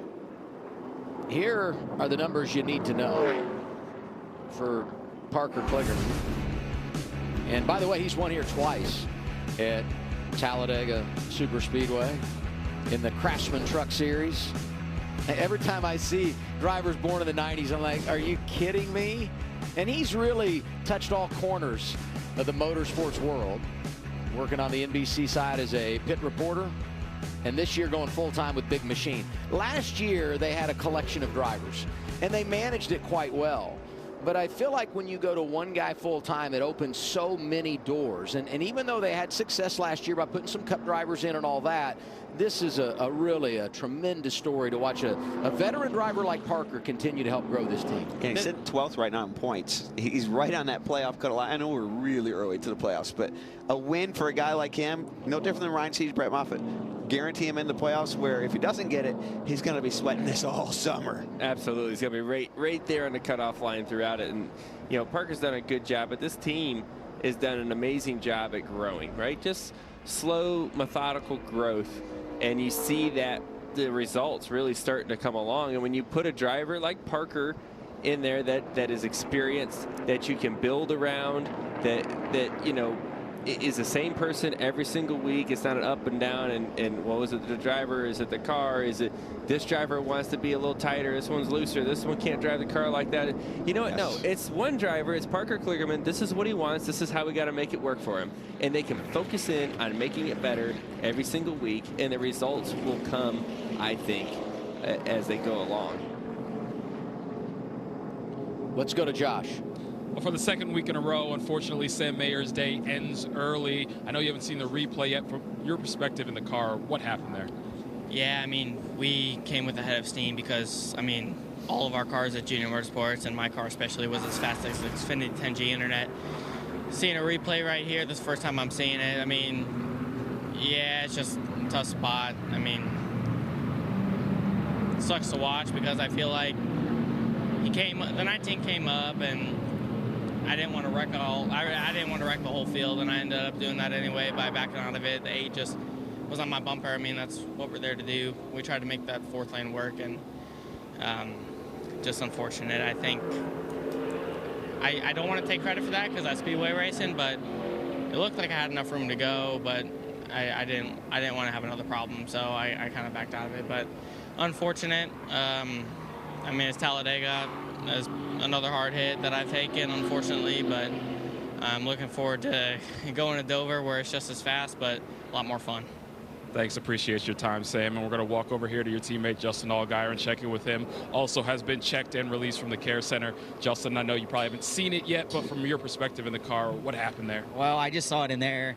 You know, the 19 pulled up in kind of a late block there, I think, for the one. And, you know, they had a pretty good head of steam. And I thought maybe as the one started to turn here, like I kind of was looking at the inside there and saw him start to get turned late.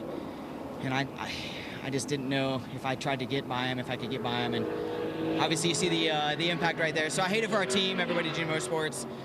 You know, we had an extremely fast Fight Hunger Spark Change Helmets Camaro, and you know, it's disappointing. I mean, there's not much else we can say, especially when 3 Junior Motorsports cars are involved, even though it wasn't really any of the 3 of ours doing. So, you know, we'll go back to the shop. We'll talk about it, but you know, I thought we made the right decisions today. We had a fast car, and we were able to get our way up front there. Just hate it we don't have anything to show for it at the end. Tough break for Junior Motorsports, guys. A lot of highs and lows for Justin Allgaier in 2023. For those of you tuning in for the Detroit Tigers Baltimore Orioles game, you can find it presently on FS2 and the Fox Sports app. That game will join in progress on FS1 when we wrap things here at Talladega, showing 8 laps to go as we send it to the studio. Shannon and the fellas. Thank you so much, Adam. I can't tell you how many times during the pre-race show we talked about the Junior Motorsports teams and what happened in Daytona earlier this season. I think we jokingly said, just don't let it happen again, right? Not the same situation, but obviously the same outcome. Yeah, a little different scenario, and I'm sure Dale Jr. is just freaking out right now because of what it's cost him at the end of these 2 super speedway races. But this is Daytona. We talked about it with 3 laps to go. You see all 4 of those cars are in contention to win, and over the course of the next 3 or 4 laps, all of those cars get torn up. Justin Allgaier did go on to get a decent finish, but it's very similar to today, guys. Like, and it, you know, it wasn't anyone's fault today. And you know, when we interviewed Josh Berry in the pre-race show, he talked about there was some harsh conversations had about maybe the way they handled that at the end of the race in Daytona.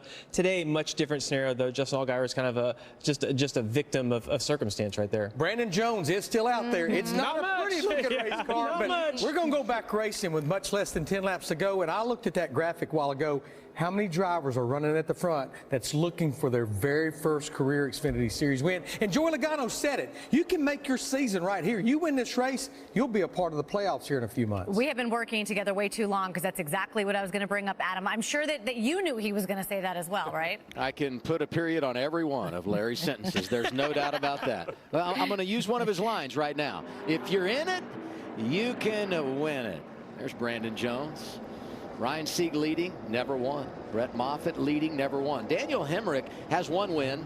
It was a big one at Phoenix a couple of years ago to claim his first and only championship. Parker Kligerman restarts in the 4th position. 1 win for Big Machine Racing, but Kligerman winless as a driver in the Xfinity Series. Jeb Burton won here a couple of years ago, driving for Kaulig. Ryan Truex yet to go to victory lane. Behind that top 6, you've got 2 drivers that kind of do it at a different level. We know how good Austin Hill is here, and Cole Custer, 10 career victories, looking for his first of the season. And I'm looking at the guys running 11th, 12th, and 13th. Balicki, Poole, Williams. These guys all have a legitimate shot at a top 10, maybe more, which would be a really great day for them. And they've taken the other strategy, which is the kind of hang out in the back, wait for them to wreck, and then kind of migrate forward at the end.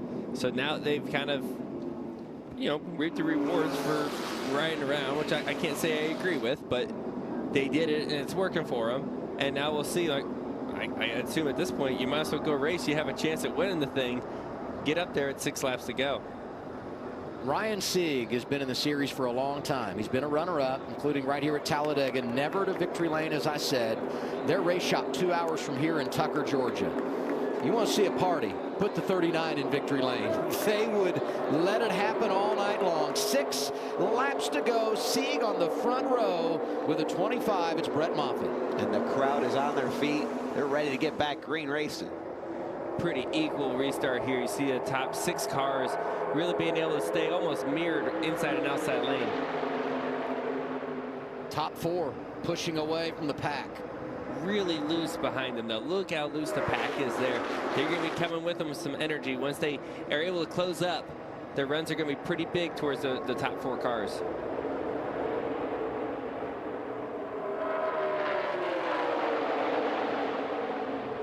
Fords had been working together. Now Sieg and Moffitt side by side for the lead as they head to turn 4. They'll see 5 laps to go this time around. That's where that pack got tightened back up, right? We said how loose it was off of 2. You saw in 3 and 4, they were all packed up on each other to get a good job at not wrecking.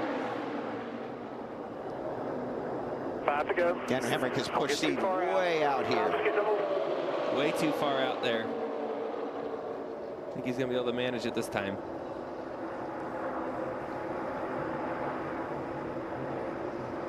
Oh, this is where the racing gets so intense. You know, you get down to this last 5 laps, every move. You have no chance to recover from a bad move if you make one here. Every move is critical. On board with Austin Hill. Front lock. 25 to go by 1.5 in front to the leader. Top still full, 00 tight on you. Big lift into that corner. You know they're stacking hard. That comes from all the pushes, all the close calls out there.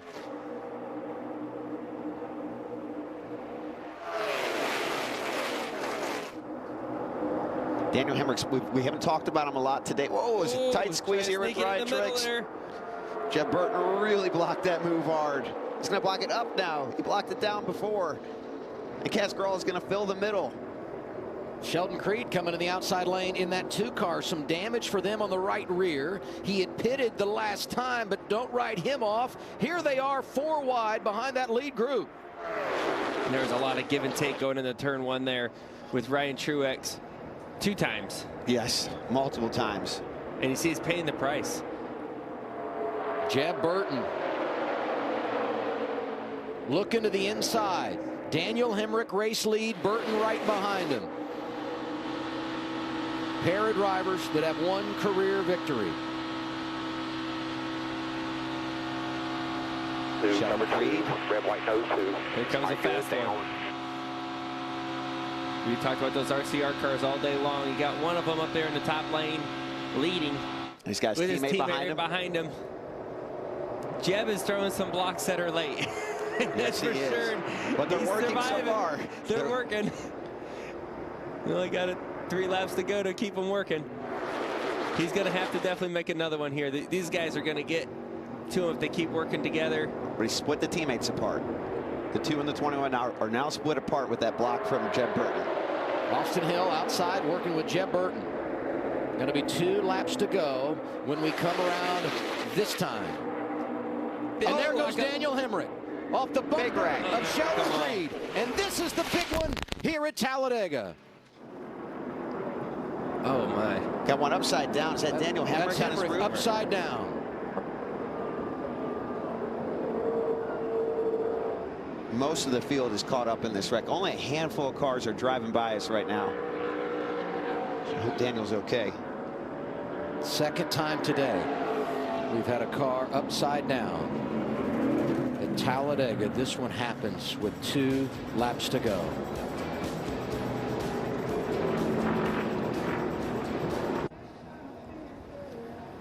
Ninth caution here at Talladega has led to our 2nd red flag. We were coming back around off of turn 4, and we got word that they were in communication with driver Daniel Hemrick and the 11 team. So that's really, really good news, because he was the driver in that scenario we were most concerned about after he got upside down. Here's the replay.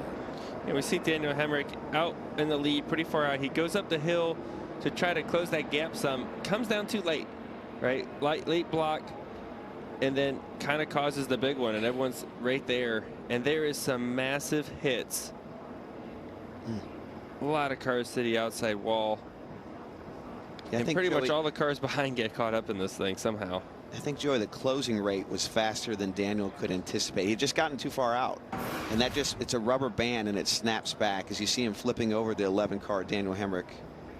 And the safety, the AMR safety team rehearses this to make sure with the driver inside, you turn that vehicle back over very calmly, set it down very easily to protect the driver inside the cockpit of that race car. sometimes the process can seem slow and you think urgency, but when you've been in communication with the driver, you want to make sure you do that as delicately as possible, keeping their safety in mind.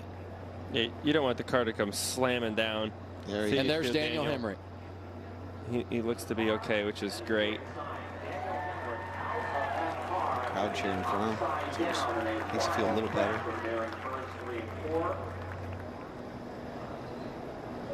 Glad to see that. He was on his roof for a long time in this wreck. Let's take another look at this replay. So you're going to see Daniel's going to come down and try to block the two. And when he does that, just mayhem ensues here. And you're going to see a couple combo shots of wrecks, crashes. The 91 here with a massive hit up against the outside wall, Joey. Josh Bilicki in the 91. Takes the camera out.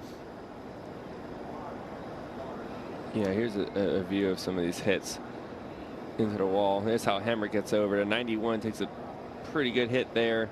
Riley Herbst looked like in the 98 riding right underneath of Hemric as he went up on the wall. Chandler Smith got heavy damage. You see a lot of these guys on the bottom, some damage, maybe not that bad, right? They're all kind of out of control spinning, but all the big hits really happen on the outside of the wall. Austin Hill, one of the most dominant cars of the race, he gets caught up in this as well. He and Moffitt both with just a little bit of a spin here, but I'm like Joey, I think they're a part of that group that had minimal damage as they slid down to the inside. Not a lot of contact for those two drivers. There goes Bilicki. I'll say this, incredible work by all of our camera folks. Had an incredibly long day today here for Cup Series qualifying, did the ARCA race, and now this extended afternoon for the NASCAR Xfinity Series. Hey, this is the worst part about super speedway racing, right? Like if you look at the racing before this, man, it's awesome, and then this has to happen, and it just, you hate seeing cars get torn up. You hate seeing, oh my gosh, what a hit that was. Never had a chance. Just from being inside these things, you know how much it hurts to get in a wreck like that. Like, it's obviously does not feel good, and you don't want to see a driver ever get hurt or go through any of it. But that's what the speedway racing is, right? Everyone's race is so close and it's so awesome until it's not.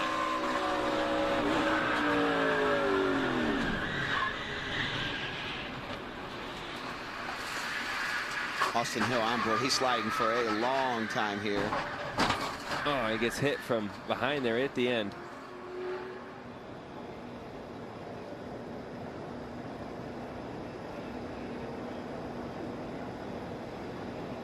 The leaders are just trying to control the lanes. We talk about it all the time, Joey. Control the race, control the race, control the race. Sometimes these races just aren't meant to be controlled. Yeah. And we see no one has really been able to control this race today. And when it happens at the lead, the whole pack is there waiting when you come back up. And he did. He came back up in the spin. Took a lot of cars out in this big wreck here with just a few laps left to go. Flash of fire coming from the Kaz Grala Toyota.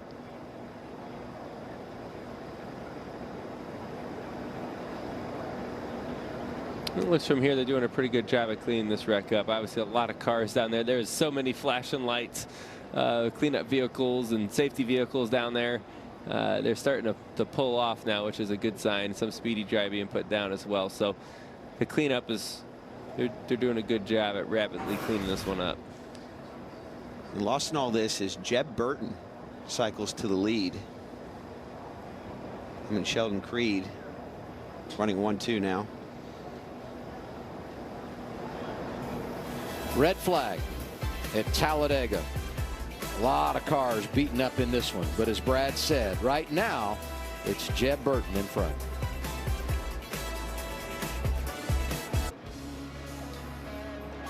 This is our 9th race of the year. At least 5 have had 9 cautions, so over half, and this yellow brings out the red. When you're inside of 5 laps to go at Talladega, And everything that's on the line that you have here, you know it's going to get like this. And drivers have went to the care center. Some are being released. Let's go there now to Josh. Chandler Smith checked and released from the care center, just seeing the replay for the first time. So from your perspective, what happened? I mean, you can't see much other than another car flipping today. That's 2 cars in one day. It's flipped. That's interesting to me. But no, we had a really fast number 16 quick type Proc Chevy Camaro. Got into the mix with the Junior Motorsports cars there and got some damage from that and put us back and behind the 8 ball. And yeah, I don't know. It looks like 2 got into the 11. That's what I see. But that's a pretty nasty wreck for sure. Hopefully Hemrick's all right. We about got through it, and that's why I'm so pissed off. I knew I was almost through it, and then somebody hooked me at the last minute. And looking at the bigger picture, all the guys that were racing for points are basically wrecked out for the day. So just trying to salvage it, and even limping it to the start-finish line would have been a really good day for us, but couldn't get it fired back up. So we're moving on to Dover. Thanks, and glad you're okay, Chandler. Going to walk over here to Riley Herbst, checked and released from the care center as well. So from your perspective, what did you see out there? I don't really know, Josh. I know that we didn't really have the fastest race car all day today. It's kind of what happens when you don't have track position. Just really struggled all day, didn't have any speed, and couldn't really go anywhere. The next thing I know, the 11's flipping off my nose, and that one stung a little bit, just kind of a stinger from the head a little bit. But we'll be good. Get to go to Dover next week and go haul ass at a racetrack that I love, so I'm excited. Thanks, and glad you're okay, Riley. Going to walk over here and check in with Ryan Sieg, and Ryan Sieg checked and released from the care center. What did you see there? Not a whole lot. Just saw somebody come across my right front. But maybe it was a late block. There was a lot going on. You know how it is the end of the Talladega here. We had a great CMR roof and Chevrolet. Yeah. Somebody just decided to turn left when there was a car there. It was a late block, big late block. But all in all, I mean, it was a good day. We were leading right there at the end where we needed to be with the CMR Ford. We all work hard. We thought we would have one, you know what I mean? We were pretty excited, but these races come down to, you know what I mean, the very end here. Just darn. Unfortunate ending to a strong day for Ryan Sieg. Glad you're okay.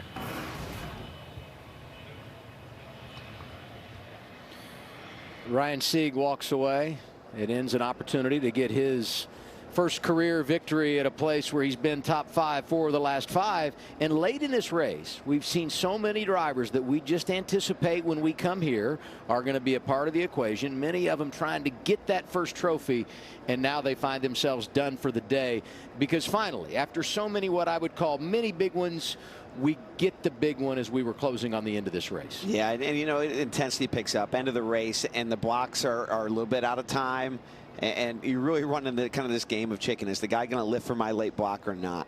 And you know, Sheldon didn't lift, and that's what I think what I just saw there. It's not really his job to lift for that as well. And when chaos ensues, you know, it takes a lot of people with him. Collateral damage, and like you said, a good 5-10 car wreck here. This is definitely our biggest wreck of the day. So a lot of hard hits today. I'm so glad to see some of these guys all get out of their car, or all of these guys get out of their car, and be able to talk to Josh Sims. Josh Sims getting a little overtime today. He is. Over at the care center doing the interviews, but glad you're able to do that, Josh, and glad everybody's okay. I've never seen the triple interview at the infield care center that Josh was able to pull off there, but unfortunately that's what happens here on Super Speedway Racing. We see it happen so often. The cars that you expect to be up front because they've been up front all day, they've been racing for the lead, those are the ones that get torn up a lot of times. And then it's a couple cars that, quite frankly, got lucky to get through that wreck. Yes. And now they are in position to go win the race. They have a great shot at it now for survival, right? So it's weird how Super Speedway Racing works, right? If it goes green, the guys that were up there, they know what they're doing. They reap the reward from working all day and being up there. But then there's times like this where the guys that were hanging around all of a sudden get through it, and now they have a shot to get a big win. Cleanup about done. They're firing the engines. In fact, they're rolling now. Let's go back to the care center and Josh. Yeah, scary wreck there, but thankfully Daniel Hemrick checked and released from the care center. From your perspective, what happened there? Oh man, trying to win a speedway race. Super pumped with the Circle Chevrolet, and to be honest with you, I haven't even seen a replay yet. Yeah, I just got too far out, looks like. I was for sure late-ish on the block there. Should have committed. Gosh, there's so much give and take throughout the day to try to work with Alliance cars. I feel like they call like racing got pretty beat up last week about racing other people and so on and so forth, a little more respect, and cut some other guys a break there earlier. I thought I was going to get one there, but it's also coming to the win. So I understand different stages of the race, but super big thanks to NASCAR, all the safety crew. That's the first time I've ever been over, I think, outside of a go-kart racing. So not the fission by Circle boost I needed. Everybody needs to check out their products, but it's the way it goes. But damn it, it's one to win. Glad you're okay, Daniel. Yeah, we're glad Daniel and all the others able to go to the care center, get checked out, and walk away. Cars are rolling. It'll be an overtime finish at Talladega. We're back after the break on FS1.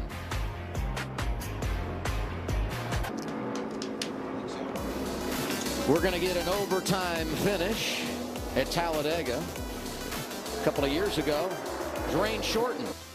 Jeb Burton didn't mind. He said, do the rain dance and I'll celebrate in the garage. He was out front, got his first and only Xfinity win, driving for Colleague.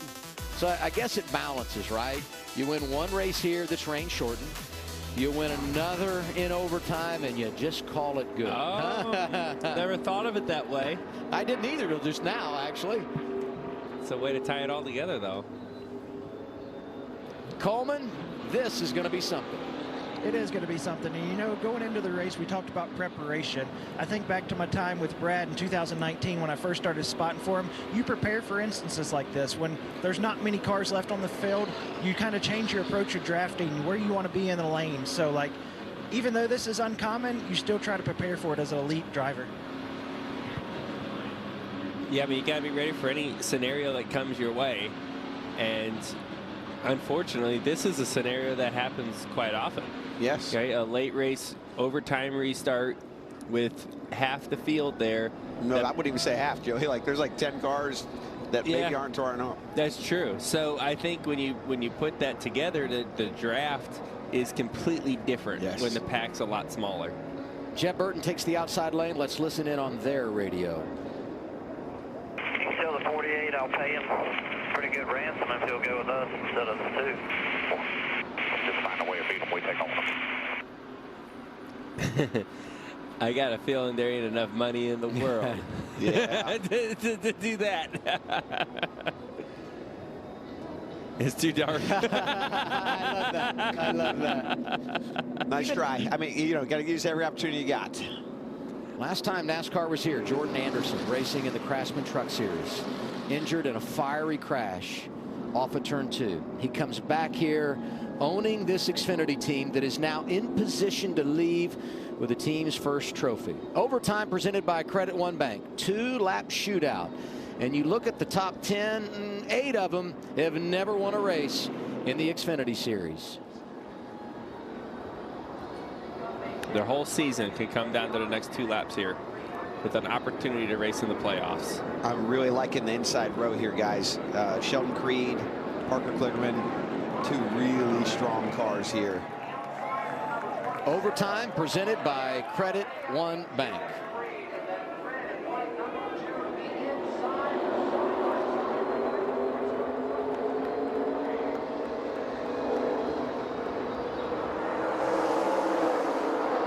We got 2 equal pushes on the inside and the outside. This is a very similar restart that we saw last time, where they're mirrored inside and outside lane, able to get far out there. But this time it looks like the inside lane's gonna be almost able to clear the outside, but they're coming back out of the exit of turn 2. Jeff Stankiewicz. Back after. Burton slides down in front of Sheldon Creed. Said be careful not to get too far out. Look at the 08. Greg Galding making moves in that outside lane. Sheldon's going to come with a big run into 3. Oh, baby. This one's, you can't defend this one. It's going to be big. Big push. There goes Sheldon Creed. Drafting help from Parker Kligerman. Don't get too far. Caution's out. There's the caution. We did not obviously get back to the white flag, so we'll re-rack them and do it all again. Jeff Stankiewicz, crew chief for Sheldon Creed. Oh, and I'm Sheldon. I really liked what I was seeing right there, too. I had the lead. I had the guys behind me side by side with a small pack. Had a good shot at bringing this home. And I think the debris came from his teammate, the 21 here. Those pesky teammates, Joey. I'm glad we never had an issue like that, Brad. So we're hearing piece of metal in turn 1. Haven't seen it yet, but we'll re-rack them and try it again here. Interesting what I saw there, Joey, was Jeb Burton with a great restart, got a great push from the 28 car, was able to clear, but got too far ahead. And you saw Sheldon, like you said, with that big run, he just can't block without causing a huge wreck. Yeah, I mean, it's hard, right? Like, you get the lead out there and you want to keep that momentum and keep on trucking. The last thing you want to do when you're in lead is slow down, right? But you have to. You have to do that. You got to be able to manage that gap, because you lose that momentum, and those two cars, the 2 and the 48, were right on top of each other. Caution big for Ryan Truex. He had gone a lap down when we had the caution and the red flag a little bit ago, and he gets the free pass here. Saw him driving around a pace car, so he'll get back on the lead lap. That'll make 19 cars on the lead lap, and everyone else out of the race. Look up there. Everybody's too wide there, trying to figure out what spot was I in when the caution came out. No one willing to give up a spot, waiting for NASCAR. At this point, you're waiting for NASCAR to give the lineup. Where do I stack in here? Is everyone's challenging the spot? Well, you use the scoring loop in this situation because we weren't on the final lap. Yes. So it's not just where was I. You have to revert back to where was I at the last scoring loop. First to the loops. And in that scenario, it makes it even more hard to judge, because everyone would question, well, where was the loop? And as tight as the racing is here, it is a very difficult thing for NASCAR to sort out. That actually should be pretty easy, right? The loop will tell you exactly who was where at that time. Probably a little harder to communicate it down to the cars than anything else. What a day here at Talladega. That one hurts every time by looking at it. Here's another big wreck. This one doesn't feel any better, Joey. No, this one lasts a lot longer. Big tire to the front of Kaz Grala's car earlier. It's been good to see all of these drivers get out of the cars after some really big hits. The only driver really of all of this that we haven't talked to is Blaine Perkins in the 02 who flipped early in the race. He was transported to a local medical center for further evaluation out of an abundance of caution. So we're hopeful and thinking about him in our second opportunity here at overtime. 2-lap shootout. And it's like what we just had. If the leader comes around, gets the white flag under green, the next flag would end the race. But as we saw here, if the caution comes out before we get to the white flag, we re-rack them and do it all again. And NASCAR has determined it will be the 27 of Jeb Burton who will be the race leader.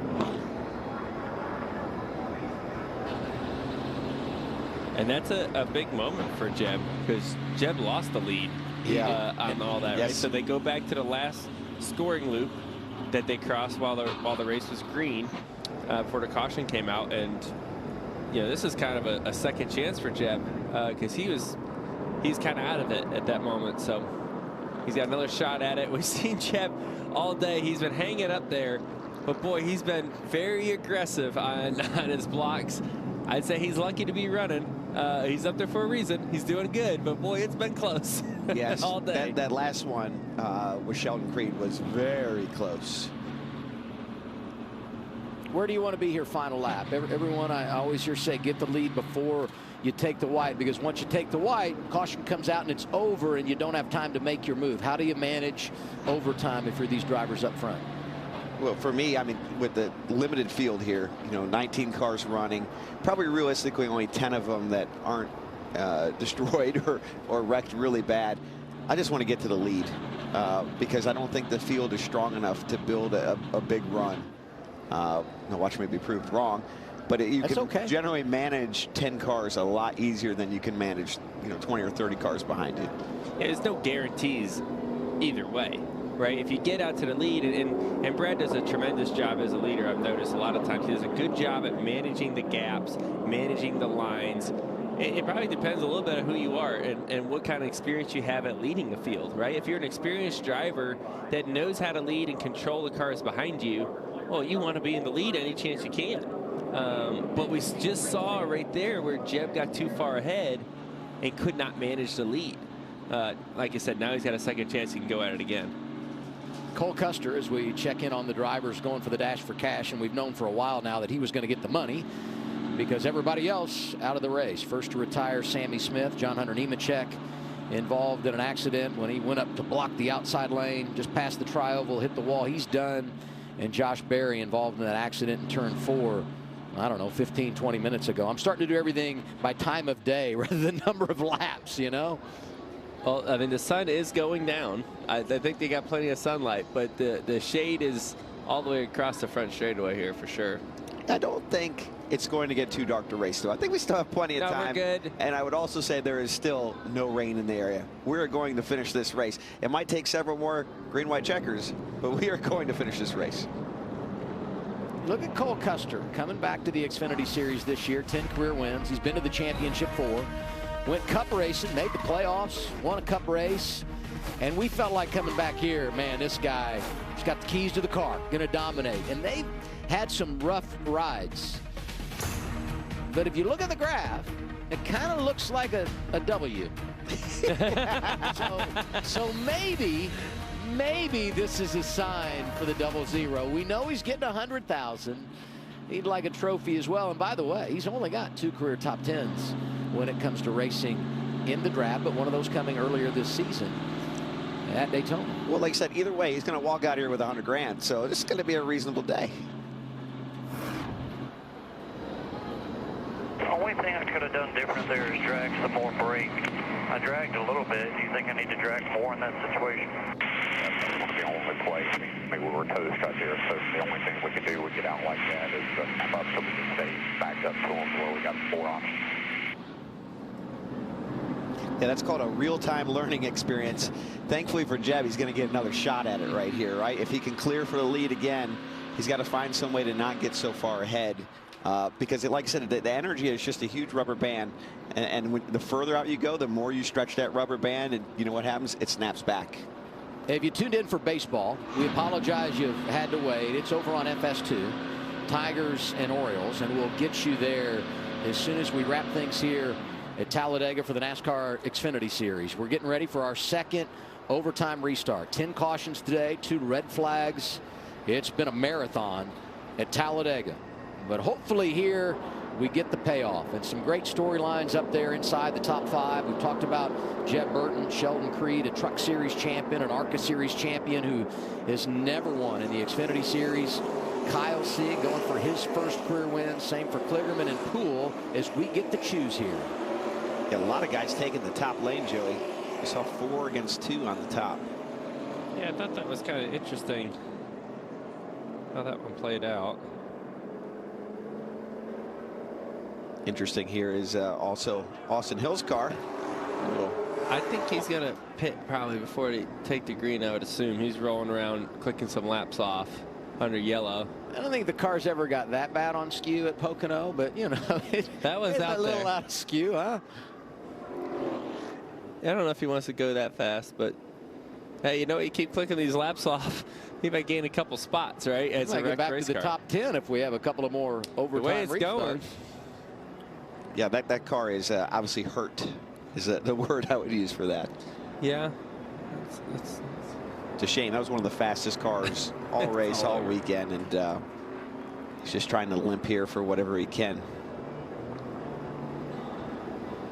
Yeah, I'd recommend not going if I was him. I would just pull her to the left. And we've heard from NASCAR that they are requesting that he get down to the apron and be out of harm's way.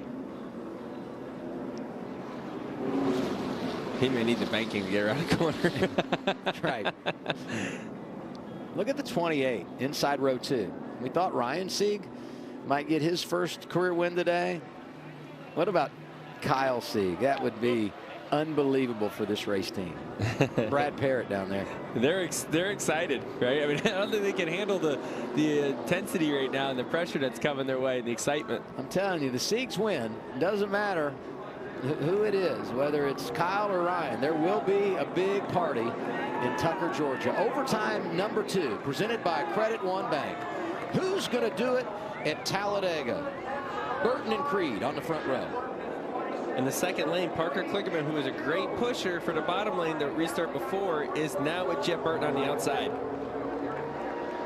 And last time, he was working with Creed and helped get him out front, right? That's right. We'll see if he can do it from the outside lane. It looks like he may be able to do it, although the bottom looks stacked really nice. Don't write off Cole Custer. Right now, you can't write off anybody here in the top 10. The way this race has been going, this is still anyone's race, and they're way out again, Joey. Aggressive side draft for Sheldon Creed, racing up to that top lane. Jeb Burton is clear, push from Parker Kligerman. And this is where he's got to be so careful to not get so far out again. He's out there again, but they're pretty loose behind him.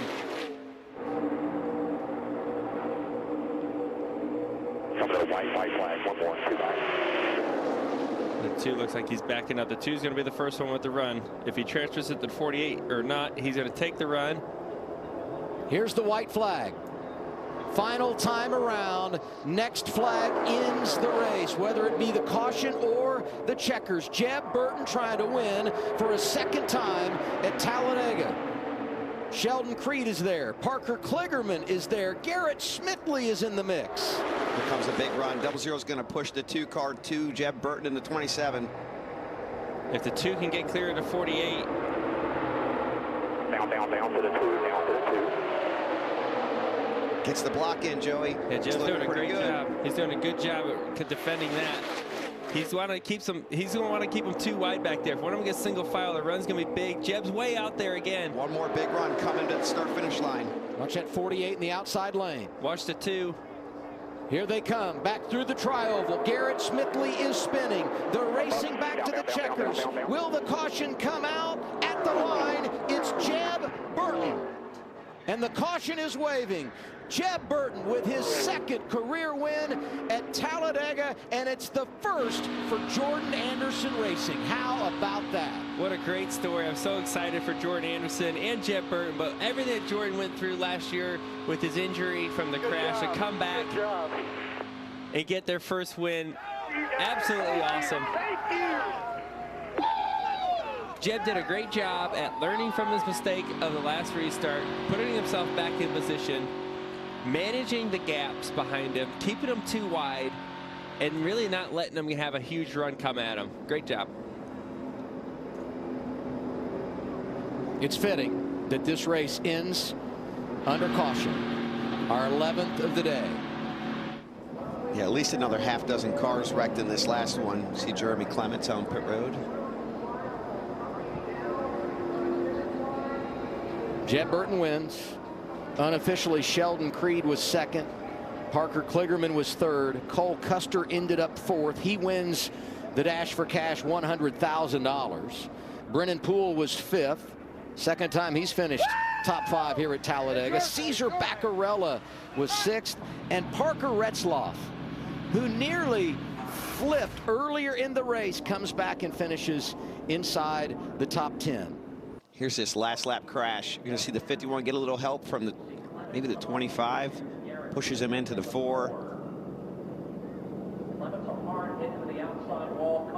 There's crashes all over on that last stretch there, Joey. Some happened to the 08 as well. Greg Gaulding. Yeah, surprised. You know, I thought some of those runs, down the back straightaway that were going to be coming to Jeb were going to be too big for him to handle. And it seems like they kind of stalled out right before they got there, and he was able to manage that. A couple of years ago, Jordan Anderson decided to go racing in the Xfinity Series. Qualifying got rained out at Daytona. He was a new team, had no points, couldn't get in the game until late in the year. And look what he's done to build this team. 2-car operation, they've won, and they're going to the playoffs, courtesy of Jeb Burton. First win for crew chief Shane Whitbeck as well. See Jordan Anderson, he wants to be here for this moment. Talk about the highs and lows. A few months ago was the lows. Today is the highs for Jordan Anderson. Isn't that amazing? What a comeback. So happy for those guys. Jordan Anderson in that fiery crash in the Craftsman Truck Series here last fall. Airlifted out of here, but stayed with the plan. And he's seen it come full circle, as you guys said. The highs and lows today. He celebrates victory, and another piece of the foundation is laid for his race team.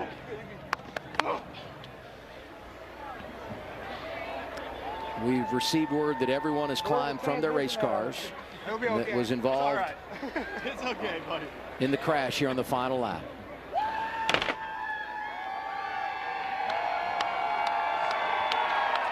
Regan. Jeb Burton out of the race car, saluting the fans, his whole team over here. Jeb, we come to Talladega. It just seems like this place is perfect for you. You made every right move today. You had a ton of confidence at the start of the day. How does this one feel? The only thing I'm disappointed about is I didn't get to do the burnout. I blew the transmission out of it. So, man, I'm pumped up. I'm out of breath from yelling. Just, man, went through some stuff on the off season, and I'm more focused now than ever. And these guys have made racing fun again for me. Thank you to Solid Rock, Celsius, Perrier, Ergodyne, State Water Heaters, Alsco, God's Pit Crew, everybody that helps us. Jordan Anderson, John This man Bomberito. made it happen. We just won. There you go. Our first win. Yeah. Our little team, you have no idea how big this is. Regan, you do, because you're a racer, but this is huge. We're locked in the playoffs. I'm trying to get my damn voice back. But I can promise you one thing. We're going to drink a lot of beer tonight. My buddies better be ready when we get home, because we're going to burn it down. Jeb Burton gets his second career win at Talladega. Sheldon Creed comes home second tonight. Anything different you could have done at the end to get in front of the 27 and get the win? I mean, it goes back to the last restart. We were leading when the caution came out, and they gave it to the 27, which no big deal.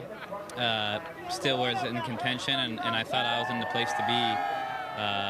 Going through 3 and 4, I let the 27 get way out there, and I had the 00 right on me, getting ready for a big run, and I need to watch it back. I think the 48 peeled the 00 back off of me, and just kind of killed the run that I did have, and let the 27 kind of have it easy there. But nonetheless, a great day. Plate racing is not my best, and I've been trying to get better at it. So happy to get Whelen Manufacturing a good finish. We've been up and down this year, so just to have a solid day like that is really good for us. Thanks, Sheldon. Unofficially over 3.5 hours today for this 300-mile race at Talladega. Sheldon Creed, even though he was second and disappointed, he's a part of the Dash for Cash. Jeb Burton, Parker Kligerman, Cole Custer, who wins it today, will be those going for the big money next Saturday at the Monster Mile in Dover, Delaware. Quickly, your final thoughts on what we saw here today. Thanks for hanging in there, fellas. We saw Talladega. That's what we saw. Everything we expected. We walked up here. We thought the first stage would go pretty green, and it did. And then the intensity ratcheted up, and then they wrecked. I look at Jeb Burton here. Big win for his team. You know, obviously first win for their company. You look at Jeb, second win here at Talladega, gets himself locked into the playoffs. What a huge moment for him. Great day for them to enjoy that they're never going to forget. We'll see you next Saturday from Dover.